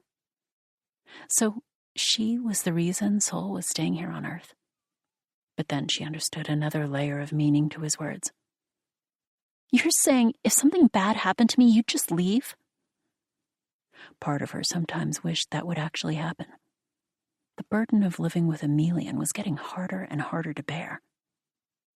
Emma's younger sister, who was married to the director of the Space Bureau, had told her that provincial sorts like that were to be pitied. The planet Mealy was underdeveloped, apparently. Emma's parents more or less agreed with this view, saying that Emma would be better off finding herself a nice Balian sergeant or Cameroyan musician, anything but a Melian. Emma herself thought that Sol was a bit too cerebral. Or maybe it was more that she was unable to give him what he wanted. She felt constricted. She'd come to believe, since being with Sol, that she was stupid. This wasn't a fun sensation. She hadn't yet cast off the kind of ambitions common to young people. I don't see what other choice I'd have. If you end up a junkie, you'll be a totally different person. Besides, I want to go back to Mealy. Oh, so that's what you call love, is it? She pouted. I've never loved anybody, Emma. He gave her a weak smile. Her pride was horribly wounded now. I've taken a fancy to a lot of girls, but that's different. That premonition I had when I met you, though. I don't think it was mistaken. I knew from the first you'd be the last woman I was with. Still staring at her, Sol began to remove his pajamas. This was a quirk of his, wearing his pajamas during the day while lounging about in the house. Sol turned his nose up at the dancing and music that Emma liked. So what did he do instead? Nothing. 3 times a week, he would stop by the Alien Journalists Club on the top floor of the Aerospace Bureau. The rest of the time he seemed to spend in his pajamas, absorbed in thought. Totally naked now, Sol got into bed. You know, I can never tell what's going on in that head of yours, Emma said. That's because you're weak-minded, he said, completely serious. He sounded irritated. Remind me again, what did you come to Earth to do in the first place? Was Sol actually a spy? It had been Emma's sister who'd first put that idea into her head. Initially, she'd scoffed at it, but now she was becoming suspicious. I'm a poet. Oh, don't give me that again. Emma swerved from Sol's lips. Once they started kissing, she wouldn't be able to grill him any further. Besides, she'd been in the arms of another man outside the apartment, and the taste and the feel of him still lingered with her. Don't make me repeat myself, then. Sol frowned at her. You couldn't even fill a school newsletter with the amount that you produce. That's not a problem where I'm from. Our newspapers are less than half the size of the ones on Earth, and some days they're only 4 pages long. There's no evening paper either. It's an easygoing sort of place. It's our agriculture and livestock that keep the place going. We've got a good climate. Nobody really wants an important job, and they only accept one out of a sense of duty. Even then, there's nothing pathological about the way that people work, unlike your sister's husband, who only makes it home twice a week. You've got mines on Mealy too, though, right? Like the one where the big ruby you gave me came from? I lost that, by the way. I'll get you another one when I go back. Hey, how about I take you back with me sometime? Sol stared at her intently as he said this. Emma gave him a non-committal, In truth, she had no intention of doing any such thing at the moment. If the two of them went to Mealy, Sol would probably end up working in a wind turbine power station or something. She'd take care of the vegetable patch, enjoy the occasional afternoon stroll with him, have kids, yikes, and gradually get old. Once a year or so, he might give her a beautiful ring or bracelet, but she'd have no friends from Earth around to show them off to.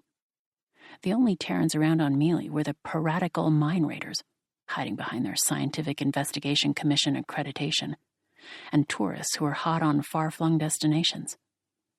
Terrans didn't have the best reputation over there, thanks to their tendency to dig everything and anything up. Sol took his cigarettes from the shelf on the headboard. How will you cope, though, if you ever do go back to Mealy? You said the Terran era has tainted me, but that's got to be true of you, too, after all these years. Sol brought the cigarette to his lips, blew out a plume of smoke, and answered. I'll give up smoking if I go back. I've been here 15 years, though. It's only natural that I've picked up some of the Terran vices. Sol's parents had come to Earth as goodwill ambassadors, but when their term of service ended, They had both become mentally ill and returned home. Sol, whose Terran education had been publicly funded, had spent most of his adolescence here, if you defined adolescence as between the ages of 15 and 20. A year on Sol's home planet was just 4 days longer than on Earth. Sol would soon be turning 30. I'm not talking about smoking. I mean, you get irritated quickly. Most Melians are good-natured and contemplative, and quiet to boot. It's not the quietude of pure saints, though. They're quiet like the best boxers are quiet. Hitting upon this expression, which seemed to her to have a nice philosophical ring to it, Emma felt a tinge of satisfaction. It was in fact an expression she'd heard Sol himself use about a month previously, though she didn't remember this. Sol cast his eyes down, displaying his deep green eyelashes. The hair falling across his forehead was the same shade of green. So you're saying I'm different from other Melians? Her eyelashes lifted, and a pair of violet eyes peered out at Emma. Sol stepped out his cigarette. Don't you think you've developed quite a temper compared to how you used to be? My sister's friend went to the same university as you. She was telling me how you used to be back then. Sol had entered university at the age of 15. He adjusted his pillow and lay looking up at the ceiling. As she took in his profile, Emma thought back to the man she'd been with earlier on. She figured he'd wanted to sleep with her, but then he didn't try and get her back to his room or make any heavy moves. Not really. So now she wasn't sure. He'd approached her in the ice cream parlor, asking her about Melian sexuality. They're as dirty as you like, psychologically speaking, I mean, Emma had told him. Do they do it like Terrans? It's not like I've slept with hundreds of Terrans, and the only Melian I know firsthand is Sol. I couldn't possibly know. The man had wanted specifics. Emma evaded his questions, giving playful answers. If he'd only responded with a little cunning and persistence, she thought wistfully, they could have had a lot of fun. As far as Emma was concerned, these sorts of amorous games were among the best of life's offerings. And yet, it was only in the first 3 months or so of her relationship with Sol that he'd seemed properly into her, and that she'd felt truly happy. When it came to satisfying her sense of pride, Emma was more covetous than an old loan shark. Come to think of it, Emma's grandma was a loan shark. Maybe it's the air here that does it. That chemical found in tiny quantities in the Terran atmosphere. That's why you lot forget everything. Sol was mumbling as if speaking to himself. I don't forget things. Emma tweaked the flesh of his cheek, and he turned to face her. Not while they're still going on, no. But as soon as something's over, it's as if it never happened. Same with war, even. I went back and looked through the records from 1950 onwards. What with us living in Tokyo and your parents' commitment to their Japanese heritage, I decided to see how much people remember of the Korean and Vietnam Wars. I looked into the records from the American side, too. But we're not in the age of Japan and America anymore.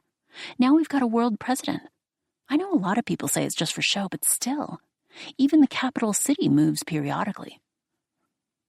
Sure, on the surface, it's as you say. But in reality, people are more concerned with what country they're from than the fact they're Terrans. In the USA, people used to worry about whether they were of Italian or Irish heritage or whatever. Then there were several generations when people of all different heritages began to mix together.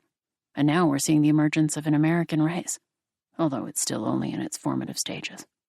Which means that everyone's only serving their own national interests, just like they used to in the past. Don't you think that's odd? In an age where there are so many spaceships being built and everyone supposedly has their eyes trained on what lies beyond their own planet, each and every nation is looking to become something like the British Empire. They all want theirs to be the empire where the sun never sets on the 7 seas or whatever. I don't remember the exact wording they used, but that's the rough meaning. Now they're looking for planets to colonize, just as in the past they used to claim other nations. Lots of Terrans have been showing up on Mealy, too. The Melians have had enough of it, and have begun to restrict the influx. Both of them could get really passionate when they got talking, especially Sol. It's messed up, but doesn't that contradict what you were saying before? In what way? He asked her, his eyes now tinged with blue. What you were saying about Terrans being forgetful. The concept of nationhood didn't disappear with the founding of the World Federation. Doesn't that prove that people haven't forgotten their love for their own country? Oh, Emma, what a naive little girl you are. Can't you see it's got nothing whatsoever to do with love for one's country? If anything, it's a form of territorial egotism. People don't like having a rubbish dump outside their front door, that's all it comes down to. Isn't the Tokyo garbage war still going on to this day? Sol smiled wryly. The second part of what he'd said made zero sense to Emma. But there aren't any rubbish dumps anymore, Sol. Even my mother and father have never seen one. She snapped back at him. It's a metaphor. Sheesh. Talking with you is exhausting. I have to explain every last thing. I guess it's like that with all of us stupid Terrans, eh? Hey, don't get mad. You're right, though, for the most part. Though it's different with the telepathic ones. Then the conversation goes a bit smoother. Although, in truth, the telepathic skills of the Terrans I've met are nothing to write home about. And they can't read all your thoughts, thank goodness. That'd be awful now. If someone could see absolutely everything you were thinking. What are you saying, Sol? Are you trying to tell me you've got something to hide? Something you don't want anyone to find out? That you're carrying out some kind of plot here on Earth, after all? But then, as Emma was thinking this, a different suspicion crossed her mind. When she started down the path of doubt, there was no end to it. So are you telepathic, then? She asked with as much affected casualness as she could muster. Nope, said Sol, plain as he like. Not even a little bit? Emma looked at him probingly. He smiled, reached out a hand, and mussed her hair. My powers of understanding are greater than yours. That must be what made you think that. It seems to me that Melians are better at understanding one another than Terrans. It's the Meridians who have the greatest telepathic powers, although their comprehension of language and thought patterns is pretty low. Even if they can read the minds of people from other planets, there's not much they can do with that information. Sol's hand drifted down from Emma's hair to her cheek. As his eyes rested on her, they assumed that soft, slightly hazy look, which she liked best of all. Just as she sensed he would, he leaned in and kissed her. What did he mean that Terrans were quick to forget? What was he referring to in particular? Sol always found a way of glossing over everything. Now when she thought about it, she realized that with his clever linguistic flourishes, he'd managed to pull the wool over her eyes hundreds of times. She was finding it harder and harder to put the parts of Sol together and make sense of him as a whole. Was that because he expressed himself in such a complex way? And yet, she was pretty sure that, at heart, he was a pretty straightforward guy. But as he began to slip the straps of her vintage-style slip from her shoulders, Emma felt her concern for such matters evaporate. Have you only ever slept with Terran women? Sol lifted his head from where it was buried in her chest. At first, he would roll his eyes and smile in exasperation when she probed him with questions like this. But not anymore. No. I mean, intercourse with Meridians isn't physically possible because they're built so differently. But Bellinians, Cameroians, and Terrans are all sexually compatible with Melians. Although it's only Melians and Terrans who can produce offspring, so maybe we're actually the most compatible of the interplanetary pairings. I'd need to look into it. Anyway, I'm not particularly eclectic in my tastes, and I'm not interested in anything that feels too much like hard work. The Cameroi aesthetic doesn't really do it for me, although I hear that you Terrans really go for it, and Balians are way too irrational. So, how were Terrans different from Melian girls? This time, Sol didn't raise his head to answer. They're built differently. The girls where I'm from have pretty great figures. There was this one girl I was with who was just beautiful, crazy sexy with this amazing body. What are you doing with me, then? If I'm that unattractive in comparison. Emma's breathing was ragged and heavy. Sol looked up at her. Look, we're together, aren't we? So what does it matter? In all these 15 years, I've only ever lived with one other girl. For 3 years, I lived with my parents. After they went back, I had to live in an apartment so small, you'd have barely believed it. Cooking for myself on an old-style gas burner. There were flames blazing at the back of Sol's eyes. Couldn't you have stayed in the student dorms? To borrow your bigoted Terran terminology, Mealy is a backward planet. I had no choice but to stand there and look on dumbly as the folks from all the other planets skillfully outmaneuvered me to get the good rooms. That was how it was back then. And now look. Suddenly your government decides to put me up in an amazing place like this, and for free. Earth is getting smaller, but here I am living in an apartment with 2 bedrooms, a living room, and a home bar in the kitchen. I'm not even the official Mealy correspondent. That's some other guy. I'm writing mostly for the magazines rather than the newspapers, and yet all of a sudden they land me with this room. Doesn't that seem a bit fishy to you? Soul's face was tense. I guess, said Emma, non-committally.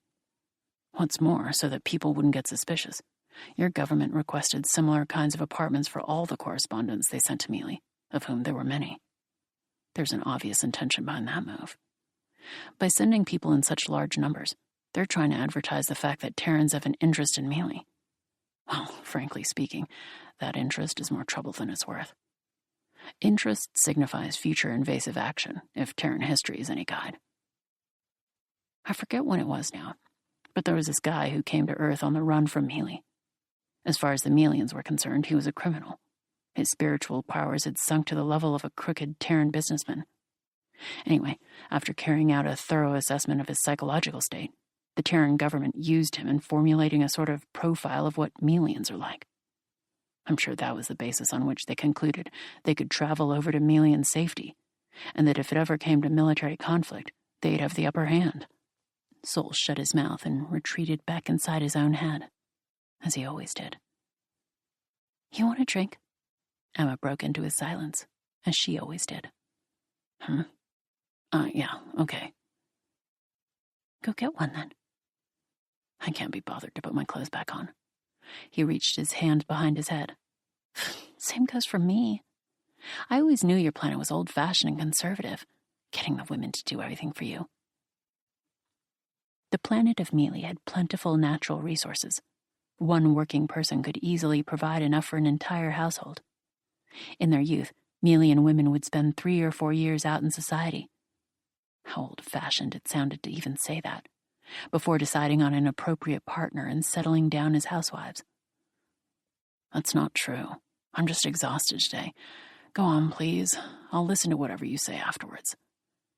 He made the sweet face he pulled whenever he was trying to win her round. Emma got out of bed and began to dress. With great care, she wrapped her shawl around her shoulders. Ah, what a beauty. I chose the right woman to give my pure heart to.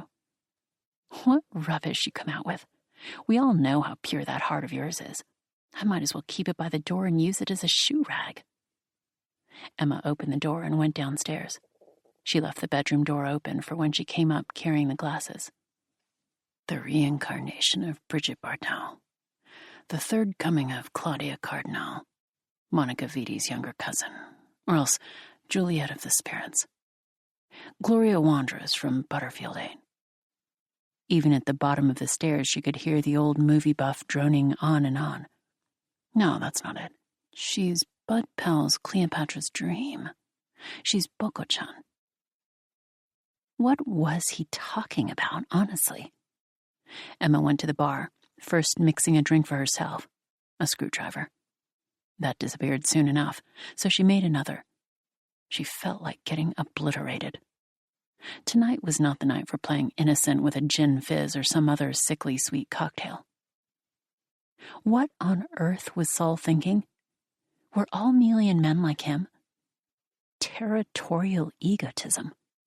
When he put it like that, of course it sounded objectionable. But the truth was, intelligent creatures tended to have a healthy dose of egotism, quite aside from whatever needs they might have. Yet, immediately, Saul's retort to this floated up in Emma's mind. But Terrans are extremely mentally unstable. Their stubborn egotism isn't complete. My home planet is no match for Earth in terms of scientific and technological development, but at least most people there consider how they want to live their lives. Our history is unfathomably long, and yet there have only been 5 wars recorded, including a couple of really small-scale ones, and the last of those wrapped up over 2 millennia ago. Emma's second drink had disappeared as swiftly as the first. They were out of orange juice. She diluted some vodka with water and clambered up onto the bar stool. War. Would there really be an interplanetary war? Surely not. Earth had been getting along well, superficially at least, with all the other planets. Over 30 years had elapsed since Earth had discovered Mealy. Emma's head was spinning, like the time she'd contracted acute pneumonia. It must have been alcohol mingling with the last hit she'd taken. She attempted to grab hold of the bar, but it was too late. She slid right off the stool and struck the side of her head hard against the counter on her way down. Her body had turned to jelly. She felt powerful arms peel her from the floor. I thought you were taking a while, so I came downstairs to see what was going on, only to find you like this. Oof, you're heavy. What's going on, Emma? You've been acting strange of late. Sol picked her up. Oh, my shawl. Leave that for now. You can get it later. He began to carry her upstairs. But it's my favorite. Sol didn't answer. Stepping carefully under her weight, he ascended the stairs. Oh, Sol, when you hold me like this, I'm done for. By now I've come to admit, albeit reluctantly, that I do love you. I can't stand that that's true. I've fallen for several men in the past, but you're the first person I've ever felt serious about. The very idea that I would fall in love with a man, that class of people I secretly feel such contempt for. I hate you for making it happen. Did you say something? Sol asked, as they entered the bedroom. No, Emma shook her head. She could feel herself lapsing into misery. He tucked her into bed. One day, Sol, you and I. There would come a time when they would accept one another entirely. One day that would come. It had to come. When I'm a senile old lady. Sol laughed a little, then retreated into himself. In Melians, nighttime was characterized by a combination of psychological disengagement and sleep. When Sol spoke of his dreams, did he not, in fact, mean his waking fantasies? Emma gave up thinking and closed her eyes. In the morning, she decided, she would go and see her friend who was studying pharmacology. She would get herself another pendant and a new supply of drugs. There was no way anyone could live in a world like this with a fully functioning mind. You only found yourself feeling angry from morning until night. If she ended up joining some kind of political movement as a result, her mother and father would be upset. Using drugs, she told herself, was her way of being a good daughter. Sol turned over and wrapped his arms around her. She lay there, her eyes open, as the night wore on. You shouldn't be doing too much of this, Luana said as she handed Emma a small baggie. It was afternoon, and the two of them were sitting on the cafe terrace eating some odd-looking fruit imported from Mealy. Yeah, I know, thanks. Emma put the bag away inside a large bag made of fabric woven from tree bark. Earth relied on Mealy for almost half of its agricultural produce, such as this bark. It had been woven by Cameroyans in a Martian factory. I don't think you understand. It's fine by me if you get addicted. What I mean is, whatever way you look at it, this stuff has a devastating effect on your personality. Luana placed both her elbows on the table and leaned in towards Emma. Keep it up for long and you'll find your willpower weaken. You'll be easily swayed by external suggestions and instructions. In that sense, it's similar to scopolamine. It makes you forget the passions and principles you once had. Luana had a deathly serious look to her. Does it make you lose your memory? Emma narrowed her eyes. What Sol had said about forgetting had stuck with her. No, it's more like the vividness of your emotion fades. You start to feel like the you from the past was mistaken about all kinds of things. The past you becomes unrecognizable. Who benefits from that, I wonder? But the state is cracking down on it, Emma said, lowering her voice. That's only for show, though. I mean, it's still popular, isn't it? You know they've recently announced a drug that makes people less susceptible to fear. Luana was frowning, as she was prone to do. Why, though? Emma asked, stupidly. The Meridian waiter approached, and the two fell silent. The waiter began to clear the table with two of his tentacles, keeping the other two hanging neatly by his sides. Would you like anything else? He asked, although he already knew the answer. No, we're done. Luana stood up. Meridians gross me out, Emma murmured once they'd paid and got out onto the street. What about them? Their bodies? The pair began heading down towards the entrance to the subterrail. No. More like you have absolutely no idea what they're thinking. They're so expressionless. Maybe they're not thinking about anything. You know, a professor from university tried to develop their telepathic abilities, but they were no help to him whatsoever. Apparently, they could only pick up simple words. The platform was deserted. Emma leaned up against the wall and thought about where she should go next. Where's Saul? Luana pulled out a cigarette designed to help you quit smoking from her bag and put it to her lips. I don't know, Emma replied honestly. My boyfriend will have cleaned the room, done 3 days' worth of washing, and will right about now be roasting us a chicken. Luana smiled with evident satisfaction. Emma pouted. Don't you think Saul might be with another woman? He's quite a catch, after all. Luana contorted her lips as she asked this, suppressing a smile. Emma had never even considered such a possibility. She'd been too caught up in her thoughts of herself. But come to think of it, Saul did sometimes stay out overnight. Where can you get those tiny spy cameras? Would they let someone like me buy one? Just voicing the question made Emma blush. For surveillance? You can buy them anywhere, and you don't need a license or anything. The buttonhole type is the most common, although if the wearer undresses, all you'll see is the ceiling. The shuttle compartment drew up to the platform. Go ahead, Emma said. She'd given up on her plans to return home. Okay, then. Don't get too head up about this, though, okay? Luana opened the door and stepped inside, and Emma watched her press the button and speak her desired destination into the microphone. Emma waved. Once the compartment had disappeared, she took the escalator leading up to ground level. Emma was looking at a small screen, which showed the face of a Melian man. That's not true. People from our planet aren't that immature, the man was saying. The voice, filtered as it was through the automatic translation device, was high and shaky. Naturally, the two men were talking in their native tongue.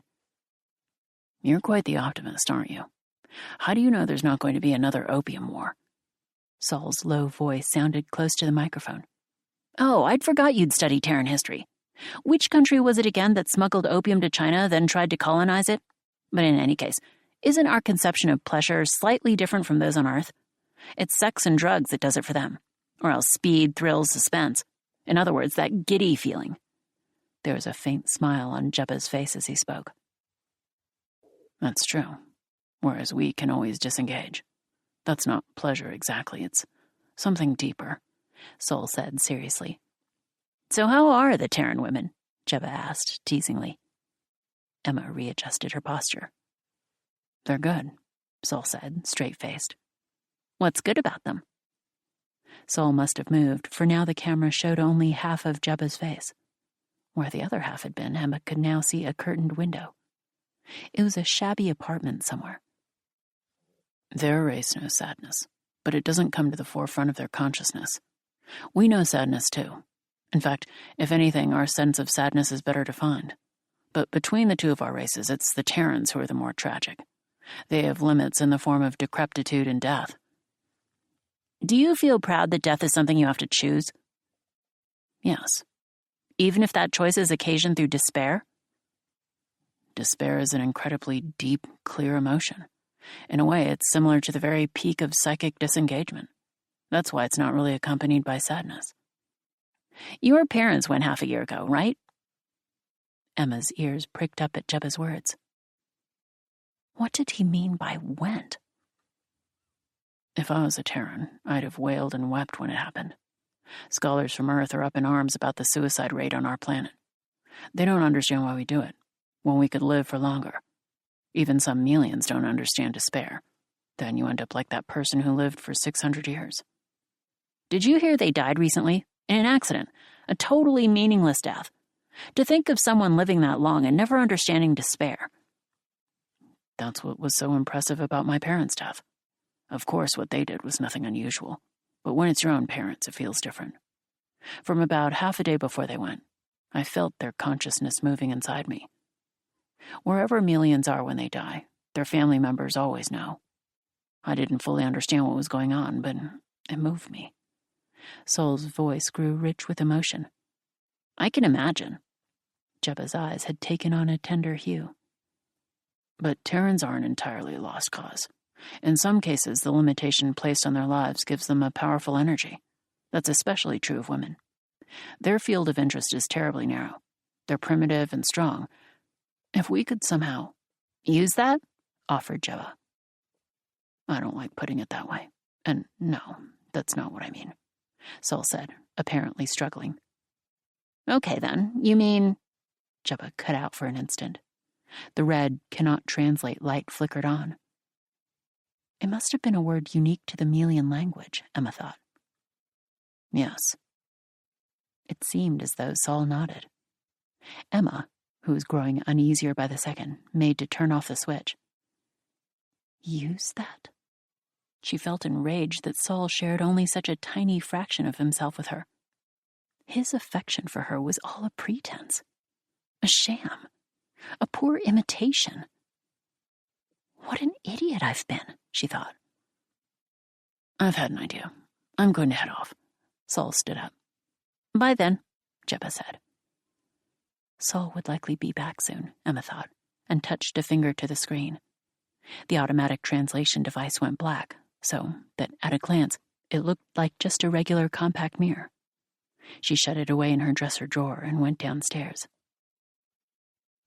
2 weeks had passed since that eye-opening conversation with Luana. After thinking it over a long while, Emma had taken the decision to switch a button on Sol's jacket for a concealed camera. Emma moved to the front of the bar and took down a bottle of Meridian spirits from the shelf. The pearl-colored liquid swirled around inside the bottle. It had been a present from her older sister. Emma took off the lid, and a bittersweet medicinal aroma permeated the air. The glasses were dirty. She opened the lid of the dishwasher and put a glass inside. In 20 seconds, the indicator light went out. She removed the glass and poured herself some of the liquor. What was she supposed to do? The tension she'd felt while staring at the screen evaporated, and she was left with a feeling of utter exhaustion. Honestly, she felt like a dog that had just collapsed and died. Emma drank. The drink had no taste, only a cold, smooth texture.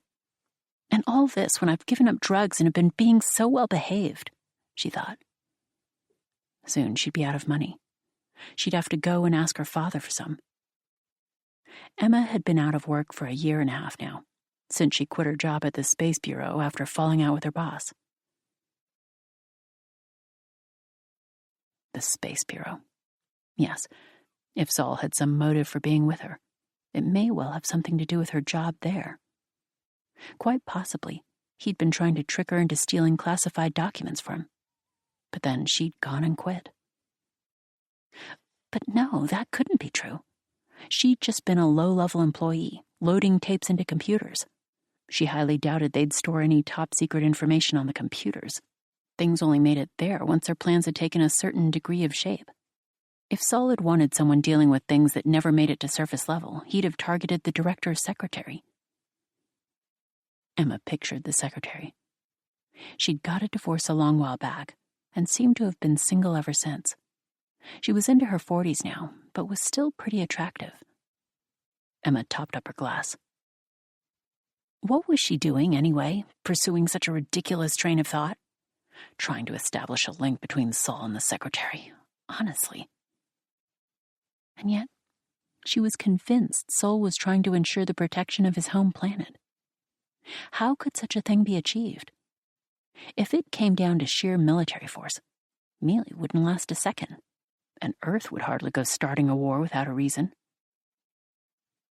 A reason. They could accuse the Melians of plotting against Earth. It didn't even matter if it was a total fabrication, and then spread the idea. The Melians carry some kind of terrible germ, something like that would do. No, on second thoughts, that was no good. They carried out stringent scans and disinfection at the spaceport. If anything, Terrans were the ones spreading disease. Just recently, there'd been an outbreak of a Terran strain of influenza on Mealy. Earth-dwelling Melians would occasionally die of a brief cold. For them, dying before they'd fulfilled their potential, before they'd attained either absolute despair or the resolve to die, must have been truly tragic. Emma propped an elbow on the counter. The alcohol was gradually going to her head. Her body felt floppy and hot. Those deceitful Melian motherfuckers. Outside, the day grew dimmer. Sol still wasn't back. What was taking him so long? She reached a hand inside her pocket. There were 2 notes and a few coins in there. She could roughly calculate how much she had without looking. What a miserly little skill she'd managed to acquire for herself. Emma picked up her coat and left the house, heading for the restaurant on the corner. There was a Melian waiter working there. Could she not avoid them? With a glum face, Emma made her way through soup, bread, and an omelet. She was making to leave, without indulging in an after-dinner coffee, when a man walking in greeted her. "Hi." "Who is this again?" "Do you live around here? I've forgotten." Yes. This was the guy who'd escorted her home recently. His name was Sino." "Are you alone?" "Yes," Emma answered, looking at the ground. "You don't seem too happy. What's up? Will you have a coffee with me?" Taking the decision for her, Sino took a seat by the window, raising a hand to order 2 coffees. "I'd like mine weak." The place only played old music. There was Time of the Season and Sunny, followed by Also sprach Zarathustra. Now they were playing Raymond Lefebvre's La Reine de Saba. "I live around here too. Why don't you come up to my place?" Sano said with the utmost casualness when they were midway through their coffees. Emma was in the mood for a bit of fun. But there was something about Sano that felt hard to pin down. He said he was working for a TV station, but it was impossible to say if that was true. Now Emma remembered a guy she'd dated a while back who, when they'd fought, had come out with the most awful insults in a supposedly ironic way, like a glimpse at behind the scenes at Hollywood. About the least offensive of his offerings was, "You filthy mucous membrane." Why had she suddenly thought of him? "Not today." "Really? Why so cold, huh?" Emma hated being spoken to like this. She held her breath, then exhaled slowly. "Did I say something wrong?" Seno's words expressed concern, but he looked annoyed. Have I started viewing men differently since being with Saul? She wondered. Oh, Saul, you swindling swine. "I'm going home." Emma stood up. "I'll walk you." Seno also got to his feet, taking advantage of the moment to squeeze her hand, ever so naturally. She pulled it away, fearfully. Back home, Emma made a beeline for the bar, not climbing the stairs. She was getting very fond of that pearl-colored drink. A noise from above. Emma flinched, almost dropping her glass. Saul must be back. Then Emma heard something that could have been a mirror breaking. Had he worked out that it wasn't just a regular compact? "Emma." Hearing a harsh voice from upstairs, Emma hugged the bottle close. "Come upstairs." Casting a look up the stairs, Emma saw Saul's face in the doorway. Oddly pale. His expression twitchy. "I don't want to." "Just come up." Reluctantly, Emma forced a smile. "You promise not to get angry?" For a brief moment, Saul gave her the very faintest of smiles. "I promise. Just come up." With the bottle and 2 glasses in hand, Emma slowly made her way upstairs.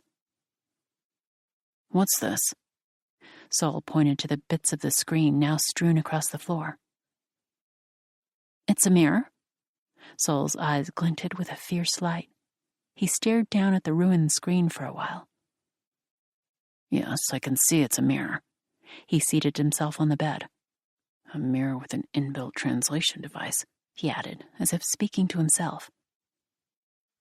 How did he know? "Would you, like a drink?" "Are you an alcoholic now?" Saul's voice was calm and restrained. He didn't take his eyes off Emma. No? Yeah, I'll have a drink. She handed him a glass and poured him some of the liquor. Saul wasn't wearing a jacket. She looked round and saw it on the chair. Its third button had been ripped off. Luana found it. She's a sharp one. Luana? But she was the one who'd egged Emma on. Surely not her. That didn't make sense. Had she deliberately tried to incite Emma's jealousy? When did you two meet? Emma tried to sound casual, but her voice was trembling. You introduced us half a year or so ago. I didn't. Anger flared up in Emma. But we only got friendly about 10 days ago. There's something I needed her help with. So you used her, like you did me. Tell me exactly when I used you. Saul's tone was forceful. Don't get angry. You're the one who said it. So you were watching. Well, in that case, you'll know that it wasn't me that said it. It was Jebba. Yes. Emma's tears took her by surprise. Once she'd begun to cry, there was no chance of her stopping. She stood stock still, clutching her glass as the tears rolled down her face. What a rotten man you are! Her voice was trembling so much it was hard to get the words out. That's not true. You've misunderstood. Saul stood up and went to embrace her. I was trying to get Luana to get us stuff. Reagents, drug samples, and so on. That's why I needed to get friendly with her. Don't touch me. You can't fool me like that. Saul ran his fingers through her hair. She has her suspicions about the Space Bureau's methods, you see. They look for other planets' weak spots and then try to worm their way into the holes. For them, Mealy is just a... Come on, stop crying. What's wrong? Saul attempted to raise her chin. Emma resisted. I'm not crying anymore, but... You're a spy, aren't you? He snorted. Your way of thinking is so childish. A spy. It's your friend that's a spy. In the soft light of the room, Saul's face had resumed its regular expression. The tense paleness had gone. Who? The man who brought you to the door. Where did you meet him? Does that matter? He's just some guy I know, not a friend, and definitely not the kind of friend that... I'm not questioning the nature of your relationship. Saul cut her off sharply. I'm asking where you met him. Outside the hat shop. I was standing by the window. Oh? Who started the conversation? He approached me, obviously. Really? He peered into her eyes. Really? Saul sat down on the bed. With his slippered toes, he attempted to draw the broken screen close to him. This breaks just like a mirror, designed so that people suspect nothing. What's his name? Saul shook his head, moving the hair that had fallen across his forehead. Sano? And what does he do? He said he works in TV. Saul said nothing for a while. Emma poured liquor into their glasses and sat down beside him. Would it bother you if war broke out between Earth and Mealy? He asked finally, in an extremely kind and gentle voice. The kind of voice people use with children or the simple-minded. Emma felt like she might cry again. Yes? She felt like she was standing alone, barefoot and totally exhausted in the depths of the night. Why? Because you'd be put in a camp or something. You wouldn't want to leave me? I don't think so, Emma replied without confidence. You don't think so? That's so typically you, Saul grinned. Is there going to be a war? Lately I've been feeling like one's coming. Yesterday when I got off the subtrail, I came over all dizzy and then my mind filled with all kinds of images. What'll happen to us? Emma asked in a frail voice. Saul hung his arms between his knees and lowered his head. In a very low voice he said, I had a vision of you dying. Struck by a bomb? No. You were on a bed. It doesn't mean it's going to happen soon. Maybe in a few years. I mean, In a few decades, everyone alive on Earth now will be dead anyway. True, Emma said, but inside she felt wretched. The majority of Malians took their own lives. It was death, just the same as what befell the Terrans, and yet it was totally different. Sol was an alien. Emma squeezed his hand. There's nothing to be frightened of, he said. Right. Emma's head also began to droop. How do you feel about the idea of getting out of here? Emma knew what Sol was thinking, so she replied quietly. Not as badly as I used to. But I don't completely trust you. You're so honest. He patted her head. Honest and good. Although I do feel like I'm coming to trust you. You see. Did you watch me with Luana? Emma shook her head. You didn't? Well, that's a relief. Sol gave a cheery smile. It was as if he was trying to cheer her up. Was it full on? Emma smiled for the first time that day. Yes, pretty full on. Enough to make me lose trust in you? Yes, most likely. A faint bitterness spread through her. Was this jealousy? But no, as far as Luana was concerned, it wasn't jealousy that Emma felt. This was a feeling she'd had before. Without being aware of it, Emma was jealous of Sol's very existence in this world. Sol was impossible to understand. Even when she clung to him like this, she felt that the largest part of him was off wandering through some unknown territory all alone. Even in her arms, he was always able to liberate himself from her, to make himself free. She envied him that. Sol was an alien. What is it? I feel so lonely. That feeling will go away when you learn to trust me completely. Complete trust is a delusion. Emma rested her head on his shoulder. What about complete forgiveness, then? Complete forgiveness. Emma lifted her head and looked at him. Then she said very slowly, That's really difficult.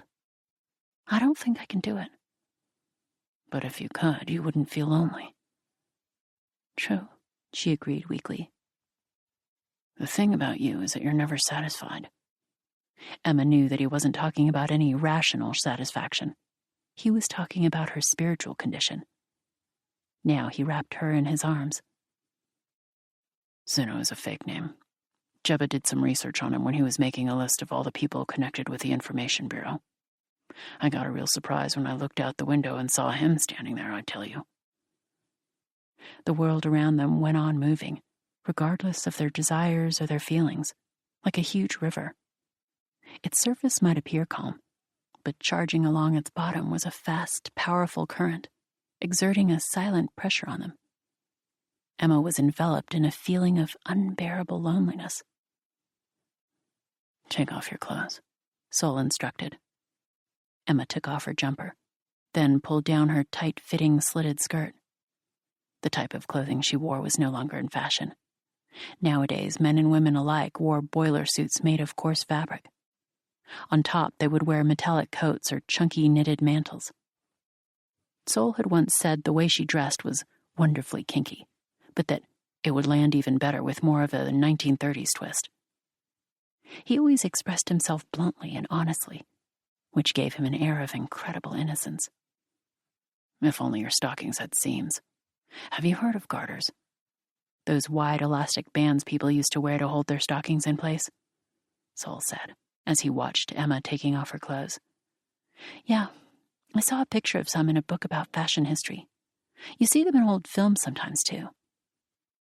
Black garters embroidered with red roses. Ah, they drive me wild. Where did you hear about them? Oh, the same place as you, Sol said, caught off guard and seeming to panic slightly. They're expensive, though, and really hard to track down. Get me some next time. Sol hummed noncommittally. From out of her melancholy, Emma gazed at the green face that came looming over her. Emma hadn't slept the previous night. Sol hadn't come back to the apartment. 2 months had passed since the smashed screen incident, and the atmosphere between them had grown increasingly intolerable. Thanks to her insomnia, she'd come over all sleepy in the afternoon. She eventually got into bed at 6 in the evening. She'd not been asleep 20 minutes when Sol woke her. "We've got to go. Leave everything behind."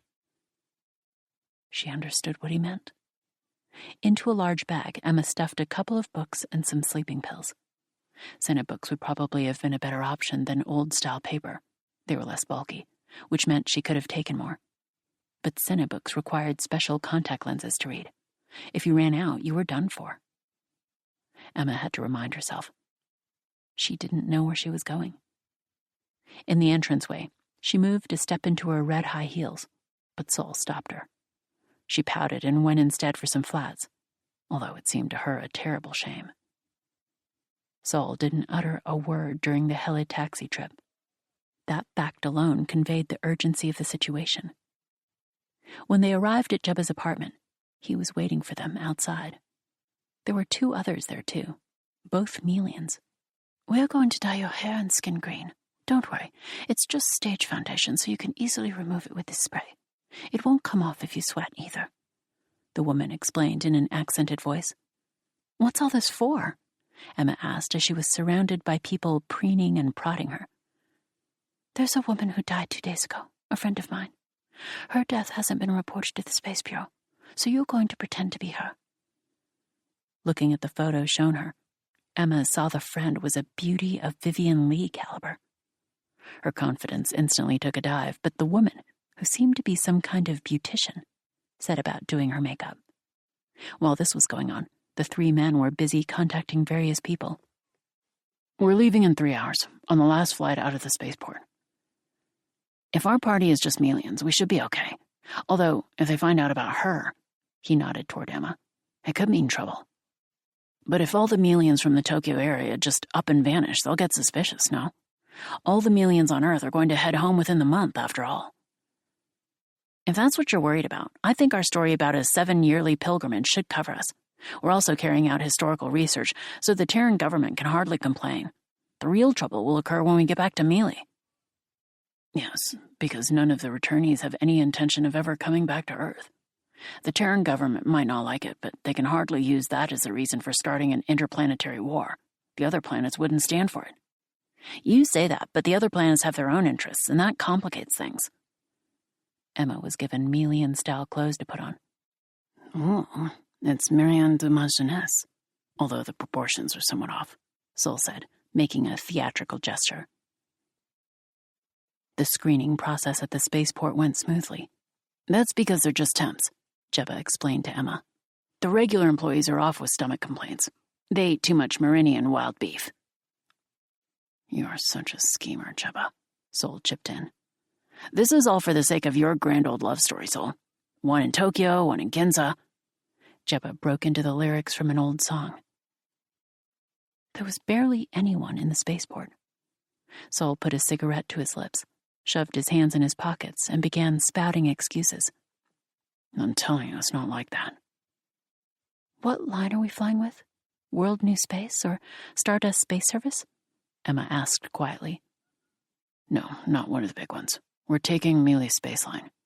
Sol tossed away his final pack of cigarettes with a regretful expression.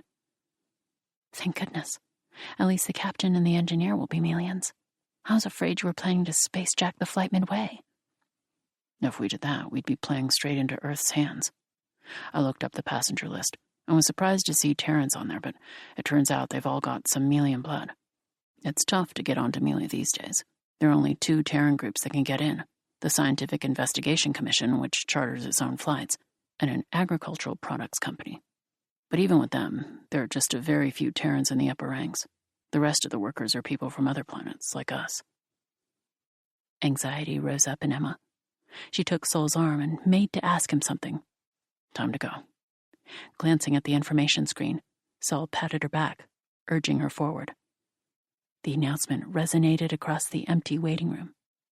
Around them, green-faced people slowly got to their feet and made their way over to the Beltway entrance. "This is my first time on a spaceship," Emma said. "I've never even been to Mars. My sister went to Cameroy on her honeymoon, though. Oh, yeah? Sol seemed absorbed in his own thoughts. This was nothing new for him. But in this moment, Emma found it particularly distressing. She squeezed his arm harder. In front of them, the huge silver form of the spaceship came into view. And so began life in the cabin with a low cream ceiling. Emma was sharing a room with Sol, but he was always off doing something. On the rare occasions he did return to the cabin, he'd quickly disengage. Their conversations were fragmentary, and she had the feeling that he was trying to evade her in some way. At mealtimes, her meals, and hers alone, would be brought to her room on a tray like the ones used in hospitals. I can't do anything about it. I have to eat with the others in the canteen so we can hatch our plans and talk over all the possibilities, Sol explained patiently, squeezing her hand. But I'm the only one who's being excluded. I know it's because I'm a Terran. Beyond the reaches of Emma's understanding, a complex situation was unfolding, and Sol was concealing it from her. I wish I'd never met you. I've left my family and my home behind me, and all you do is ostracize me. Not this again. Please try and understand my position. And how am I supposed to do that? There's no way of understanding it when I've no clue what's going on. Look, I understand that you're angry because you're cooped up all alone here, but we can't let you go walking around. There are also their feelings to consider. I'm not well, Sol. I feel like I'm going mad. If only Sol would look her in the eye when he was talking to her. He'd begun to lose weight and had become lethargic, his eyes alone hinting at his old energy with a glint of intense color. He reminded her of a dragonfly. Was he eating properly? Was he not getting enough sleep? I find it hard to breathe, Sol. I've no appetite, and I feel dizzy all the time. Symptoms this bad can't just be a matter of change in environment. I don't think it's a question of the food not agreeing with me either. Is there something in the food here? Some kind of drug? Sol continued to stare at the wall. She went to touch his shoulder, but then felt instinctively that she shouldn't. His face and profile looked unspeakably depressed. I'll send for a doctor, he said after a while, his voice gravelly. Are we still not there yet? How much longer will it take? The ship's pilot isn't very good at navigating the warps. He got his license over 30 years ago. He turned to look at her and smiled. What are you hiding, Sol? What's happened? She reached out and touched his shoulder. I'm not hiding anything, Sol roared. She saw a muscle in his cheek spasm. His eyes narrowed and blazed with a violent green light. His white face looked like it was made of plastic. I'm sick of this. I want to go back to Earth, Emma cried, her voice faltering. Go back then, right now. Get them to send out a rescue rocket. Sol's face was blanched to transparency. Emma stood up, making to push past him and leave the room. At the very last moment, Sol's arm flew out and knocked her down. Emma registered the blow to her forehead, and then came the pain. Sol squeezed the fist he'd used to punch her with his other hand. Don't make a fuss, he said in a strangely restrained voice. If you can't trust me, then forgive me. But even if you can't do that, you can't just give up. His voice had regained its usual composure. He sounded sad. You mustn't forget, Emma. I'll never forget how you were when I first met you, and all the things that have happened since. Why do you think it is we haven't had a war on my planet for 2 millennia? It's because we don't forget. We don't forget the fear or the tragedy. When feelings like that are powerful enough, they get into our genes. Just a small amount, but that's all it takes. When an emotion's sufficiently strong, we can't ever forget about it. Emma pressed a hand to the lump already forming on her forehead. Does it hurt? Sol said, drawing closer and touching her face. Yes. Why do you forget things so quickly? Melians could never look back on war with nostalgia, nationalistic, planetary, or otherwise. Our feelings don't change or get eroded over time. And so when we reach a certain age, it differs from person to person, but when that person's mental capacity reaches its capacity, it means their time has come. Now Sol was looking her straight in the eye, speaking in a voice that was almost a whisper, as if he was trying to soothe her to sleep. She could smell his breath. Will that happen to you too, Sol? She looked away from him. Yes. When? You're not trying to tell me that your time is coming. I can't say. Even if I knew, I couldn't tell anyone, he said. He seemed to be suffering. Are there some people who tell others? I suppose. Silence reigned between them. The cabin had no windows, so there was no looking out at the stars outside. How much more of this would she have to endure? This confinement for reasons she didn't even understand. The cream ceiling seemed to get lower all the time. Emma could hear the faint growl of an engine.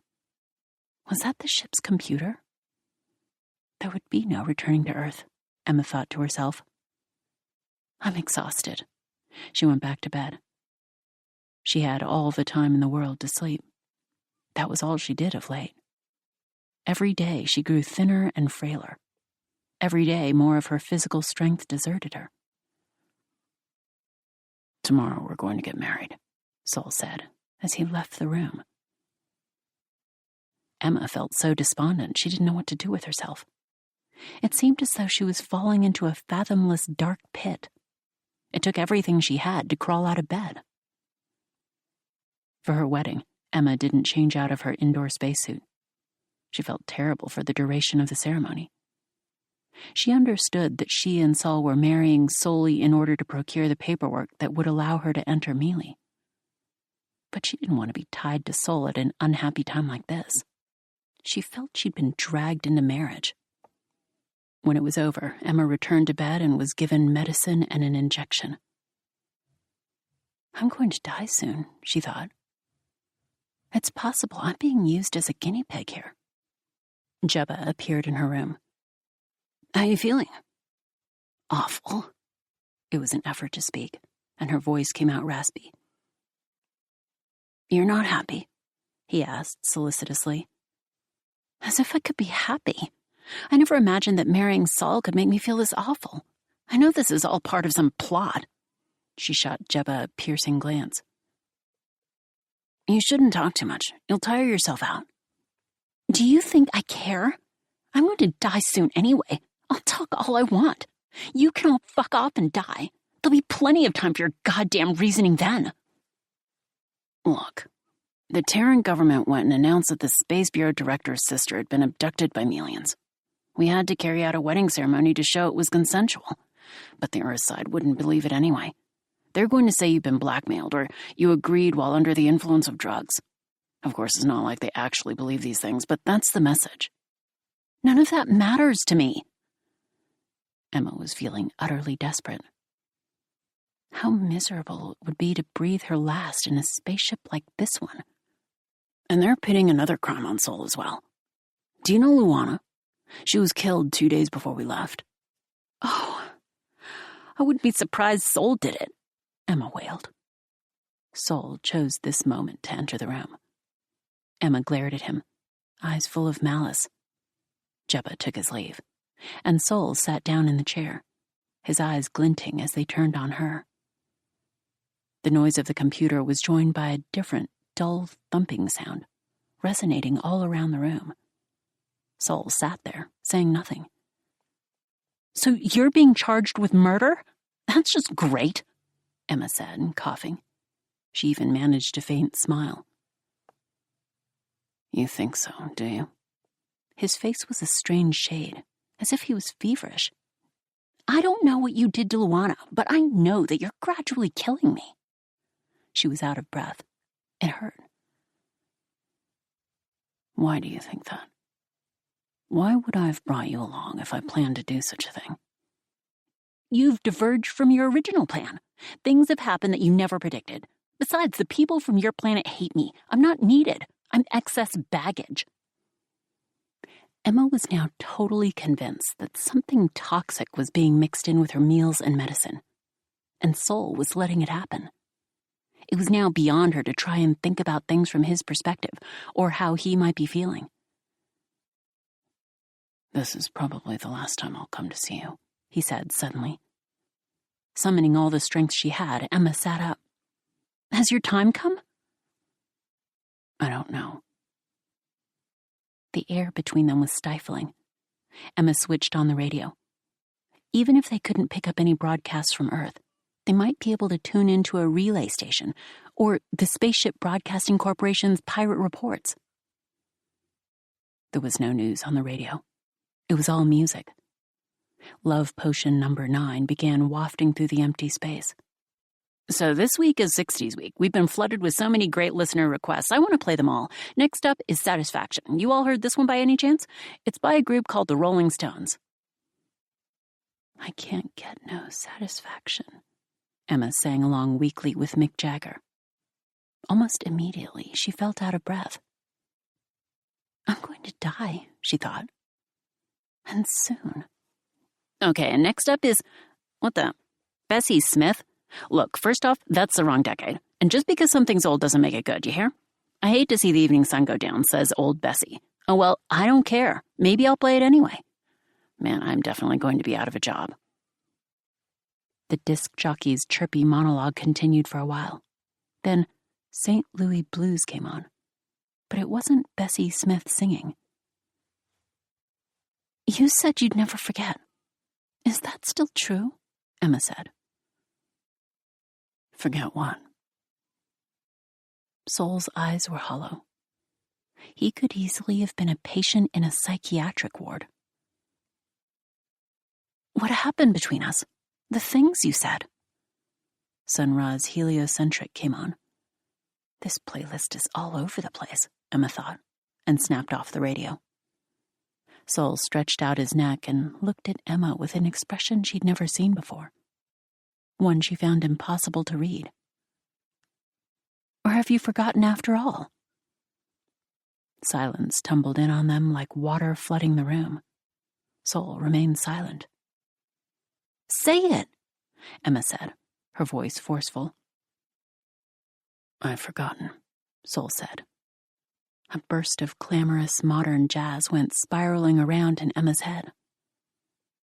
She let out a long sigh and dropped her hand to her side. That night, Sol's last thoughts entered Emma's consciousness. And come the morning, he was gone. There was no intergalactic war, just a minor skirmish. 6 months later, Mealy became a colony of Earth. Terminal Boredom.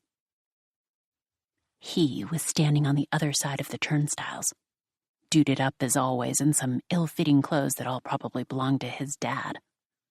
The trousers in particular were way too baggy. He gave a little wave with one hand, not even bothering to peel his back off the pillar he was leaning against. I inserted my ticket into the slot and waited for the metal bar to move out of the way. The boy behind me plastered himself to my back and followed me through. He probably couldn't afford a ticket. Once we were on the other side, he mumbled something that might have been thanks and slouched off. "What was that?" he asked, smirking.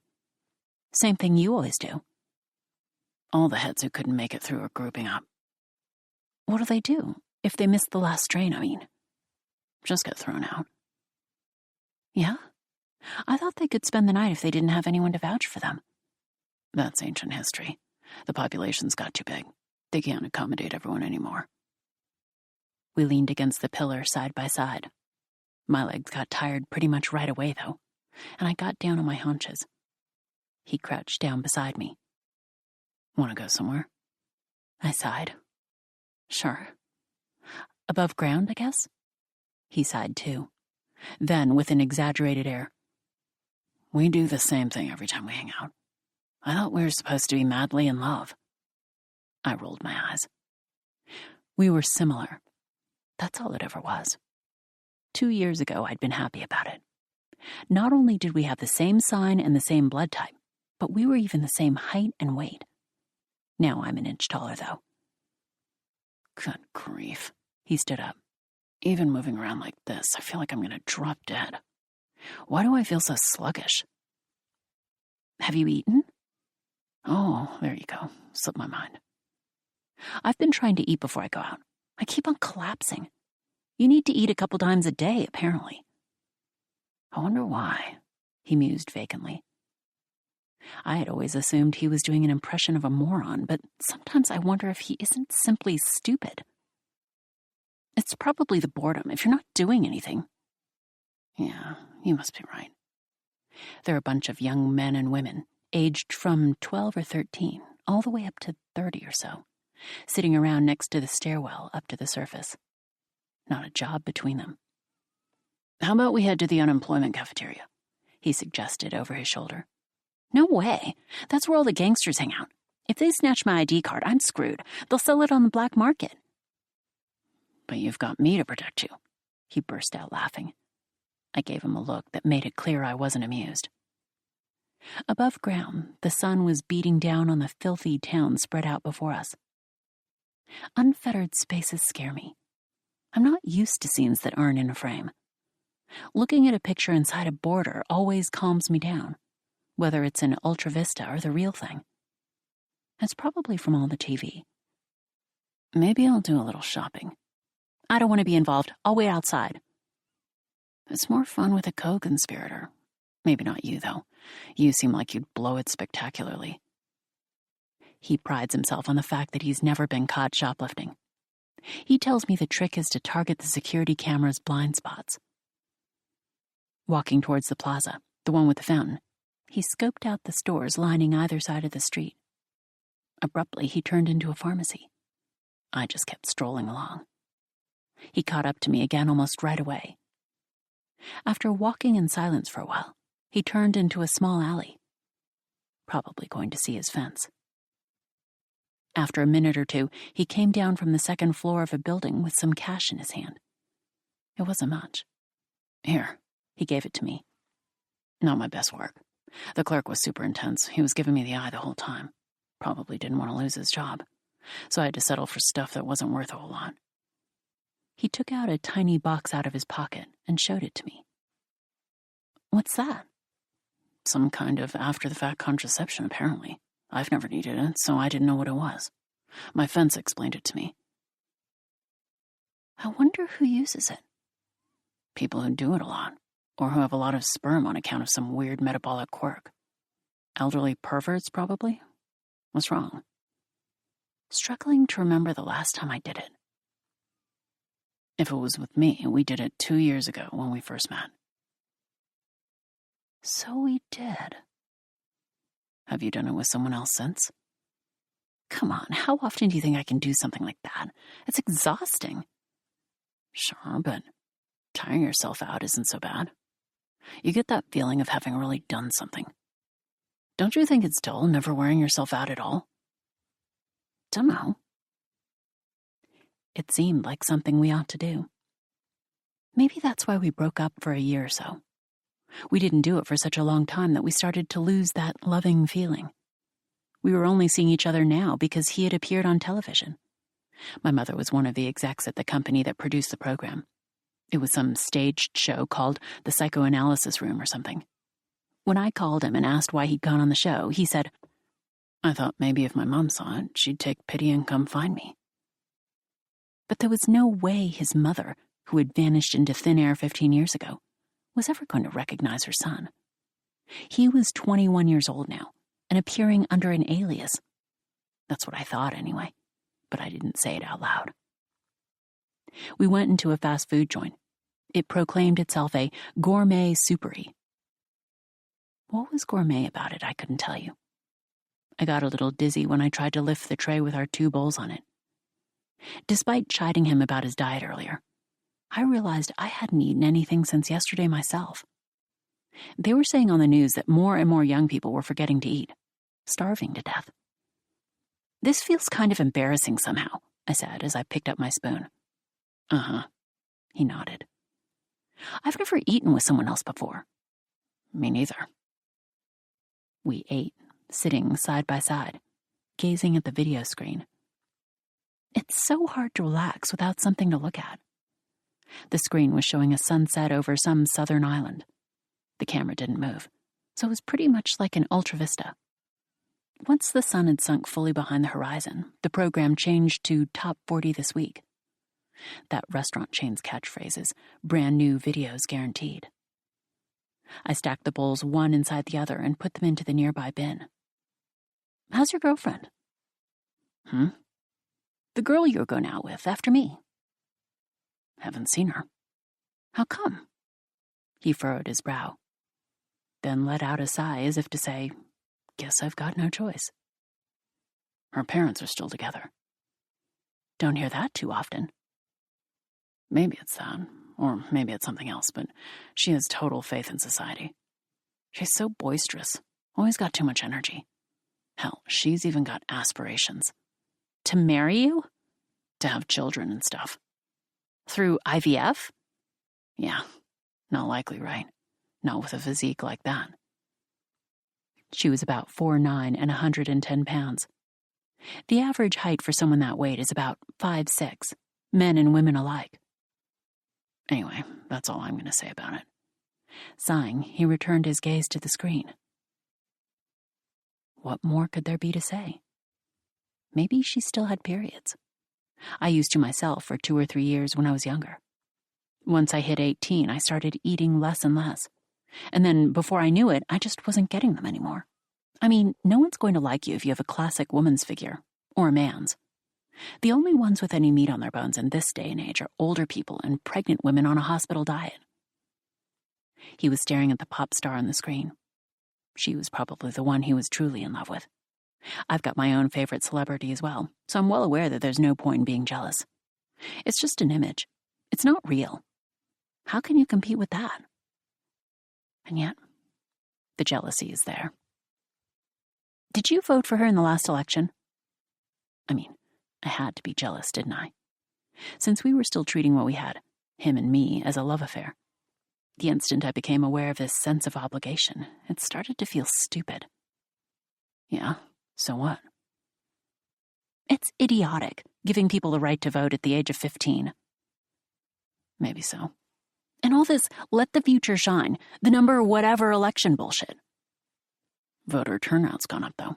Now all you have to do is sit in front of your TV and press a button for your favorite celeb. But they don't even publicly announce which politicians the celebrity delegates choose with the votes they get. No shit, Sherlock. He shook his head. Let's get out of here. The streets were overflowing with the jobless, sitting, standing, talking, strumming guitars. How come there's so many, I wonder? His mood seemed to have improved. It's Shinjuku. Why do they all gather in the same place, though? Even when they have to dodge the fare to get here. They come for the spectacle, to check each other out. The closer we got to the Coma Theater, the more of them there were. 2 police patrol ships were flying overhead. They would periodically descend and play the same taped message over their loudspeakers. It is against the law to remain in the same place for more than 20 minutes. Please move along. We got to the plaza and sat down side by side. So, what's up? He asked. There was nothing much else to talk about. Nothing at all? I instantly started to get irritated. Doing well? Well enough. How's your mother? Good. How the hell did I get stuck with this moron?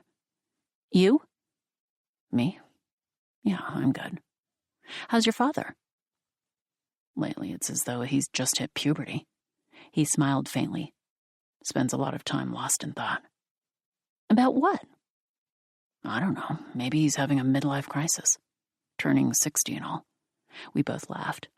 No, seriously, though. Seems like he's found love, he added. Old people have so much energy, you know? It seems like he's really given it everything he's got. Keeping a diary, writing letters, sending gifts. Is she a real person? A strange question, but he seemed to know what I meant. Not a celebrity, in other words. I think so, yeah. Doesn't seem like a green door, anyway. An image, he meant. Though it's a term they use with psychedelics, too. Isn't that a lot of effort, being in love at that age? Yeah, they act like it's this huge deal. Not like us, right? Young people get involved out of a sense of obligation. It's like we have to, or because we've got nothing better to do. He followed this with some total bullshit. I'm not talking about you, of course. You're special. You understand that, don't you? And? I looked down my nose at him. I couldn't tell whether I was genuinely pissed off or not. The performance had just become a part of my personality. If nothing else, I can be pretty sure I'm not happy, I thought vacantly. You know I care about you, right? His voice had developed an edge to it, though maybe that was an act as well. Like how? Not that I really cared. All kinds of ways. You in the black, move on. The warning sounded over the loudspeaker of the patrol ship. Move along. As the vehicle started to descend, the figure in black leapt up and took off running. Not swiftly enough, though. A mechanical arm reached down out of the patrol ship. The perp raised both hands. If you've got your arms at your sides when they grab you, they get pinned there, and you're more likely to get injured. The patrol ship departed with the black-clad figure dangling helplessly in the air beneath it. Fucking horrible. He looked up. What'll happen now? A formal warning and a fine. You've been arrested before, right? Once. The cops will make an example of you whenever they feel like it. They can always find something to charge you with afterwards. How did it feel? Being carried up and away with my arms spread out like that? It reminded me of the opening to that Fellini movie. Meant nothing to me. You don't know much of anything, do you? No wonder you can't hold down a job. Once every 6 months, we have to sit for the employment examination. It gets recorded on our ID cards. What the penalty is for not showing up, I don't know. I pass the exam every time, I protested half-heartedly. And? What occupation category do they give you? Waitress. There's requirements for that too, you know. Height, for example. Your girlfriend couldn't get that job. That girl's always getting engaged, just so she doesn't have to take the employment exam. They allow a certain period for marriage preparations. This conversation's going in circles. What a drag. Were you two engaged? I don't want to say. Then they must have been. I started chewing a fingernail. He took that hand in his and squeezed it gently. Quit being such a pill. It's a real turn-off. I remained stubbornly silent. Okay, then. Who is that call from that one time? He asked. Give me a break. What are you even talking about? You got a phone call that time we went to your place together. You didn't put it on screen because it was a man, right?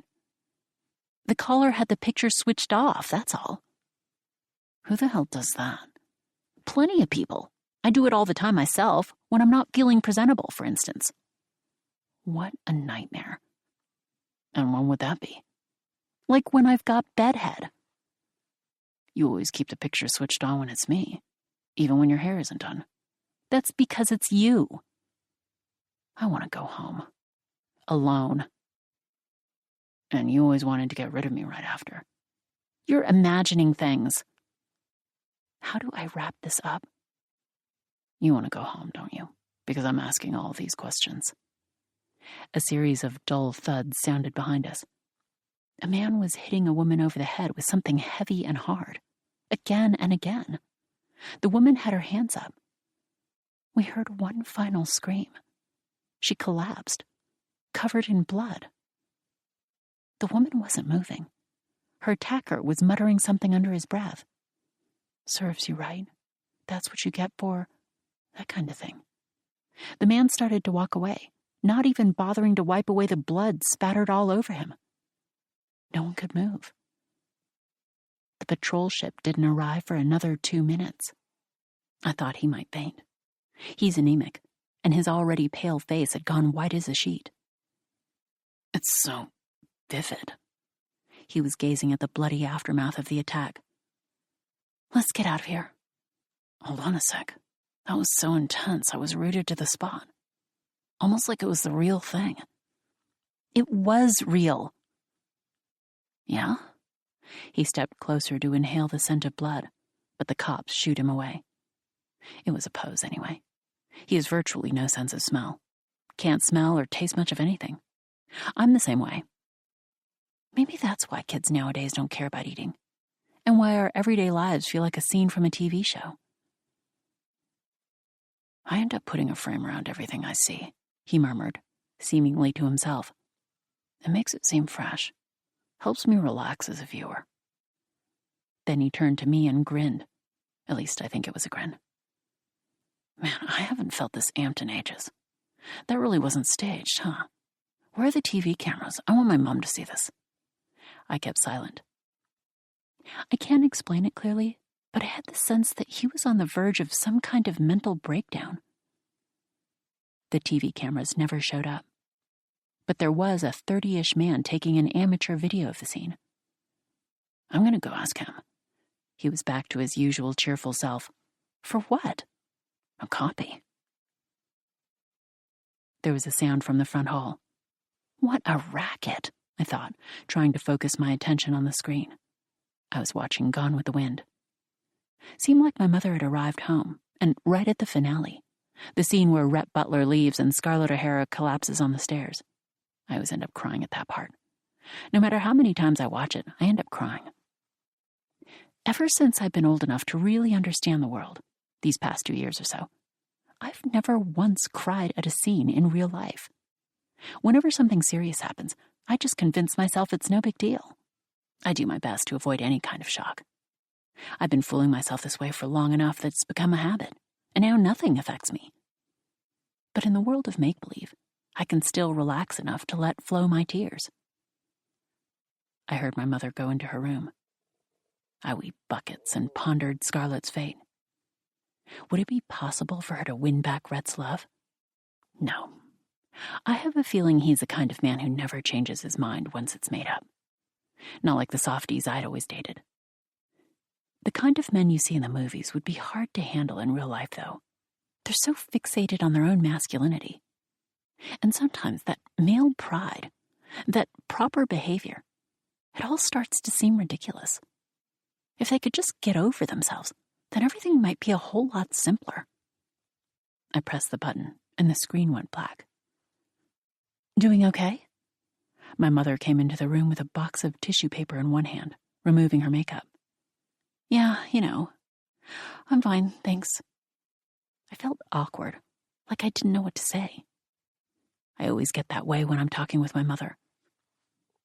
What have you been up to lately? Anything interesting going on? I couldn't just dismiss her attempts at conversation. Same as usual. I did the housework and now I'm just vegging out. Must be nice to have so much time on your hands.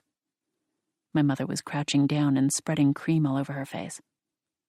I had no desire to see a grown woman looking like that. If you check the memory, you'll see, but there was a phone call from Daddy. This was a dicey topic. I see. My mother's expression didn't change, but her face was a mask of white, so it was hard to tell. What did he say? I recorded it. Wasn't much of a conversation, though. I just can't get on the same wavelength as someone like him.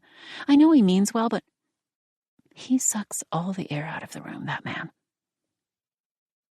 Was I allowed to agree? And every word out of his mouth is an exaggeration. My mother nodded to herself. The cream had become translucent. She gestured for the tissues and started wiping it away. That's what they used to call personality back in the last century. I hate these wishy-washy boys nowadays, but that doesn't mean I want someone so hard-headed.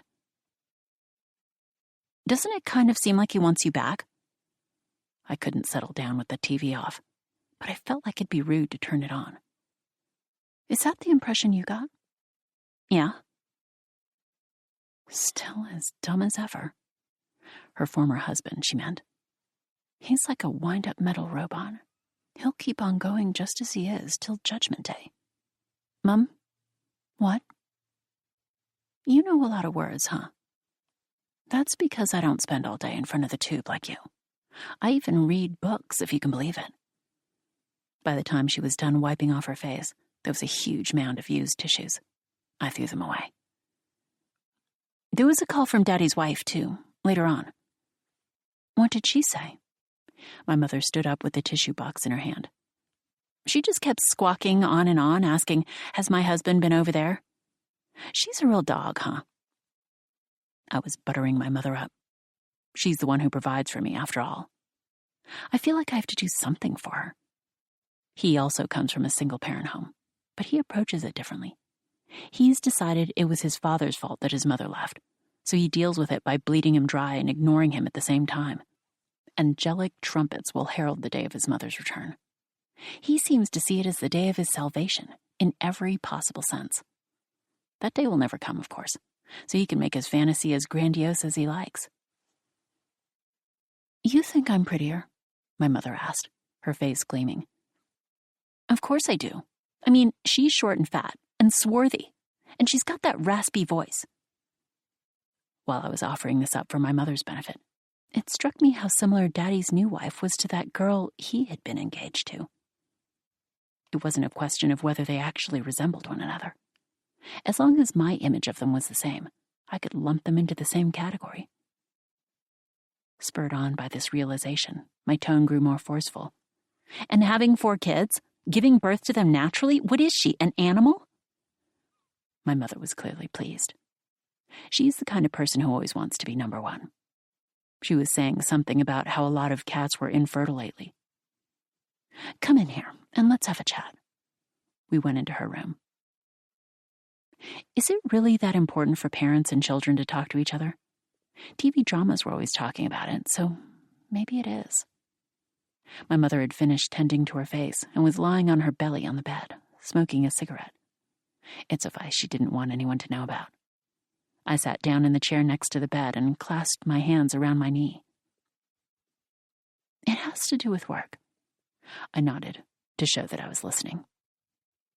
"You're aware that if you stimulate a certain part of the brain, it produces a sense of euphoria, right?" I wasn't, but I nodded anyway. Such experiments were first conducted a long time ago. They would hook a patient up with electrodes and have them flip a switch 5,000 times an hour.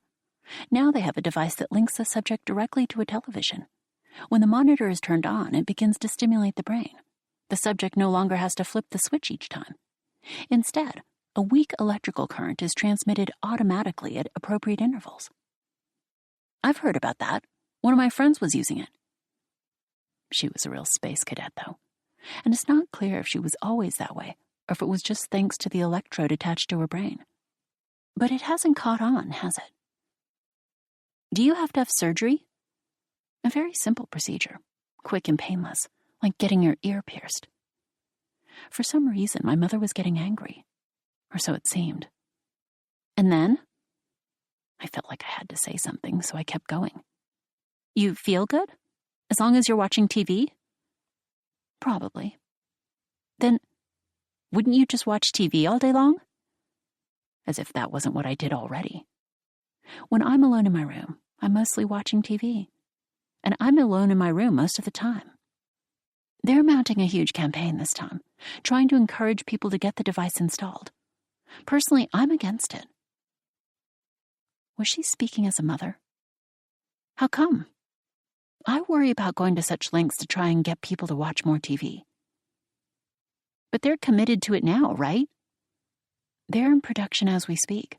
5-second and 15-second versions. The ad copy makes my skin crawl, too. Feel good and happiness is within your reach, that kind of thing. Feels obscene somehow, don't you think? Like commercials for gravestones, I said, the first thing that popped into my head. Now that you mention it, sure. Hell is keeping a low profile these days, and the whole country is under the spell of this image of heaven. The difference, though, is that with hell, at least you know what you're getting. But with heaven, everything's ambiguous. There are no actively good feelings, just a passive, ambiguous contentment. What's wrong with that? I didn't get why she thought that sounded terrible. But it's good for you work-wise, right? It certainly is. I'm sure it'll be a hit. I'm a sucker for trends.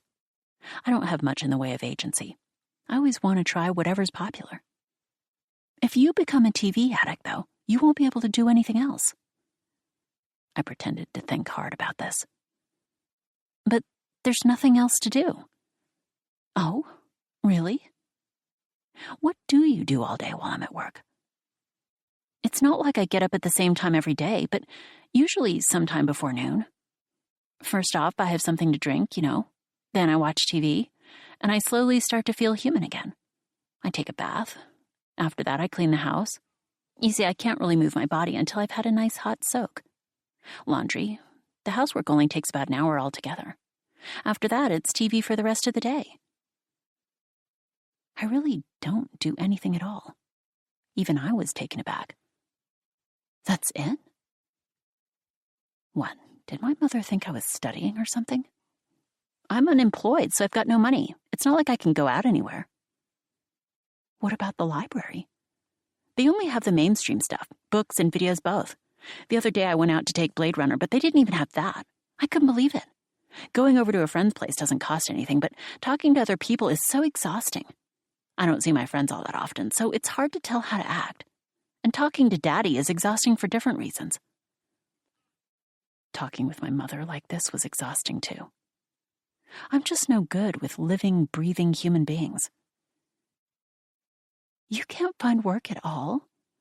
My mother sounded concerned about me. It's because I'm stupid and childish, I thought. Each occupational category has a designated minimum IQ. Most require a higher ability index than mine. There are too many people, so no wonder. Then there are ones like him, who are intelligent but fail the exam on purpose, who want their parents to take care of them forever. Of course, he also does it to exact revenge on his father. Now, why would that be, I wonder?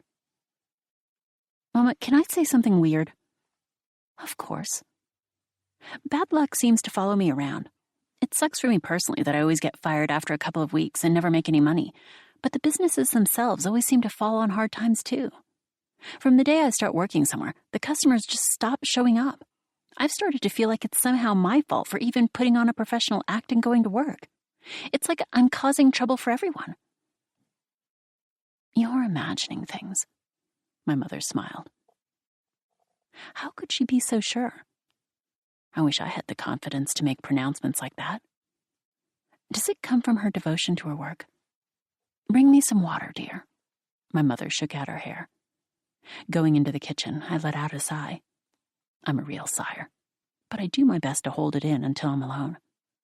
That's part of the reason it's so hard for me to be around other people. When I'm with him, I can sigh. Maybe that's why I put up with him. Why don't you go back to school? My mother asked when I brought her the water.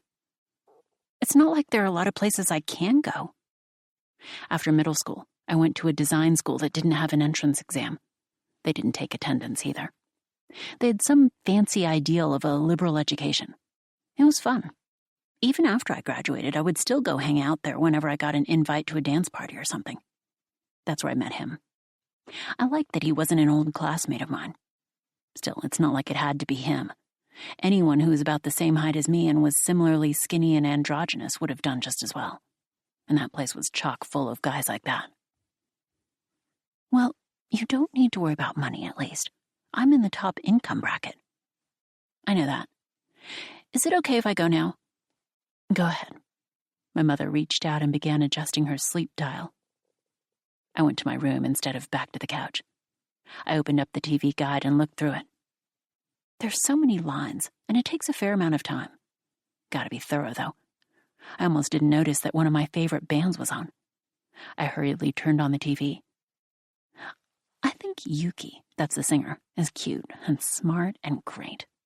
Though I've been upset about a daytime show I saw where they revealed he had a lover. Nothing eases the boredom, of course. Aside from maybe when a pop star I've decided I like is on. And it's not that I like the content of the programming itself. So much of it is total trash.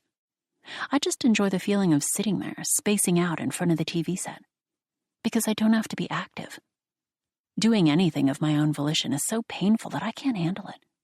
If I just avoid that pain, that's enough for me. I wanted to crank up the volume, so I put on my headphones. The shows would keep on coming forever. I slowly began to slip into a world all my own. My father committed suicide. I have no idea what went on between my parents.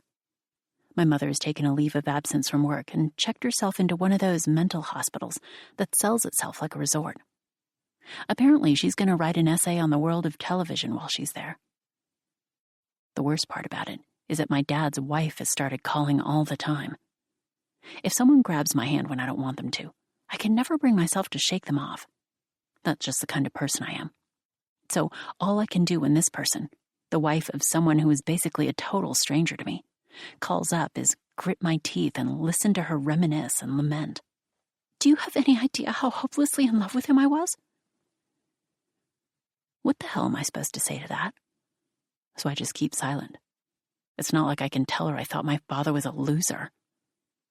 I know perfectly well what a good match my father and his new wife were. They both had total faith in society, which is, I guess, why he committed suicide. He actually believed his death might have some kind of effect. Talk about optimistic. At the same time, I've developed a conditioned response to the face of my father's widow. Every time I see it, I'm reminded of the girl he was with. I've become crazed with jealousy. Feels like the first time in forever I felt any kind of emotion. Having emotions is a good thing. Better than not having them, anyway. Why do you have the video switched off? He asked from the screen. Because I'm naked, I lied. I felt like messing with his head a little. Can you put something on? It makes me anxious when I can't see your face. I've got nothing to wear, I replied, suppressing a giggle. Fine, I'll turn mine off too. The screen went black. So, what's up? Having a conversation with just our voices was strange, but kind of fun. I've got something important to ask you, so can you get serious? Sure. Man, this is embarrassing. I'm not sure about asking this. Should I do it anyway, even though I can't see your face?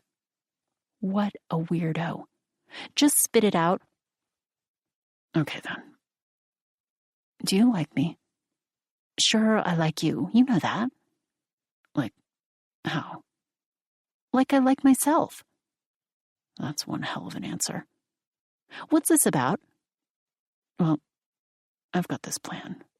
Is this conversation being recorded? Nope. You sure? I hate holding on to love letters. What's up with you anyway? Well, I was thinking, what if we became one? Like, body and soul. What do you think? I have no idea what you mean. What could he possibly have in mind? I've got one of those devices installed in my brain. I want you to try it too. It'll change your whole outlook. Maybe. But my mom's against it. She's away right now, but she'd never give me the money for it anyway. I want you to get one more than anything. If you don't, we can never become true mirror images. What happens when you get it? All the shitty stuff stops bothering you. Like, you realize that there's a simple way of dealing with everything that's been weighing on you up till now. You can just tack on an illogical ending to the story, like a deus ex machina for life. Reality feels like a TV show, and TV shows feel like reality. It's like the boundary between them breaks down, like you're living in a dream.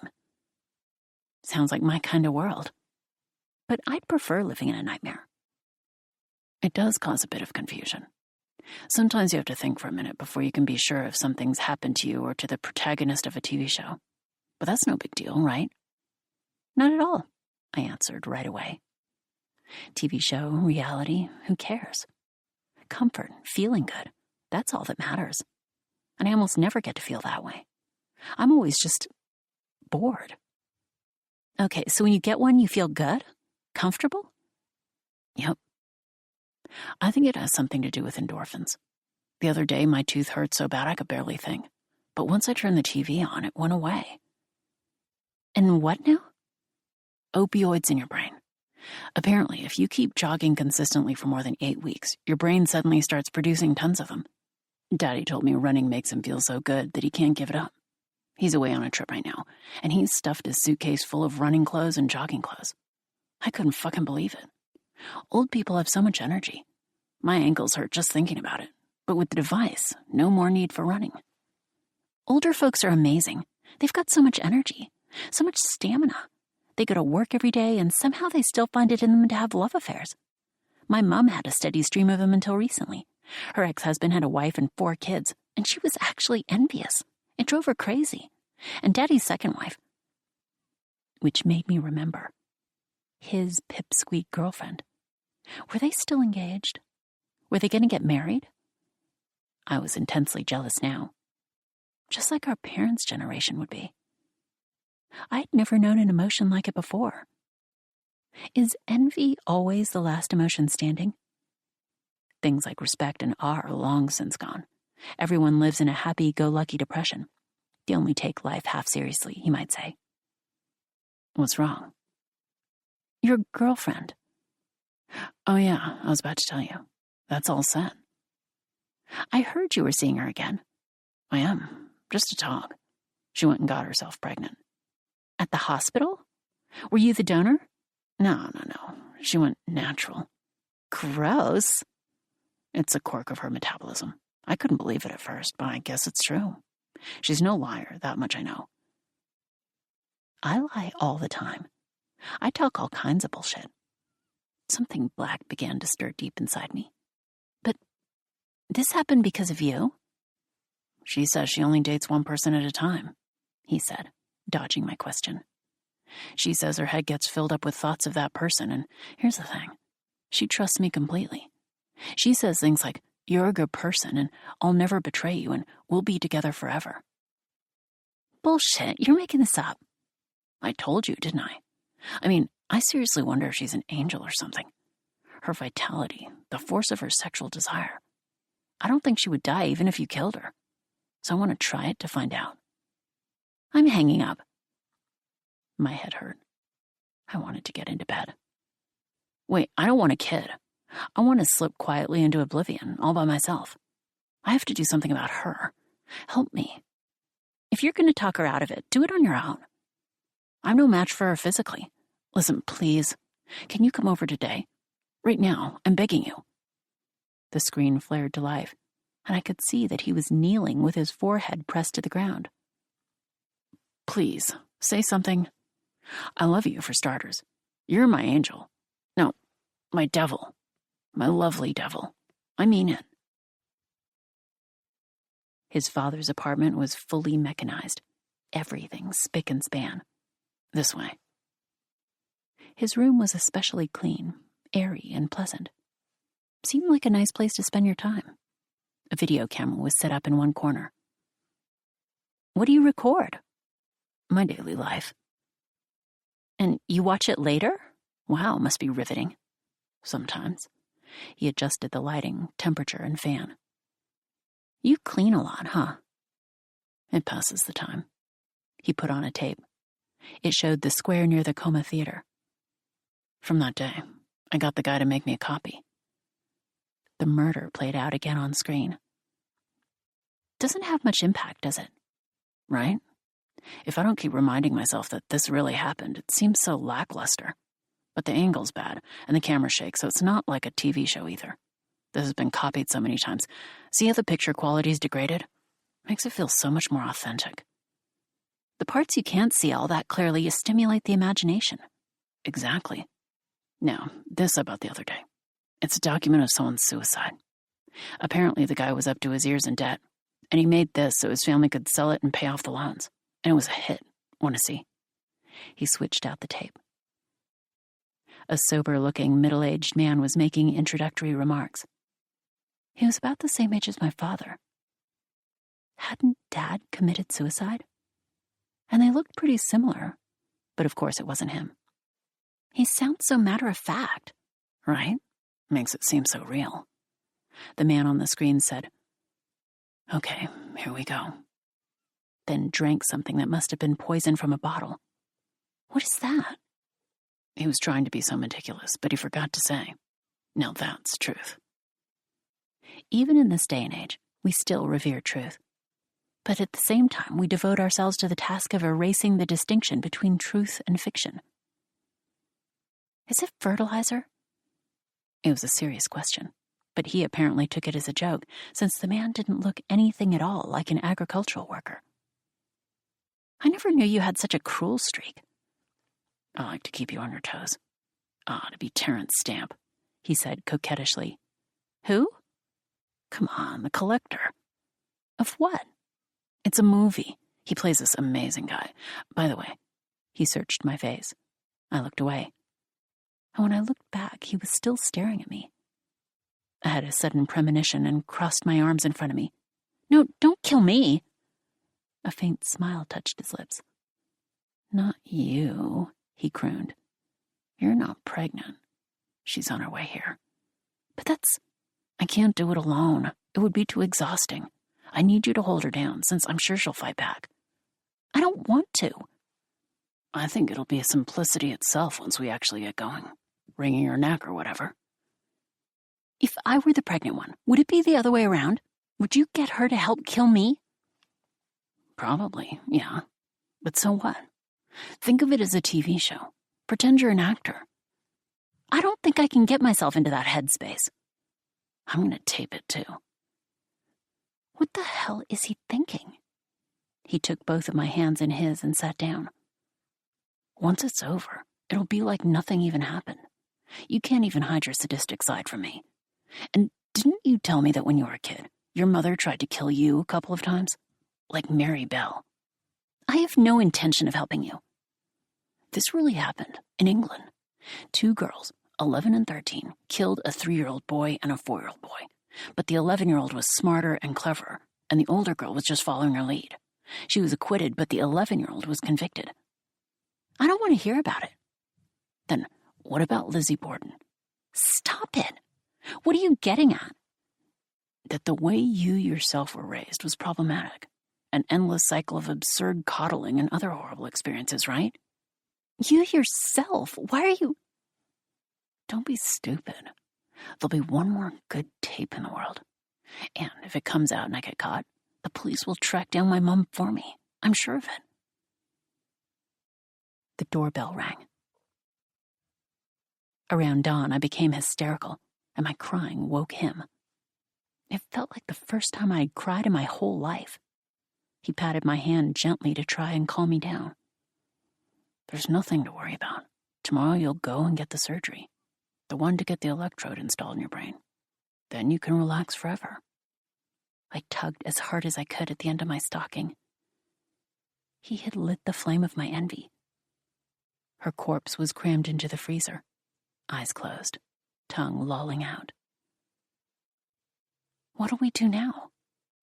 Get married. No thanks. Who wants to share this kind of memory? Under the current law, testimony from a spouse is inadmissible, so it'd be better for both of us if we got married, like in Brighton Rock. How can he be so calm? Is it because of the device? Want to do it? It's been a long time. Do what? Oh, but the sheets might get dirty.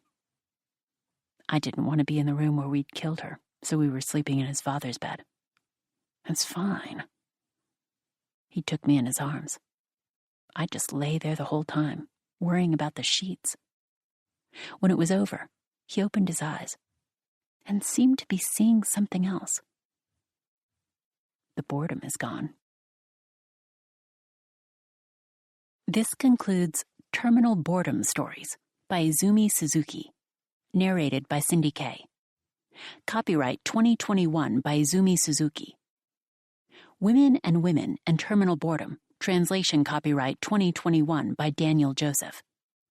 You May Dream, translation copyright 2021 by David Boyd. Night Picnic, translation copyright 2021 by Sam Bett. That Old Seaside Club, translation copyright 2021 by Helen O'Horan. Smoke Gets in Your Eyes, translation copyright 2021 by Aiko Masubushi. Forgotten, translation copyright 2021 by Polly Barton. This unabridged audiobook is published by arrangement with Verso Books. and was produced in the year 2021 by Tantor Media Incorporated, a division of Recorded Books, which holds the copyright thereto. Please visit tantor.com for more information on our growing library of unabridged audiobooks.